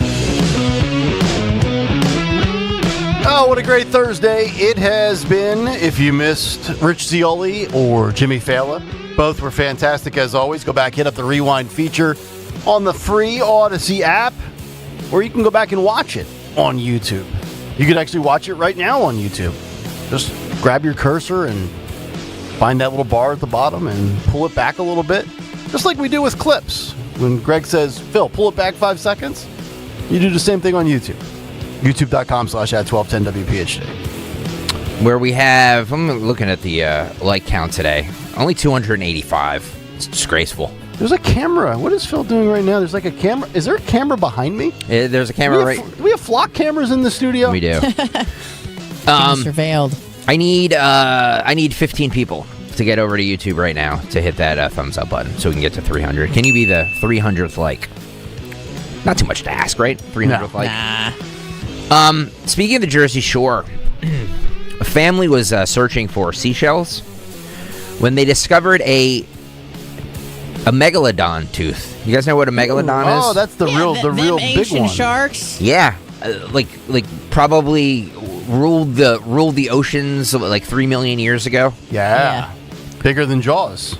And it's like an honest to God megalodon shark a tooth. It's huge. Wonder what it's worth. This video, courtesy of Casey Bowers, roll this. I think we're going to need a bigger boat. You take a look at these pictures and you'll agree. A stunning discovery on a Jersey Shore beach. A Pennsylvania family made a once-in-a-lifetime find when they stumbled across a fossilized megalodon tooth. Seriously, those are the pictures right there. Megalodons were giant prehistoric sharks that lived millions of years ago. They may have been up to about 60 feet long. The father immediately calling out for his son after spotting the tooth, and the rest is history. So let's hear more about this. We're joined by the Bowers family. Guys, thanks for being here. We've been looking forward to hearing about this all day. You're on vacation. You're looking for shells. What you found was something else. What was that moment like when you found this? What was that moment like? Did you know right away what it was? Yeah. Kids are great interviews. How'd you we had a pretty good idea. Yeah, how'd you find it? Well, we were looking for shells in this rock jetty, and I had found a nice shell, and I pulled it out. When I pulled it out, there was like a cavity down in the rocks, but I couldn't get my hand down in there. So I'm yelling for him, and he come over, and fascinating. Tell us more about it. Tell us what you do for fun. Have you ever had a Hot Pocket? Oh my God. I would be the worst at being an interviewer like that. I'm like, these kids suck. Yeah. Get them off. Get them out of here. Bail. Giving me nothing. Yeah. Nothing. If I was that producer, all right, let's wrap this up. Yeah, that tooth is massive. If that thing has any value, I'm immediately selling that. I mean, what are you going to do with that? Right. These people that keep these things. Like, dude, if that thing, I don't know, if you can get 20 grand for that, some museum wants it, have it. Just pay me. Yeah, I'm sure it's not. Somebody probably dropped it, right? Somebody had it, and they I'm sure it's not. I don't know. They said it was fossilized, so okay. I don't know. Well, you calling Fugazi here? I'm not calling Fugazi. I'm just saying that it hasn't, it didn't just wash up to shore after being extinct for 3 million years. Well, things wash up on the shore. You know those bottles with letters in them. Okay, all right. Old booze. No. From the Prohibition era? No. I'm not buying this. You think somebody else dropped it? Yes, that's exactly that's exactly what I thought happened. Okay. Somebody had it, whatever in their whatever. Yeah. You like that? That's a very descriptive term. Somebody whatever had it in their whatever. Yeah. Thingy, whatever. In their thingy. Of course. Yes. Somebody dropped it. Dropped it. 9 veterans. This is right up Hummel's alley. 9 veterans with PTSD went to Mexico for a psychedelic retreat. What? This is my alley? In 2024, the Veterans Administration announced for the first time it would begin funding its own clinical trials to treat post-traumatic stress disorder, depression, and addiction using 2 psychedelic drugs, psilocybin and MDMA. Even if the trials are successful, it would be years before the VA could prescribe either drugs for its patients. But as 60 Minutes first reported last year, thousands of veterans who are suffering are not waiting, desperate for help. They're attending psychedelic retreats in countries where the drugs are legal to use, mostly in indigenous ceremonies. In March 2024, they were invited to join 9 veterans who traveled to the west coast of Mexico for a psychedelic journey they hoped would finally ease their pain. Well, hell no. I wouldn't mess with DMT. That's some crazy stuff. My drug guru when I was living in Michigan told me I was asking him about, because I had an interest in psychedelics. I hadn't really ventured into that territory yet. And I was asking him questions about LSD. And I said, how does that compare to DMT? He goes, well, LSD is like riding a bike and DMT is like jumping off a cliff. And I'm like, wow. I'm not ready for that yet. Wow. No, thank you. No, I wish I was cured during any of my drug-induced dance sessions. Unfortunately, it didn't cure me of any of my, post-traumatic whatever or post-trauma. Yeah. So okay. All right. What do you think though about I'm for whatever vets need to. I agree with you. Feel Try good. it. I agree with you. Yeah. But Right. the fact that they have to go to Mexico to do this, Well, you know what I mean? Like, yeah. I mean, Trump, to his credit, Joe Rogan was in the White House, signed that to kind of what. It's that we're gonna now. We didn't legalize it, but we're studying the right to try. It's called the right to try. Yeah. Right. I promise you can find all of those drugs in America. I promise you, there's Molly, ecstasy, and shrooms in America. You can find it. I don't know if it's going to be. I think there are some facilities that kind of monitor you and stuff like that. It would have to be in probably Colorado or something like that. But okay. Yeah, Colorado seems to be the place where all that stuff starts. Right. Yes. Usually wokeism comes from California, viruses from China. And shrooms from Colorado. Shrooms from Colorado. Exactly. All right. I think let's get to the big three early today, this morning, if you guys don't mind. So why don't we take a quick break, and then on the other side, we'll do Phil, we'll do the big three, and then we'll. And real quick, get out of here I guess at a we're not. decent time. Yeah, we're not going to have time for Rock and Roll Jeopardy, but he does have one question for you. Richard Notaro wants to test you real quick. Oh, is he on the phone? No, he sent a tweet. Okay. He said, "Ask Greg where the Columbia House Records warehouse was located." That's not a music trivia thing. According to Dick, it is. Think about it during the break. Don't cheat. No, I'm not going to cheat. Spend like 5 minutes pondering it. I wouldn't know. I'm going to say Columbia, South Carolina. Terre Haute, Indiana? Terre Haute. Terre Haute? Yeah. Terre Haute? Yeah. You ever Terre Haute? Bad joke. Have I heard of it? Never mind. Yes. It was a bad joke. Sorry. Just shut up and go to break. Enjoyment wants to know, Anna, where do you get your Molly from? The streets. I did. Now I'm scared everything has fentanyl in it, so I don't do it anymore. Oh, well. Not because I've evolved as a person, because I don't want to die of an OD. Scared straight. By the way, we used to call it ecstasy. Like, when did they start calling it Molly? It's the same active ingredient. Yeah, it's all MDMA, but Molly is like in a powder, grainy powder form, where like ecstasy is a compressed pill, and I think ecstasy they mix in like some sort of amphetamines with it to make it more fun, which I prefer. To make it more fun. Yeah. I'll just have a vodka. Kayal and Company. Anna Hummel's in for Dawn. Big Three and the music with the 8-Share man himself, Phil Almquist, coming up next. Stay right there. There's a reason that potato chips don't come in a clear bag. There's only 8 chips in this bag. That's why. It's only about 2/3 full. The rest is air. It's a lot like opening up your 401k at retirement. You get about 2/3 of it, and the rest goes to Uncle Sam. Jim Cipriotti at the Retire Ready Financial Group can help. His tax mapping process can help forecast what your tax bill will be in the future, and that way you can build a strategy now to potentially decrease your tax bill in retirement. In other words, more for you and less for Uncle Sam. Call today for your complimentary retirement tax mapping report, 610-894-7415. That's 610-894-7415, or find them online at retirereadyfg.com. And get Uncle Sam's greedy hands out of your retirement. Hey, you've had enough. With a complimentary tax mapping report from Jim Cipriotti. Investment advisory services offered through Retire Ready Wealth Management, a registered investment advisor. Insurance and annuities offered through James V. Cipriotti, Retire Ready Financial Group, LLC, NPN number 2083768. The all-new Pro Battery by Steel. Tackle any task with 60% more peak power. Exclusively available at your local Steel dealer. 60% peak power comparison between AP300PC and AP300S.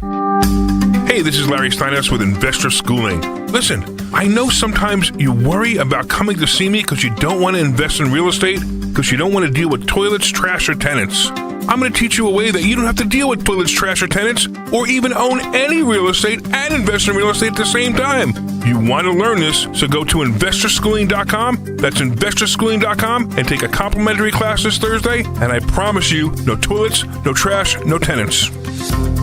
Craving real barbecue? Head to Henry's Hot's Barbecue in Folsom, New Jersey. Voted Best of South Jersey Barbecue for 14 years. Open Friday through Sunday from noon till 7. Featuring St. Louis-style ribs, beef brisket, burgers, and an all-you-can-eat buffet every Sunday. Dine inside, relax outside, grab takeout, or let Henry's Hot's cater your next event with full-service catering. Find them at 1003 Black Horse Pike in Folsom or visit bestbbqsj.com. Henry's Hot's Barbecue. Real Texas-style barbecue done right.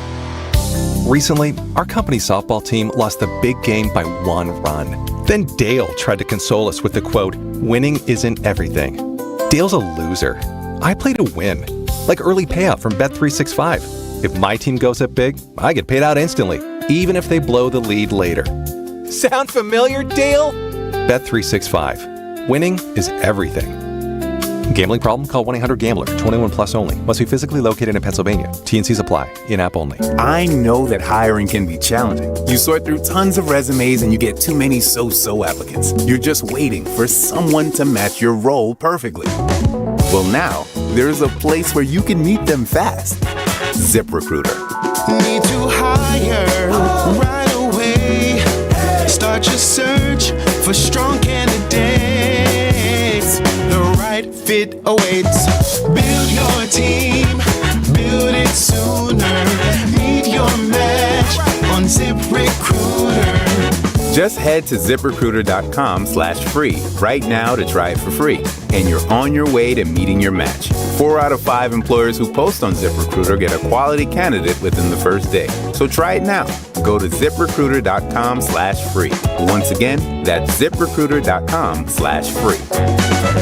Meet your match on ZipRecruiter. Try it free. Hi, I'm Chuck McDowell, the timeshare cancellation guy and founder of Wesley Financial Group. And I want to set the record straight. I am not an attorney. I've never wanted to be an attorney. And the truth is, I really don't even like attorneys. If I sound like an attorney, I'll apologize. But what I've learned in my 15 years in the timeshare cancellation business is you don't need to be an attorney to get folks out of their timeshare. After 15 years and over 50,000 cancellations, I can tell you with confidence, we know how to get you out of your timeshare. Call us today and we'll send you our timeshare exit guide absolutely free with all your options for cancellation. Attorneys, this was meant to be funny, so please don't sue me, especially my friend Kenneth from Black River Falls, Wisconsin. Call now for your free timeshare exit info kit. 800-738-9900. That's 800-738-9900. 800-738-9900. Today we're constantly taking photos and videos to remember our favorite moments. But what about those captured before the smartphone? What about the memories tucked away on aging VHS tapes, film reels, or in fading photos? These cherished memories are fading away with time, vulnerable to threats like heat, moisture, and mold. But fear not, there's a solution to safeguard your legacy. Hi, I'm Adam. And I'm Nick. Together we founded Legacy Box over a decade ago with one mission, to bring your memories into the 21st century. It's time to bid farewell to old tapes you can't watch and faded photos. Legacy Box transforms them into digital treasures, ready to share with a click. Just like magic, your shoebox of memories is now safely stored in the cloud or on a thumb drive. Over 1 million families have trusted Legacy Box, so you can rest assured your priceless moments are in good hands. Don't let your childhood fade away on old tapes. It's time to digitize those priceless moments. Fast forward into the digital age. Visit legacybox.com/radio. That's legacybox.com/radio. Tune in to the Crash Proof Retirement Show Saturdays at 11 a.m. to hear Joanne Small-Canella and Tracy Stillman. The Crash Proof Retirement Show, Saturday mornings at 11 on Talk Radio 1210 WPHT. Pastor Brad Lacey here, First Baptist Church, Conshohocken. Join us Saturdays for the great message and be blessed. 5 a.m. right here on Talk Radio 1210 WPHT. Pet parents, there are many sources to buy your pet food these days, but at Dogs and Cats Rule, we take special care in selecting our brands based on quality of ingredients, company transparency, and science-based nutrition. Coming into a Dogs and Cats Rule store with a dietary issue, we can help select the proper food. The best part of the visit is the shopping experience. That's Dogs and Cats Rule with 7 locations. For information online, visit dogsandcatsrule.pet. Dogs and Cats Rule. Shop small, shop local, shop family. Keeping free speech alive. Odyssey's #1 talk station. Talk Radio 1210. WPHT. WPHT.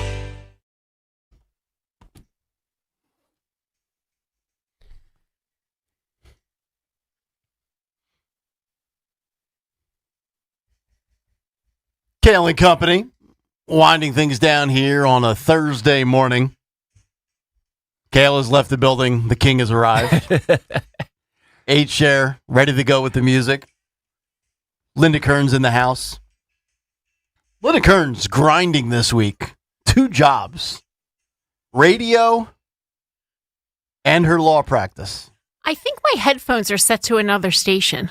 Yeah? Well, it may be it all depends on whether they're set up in there. Well, okay. Jimmy Kelly will figure it out one day. Exactly. I'm playing music, so maybe that's it. Oh, It could okay. Maybe that. The day the music returned. Yes, On okay, Kayal and now I Company. can hear. There you go. Yeah. Here? Yes. There we go. It's I'm testing some stuff out. He's multitasking with a board that's right. Stinks. This And board stinks. Greg, Anna and I figured out each other's cell phone numbers. So to the extent you thought you could prevent that, now we're in touch. It's already happened. It's Wow. already happened. Not a joke. Exactly. Anna's kind of just like she's kind of like planted her flag and is like, okay, Yeah. this is my station now. Yeah. She's got contacts for everybody. Yeah. She's got an Odyssey email address. She's downloaded the One Login app. Inside stuff. I get The it. true test will if I can get an e-card to get into the bathroom. Yeah, no, that's Then not. I know That's I'm never going to happen. It's not Yeah, gonna Greg, made why don't I have a card? I mean, Jimmy has to come down and get me like I'm a criminal. And You have to be escorted to the bathroom. Look, we are a very secure operation here because there's nut jobs out there. Yeah. Everywhere, you know. Exactly. Big 3 with Anna Hummel coming up in a few minutes. Linda Kearns with the Dawn Show, top of the hour. Right now, the 8 share himself with Today in Music History. What happened on this day in music history? Music history on Kayal and Company. Today, August 20th, we celebrate the birthday of Robert Plant from Led Zeppelin, who's 78. Happy birthday shouts to Dimebag Darrell from Pantera, as well as Damage Plan and Phil Lynott from Thin Lizzy. We also lost Frankie Banali from Quiet Riot today in 2020. Sid Coon Master and Servant by Depeche Mode in 84, and Ramblin' Man by the Allman Brothers in 73. Adam McCoo Too Fast for Love by Motley Crue in 82, Empire by Queensryche in 90, and 4 by Huey Lewis in 86. Also in 2016, the Tragically Hip played their final show. In 88, Steve Winwood was atop the album chart. In 60, Elvis was atop the singles chart with It's Now or Never. In 83, the Police headlined a show at JFK Stadium here in Philly. And in 92, a doctor filed a $35 million lawsuit versus the Southwest Bell Phone Company. He alleged that his wife died since he couldn't reach 911 due to phone lines being jammed from people calling for Garth Brooks tickets. Oh wow!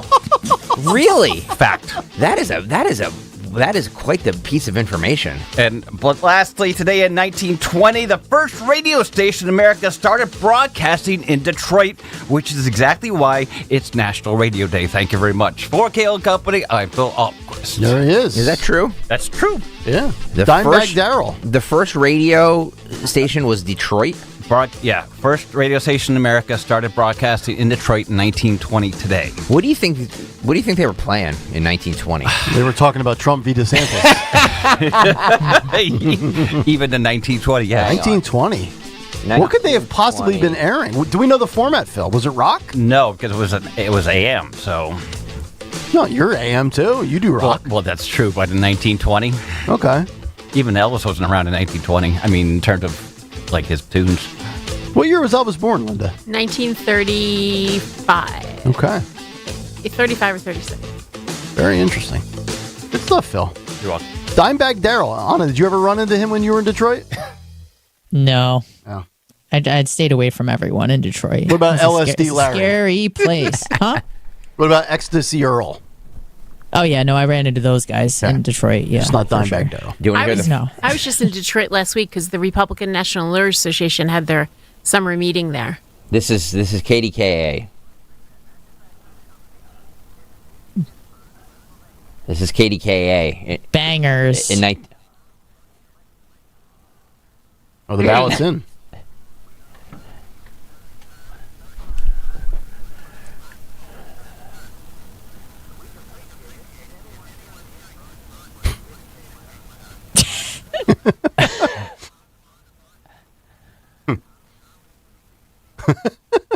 That is amazing. We should do that. That is amazing. Somebody call in right now. Are we on the air? That was KDKA in November of 1920. So And that was where? KDKA in Pittsburgh. Oh, okay. I thought Phil said Detroit. No, he did. I can't find a Detroit broadcast. Well, KDKA is still around. Yeah, I know. They're still they're an Odyssey station. Right. 106 years later. Hang on. Do you think they had an app back then?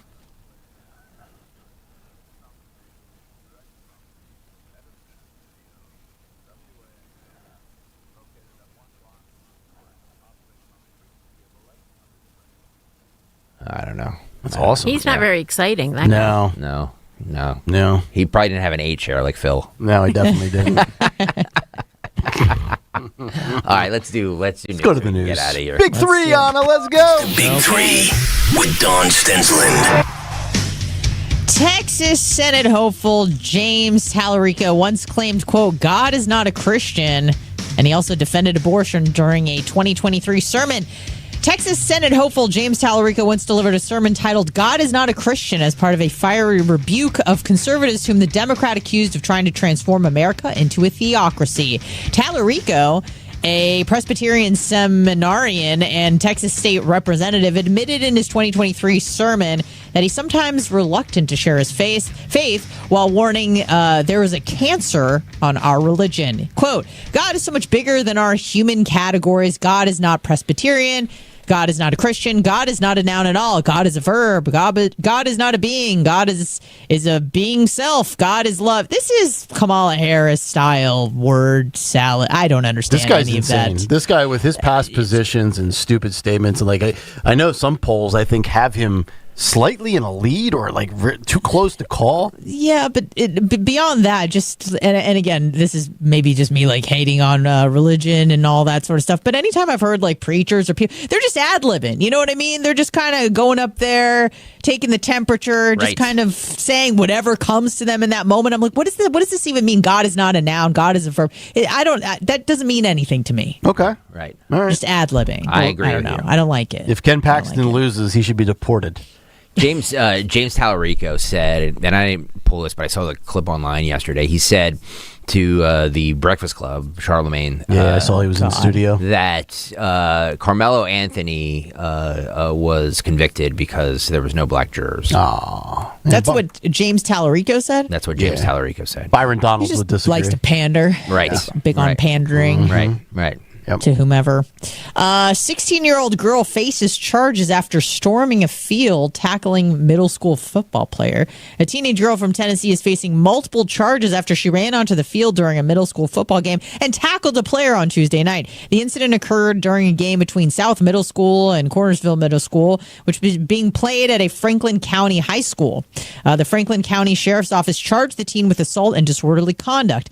South scored a touchdown, an extra point, and a scuffle broke out between a pair of players after the play. The 16-year-old then ran onto the field, video showed, and she tackled the South player who was involved in the brief scuffle, knocking him to the ground and sending herself to the field as well. I'm going to guess that he broke up with her, broke her heart. She was ticked off, scorned middle school girl, and she went out for revenge. Yeah, but she's 16 though, so she's not in middle school. I don't know, maybe it's her little brother that got messed up. I don't know. We can't have it both ways though. If these girls are going to say that men can't play in women's sports, then the women shouldn't be getting involved in the men's sports. I agree. Right, and that's why she's being charged with assault. Yes. Oh my God! Wow. Yeah, the Eagles will sign her. Yeah, I was just gonna say that. Pete's in Philadelphia. What's up, Pete? Hey, man, it's the old school Pete, the original caller. What happened to you guys? Y'all banned me. What's up? We banned you. Nobody bans you. Yeah, man, I've been banned for the last 3 years, man. I was the number one caller. I'm from Kensington. I did everything right, man. Nick had a problem with me and banned me. What the hell? What are you talking about? He banned him. I don't ban anybody. Man, I was number one. He was I number was the OG. He was the OG, Nick. Well, obviously you're not banned because you're on the air.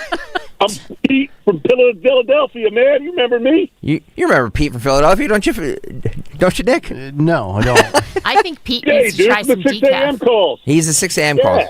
So what's on your mind, Pete? Oh! No, I do remember you. Yeah. Where have you Yeah, you been? remember me? Come on now. Where have you been?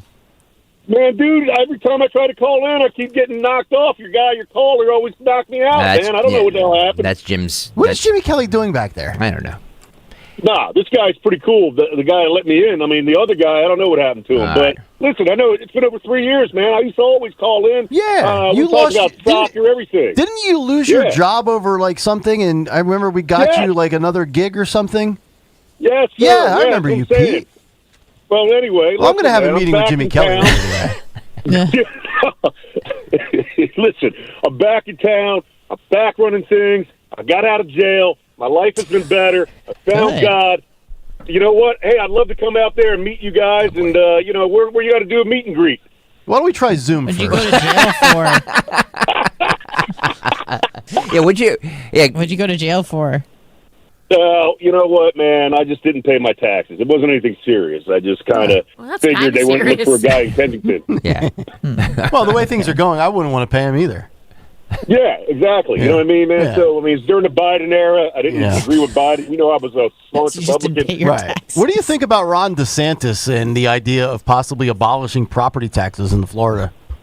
I totally wholeheartedly agree with it. Yeah. I mean, my goodness. Good gracious. policy, I right? mean, yeah, it's a great policy. DeSantis was your man. I know that last time I thought you got mad at me because you wanted DeSantis to be the president, and I kept saying we need Trump. Yeah. Well, I figured that's why I got nailed. You know what I mean? I know you're a big DeSantis fan. No, I know you're a big DeSantis fan. I See, love see both that? of them. That's my how whole everybody- whole position was that I didn't think Trump was going to win in the general election. I thought he could get through the primary, but he would be dead man walking after Roe v. Wade. That was the only reason why I thought DeSantis was the better option. But I was wrong. Yeah, I mean, right.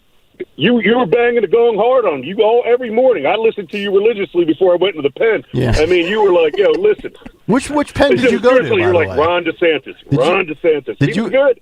He's Go the ahead. best governor in the country. Did Would they you- not have radio in prison? Yeah, you couldn't stream us on YouTube from the joint? Nah, man, this was straight up busted antenna TV where I was at. boy. Yeah. Wow, boy. Yeah. Busted antenna TV. Man. They're Yeah, harsh on the white collar man, you're criminal. lucky to get like 4, 7, and 9, wherever the hell I was at. I was 4, 7, in and North 9, yeah. Pennsylvania. Not 3, 6, or Yeah, 10. it wasn't good. Exactly. Well, Pete, call in more. I'm Yeah, glad. good to have I'm you glad back. you're out of the pokey. Yeah. We're very big in jail. I think. Yeah. Yeah. Yeah. Well, not. Yeah, I don't want to talk or all discuss right. where I was at. But I love you guys. Love you too. And It's good to I'm have you glad to be back, back, and I'll be calling in. All right, right. Pete. All right, Pete. Thanks. Bye, buddy. All right. We're going to have a meeting with Jimmy later today. Yeah. All right. Yeah. That's awesome.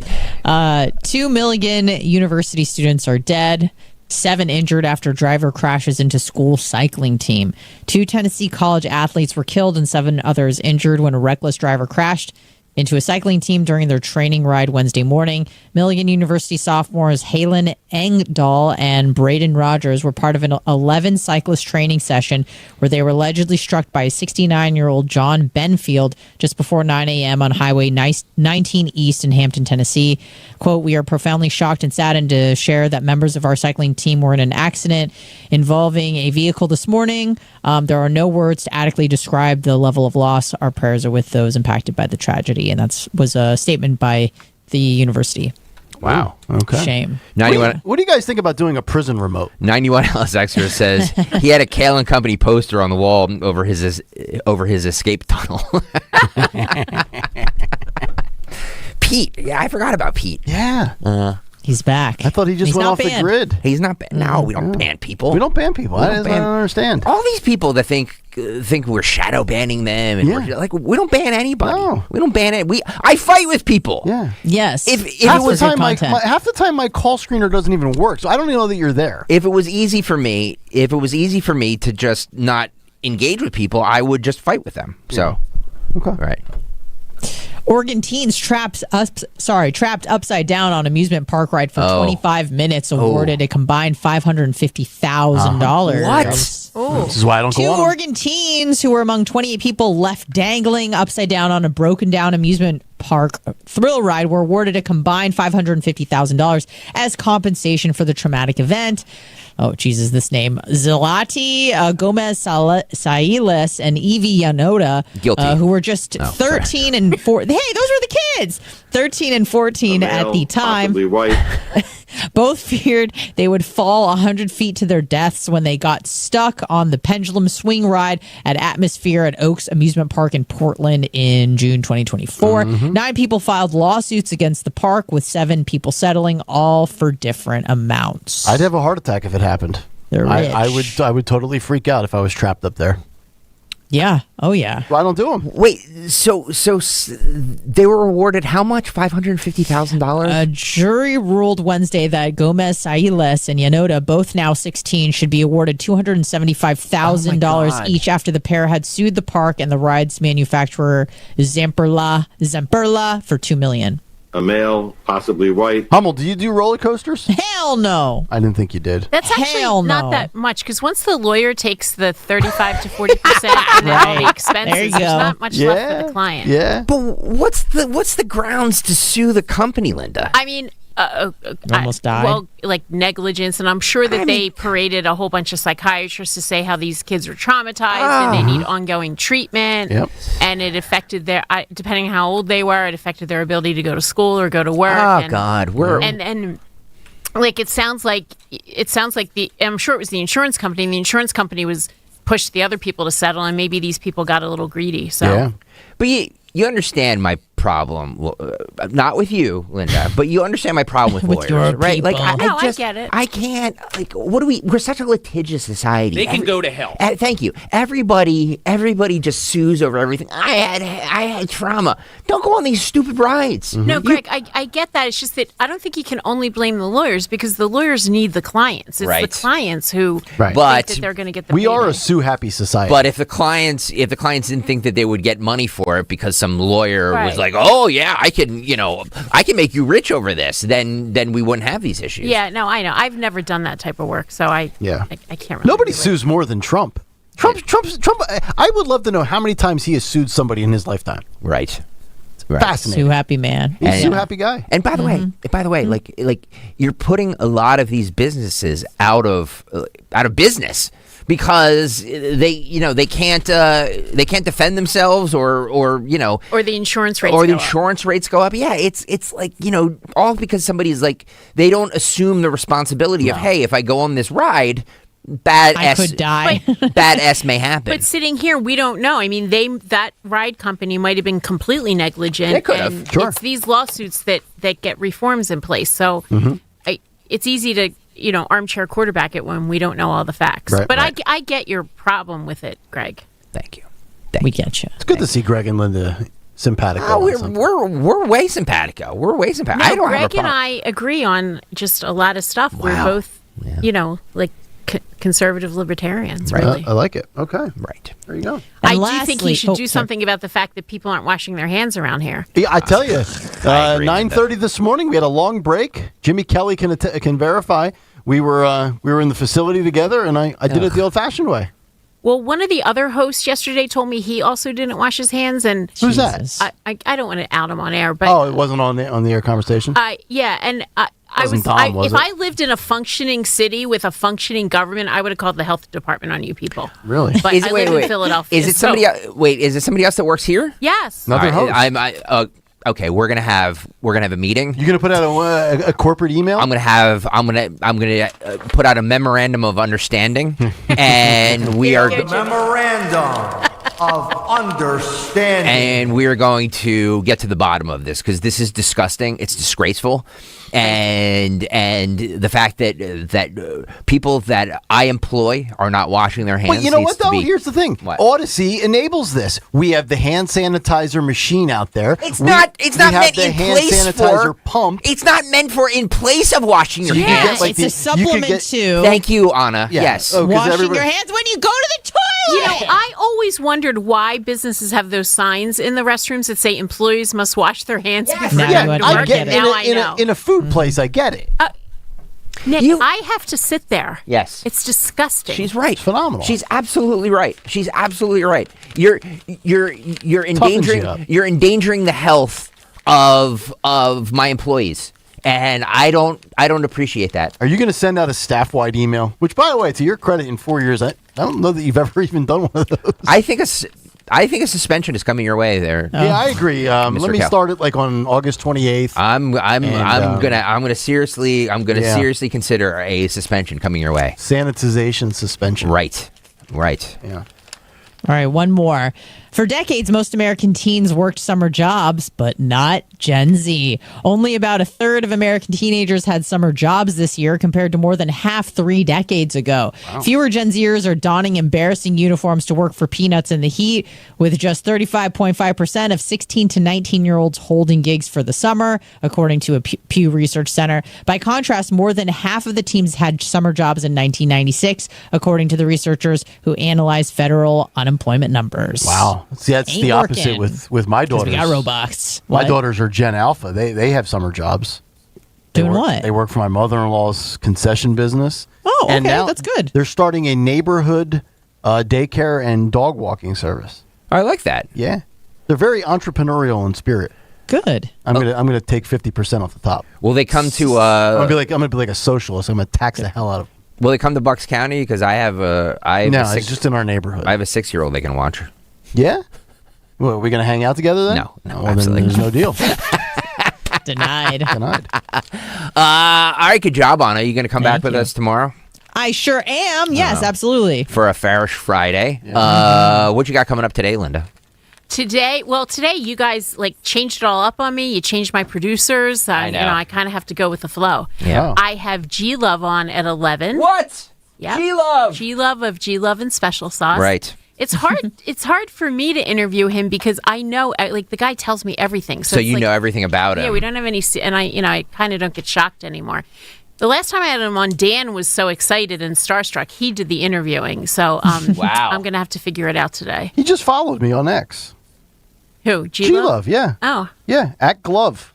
How about that? At Glove. And I still have not been able to really nail down the 3 disgruntled taxpayers. It's disgraceful. It's a curious marketing strategy they have. I said that to you yesterday. For their, disgraceful. for their Bad idea. show. They did say that they'll give me a time they're available tomorrow, but I booked other guests. Oh. I thought that they would ask me what I have available. So I don't know what's going on there because I really did want to promote. I think it's a great show. Yeah, but So- think about that, the Thank you, arrogance Linda, of for- the entitlement of the younger I agree generation. with you. I agree with you, Linda.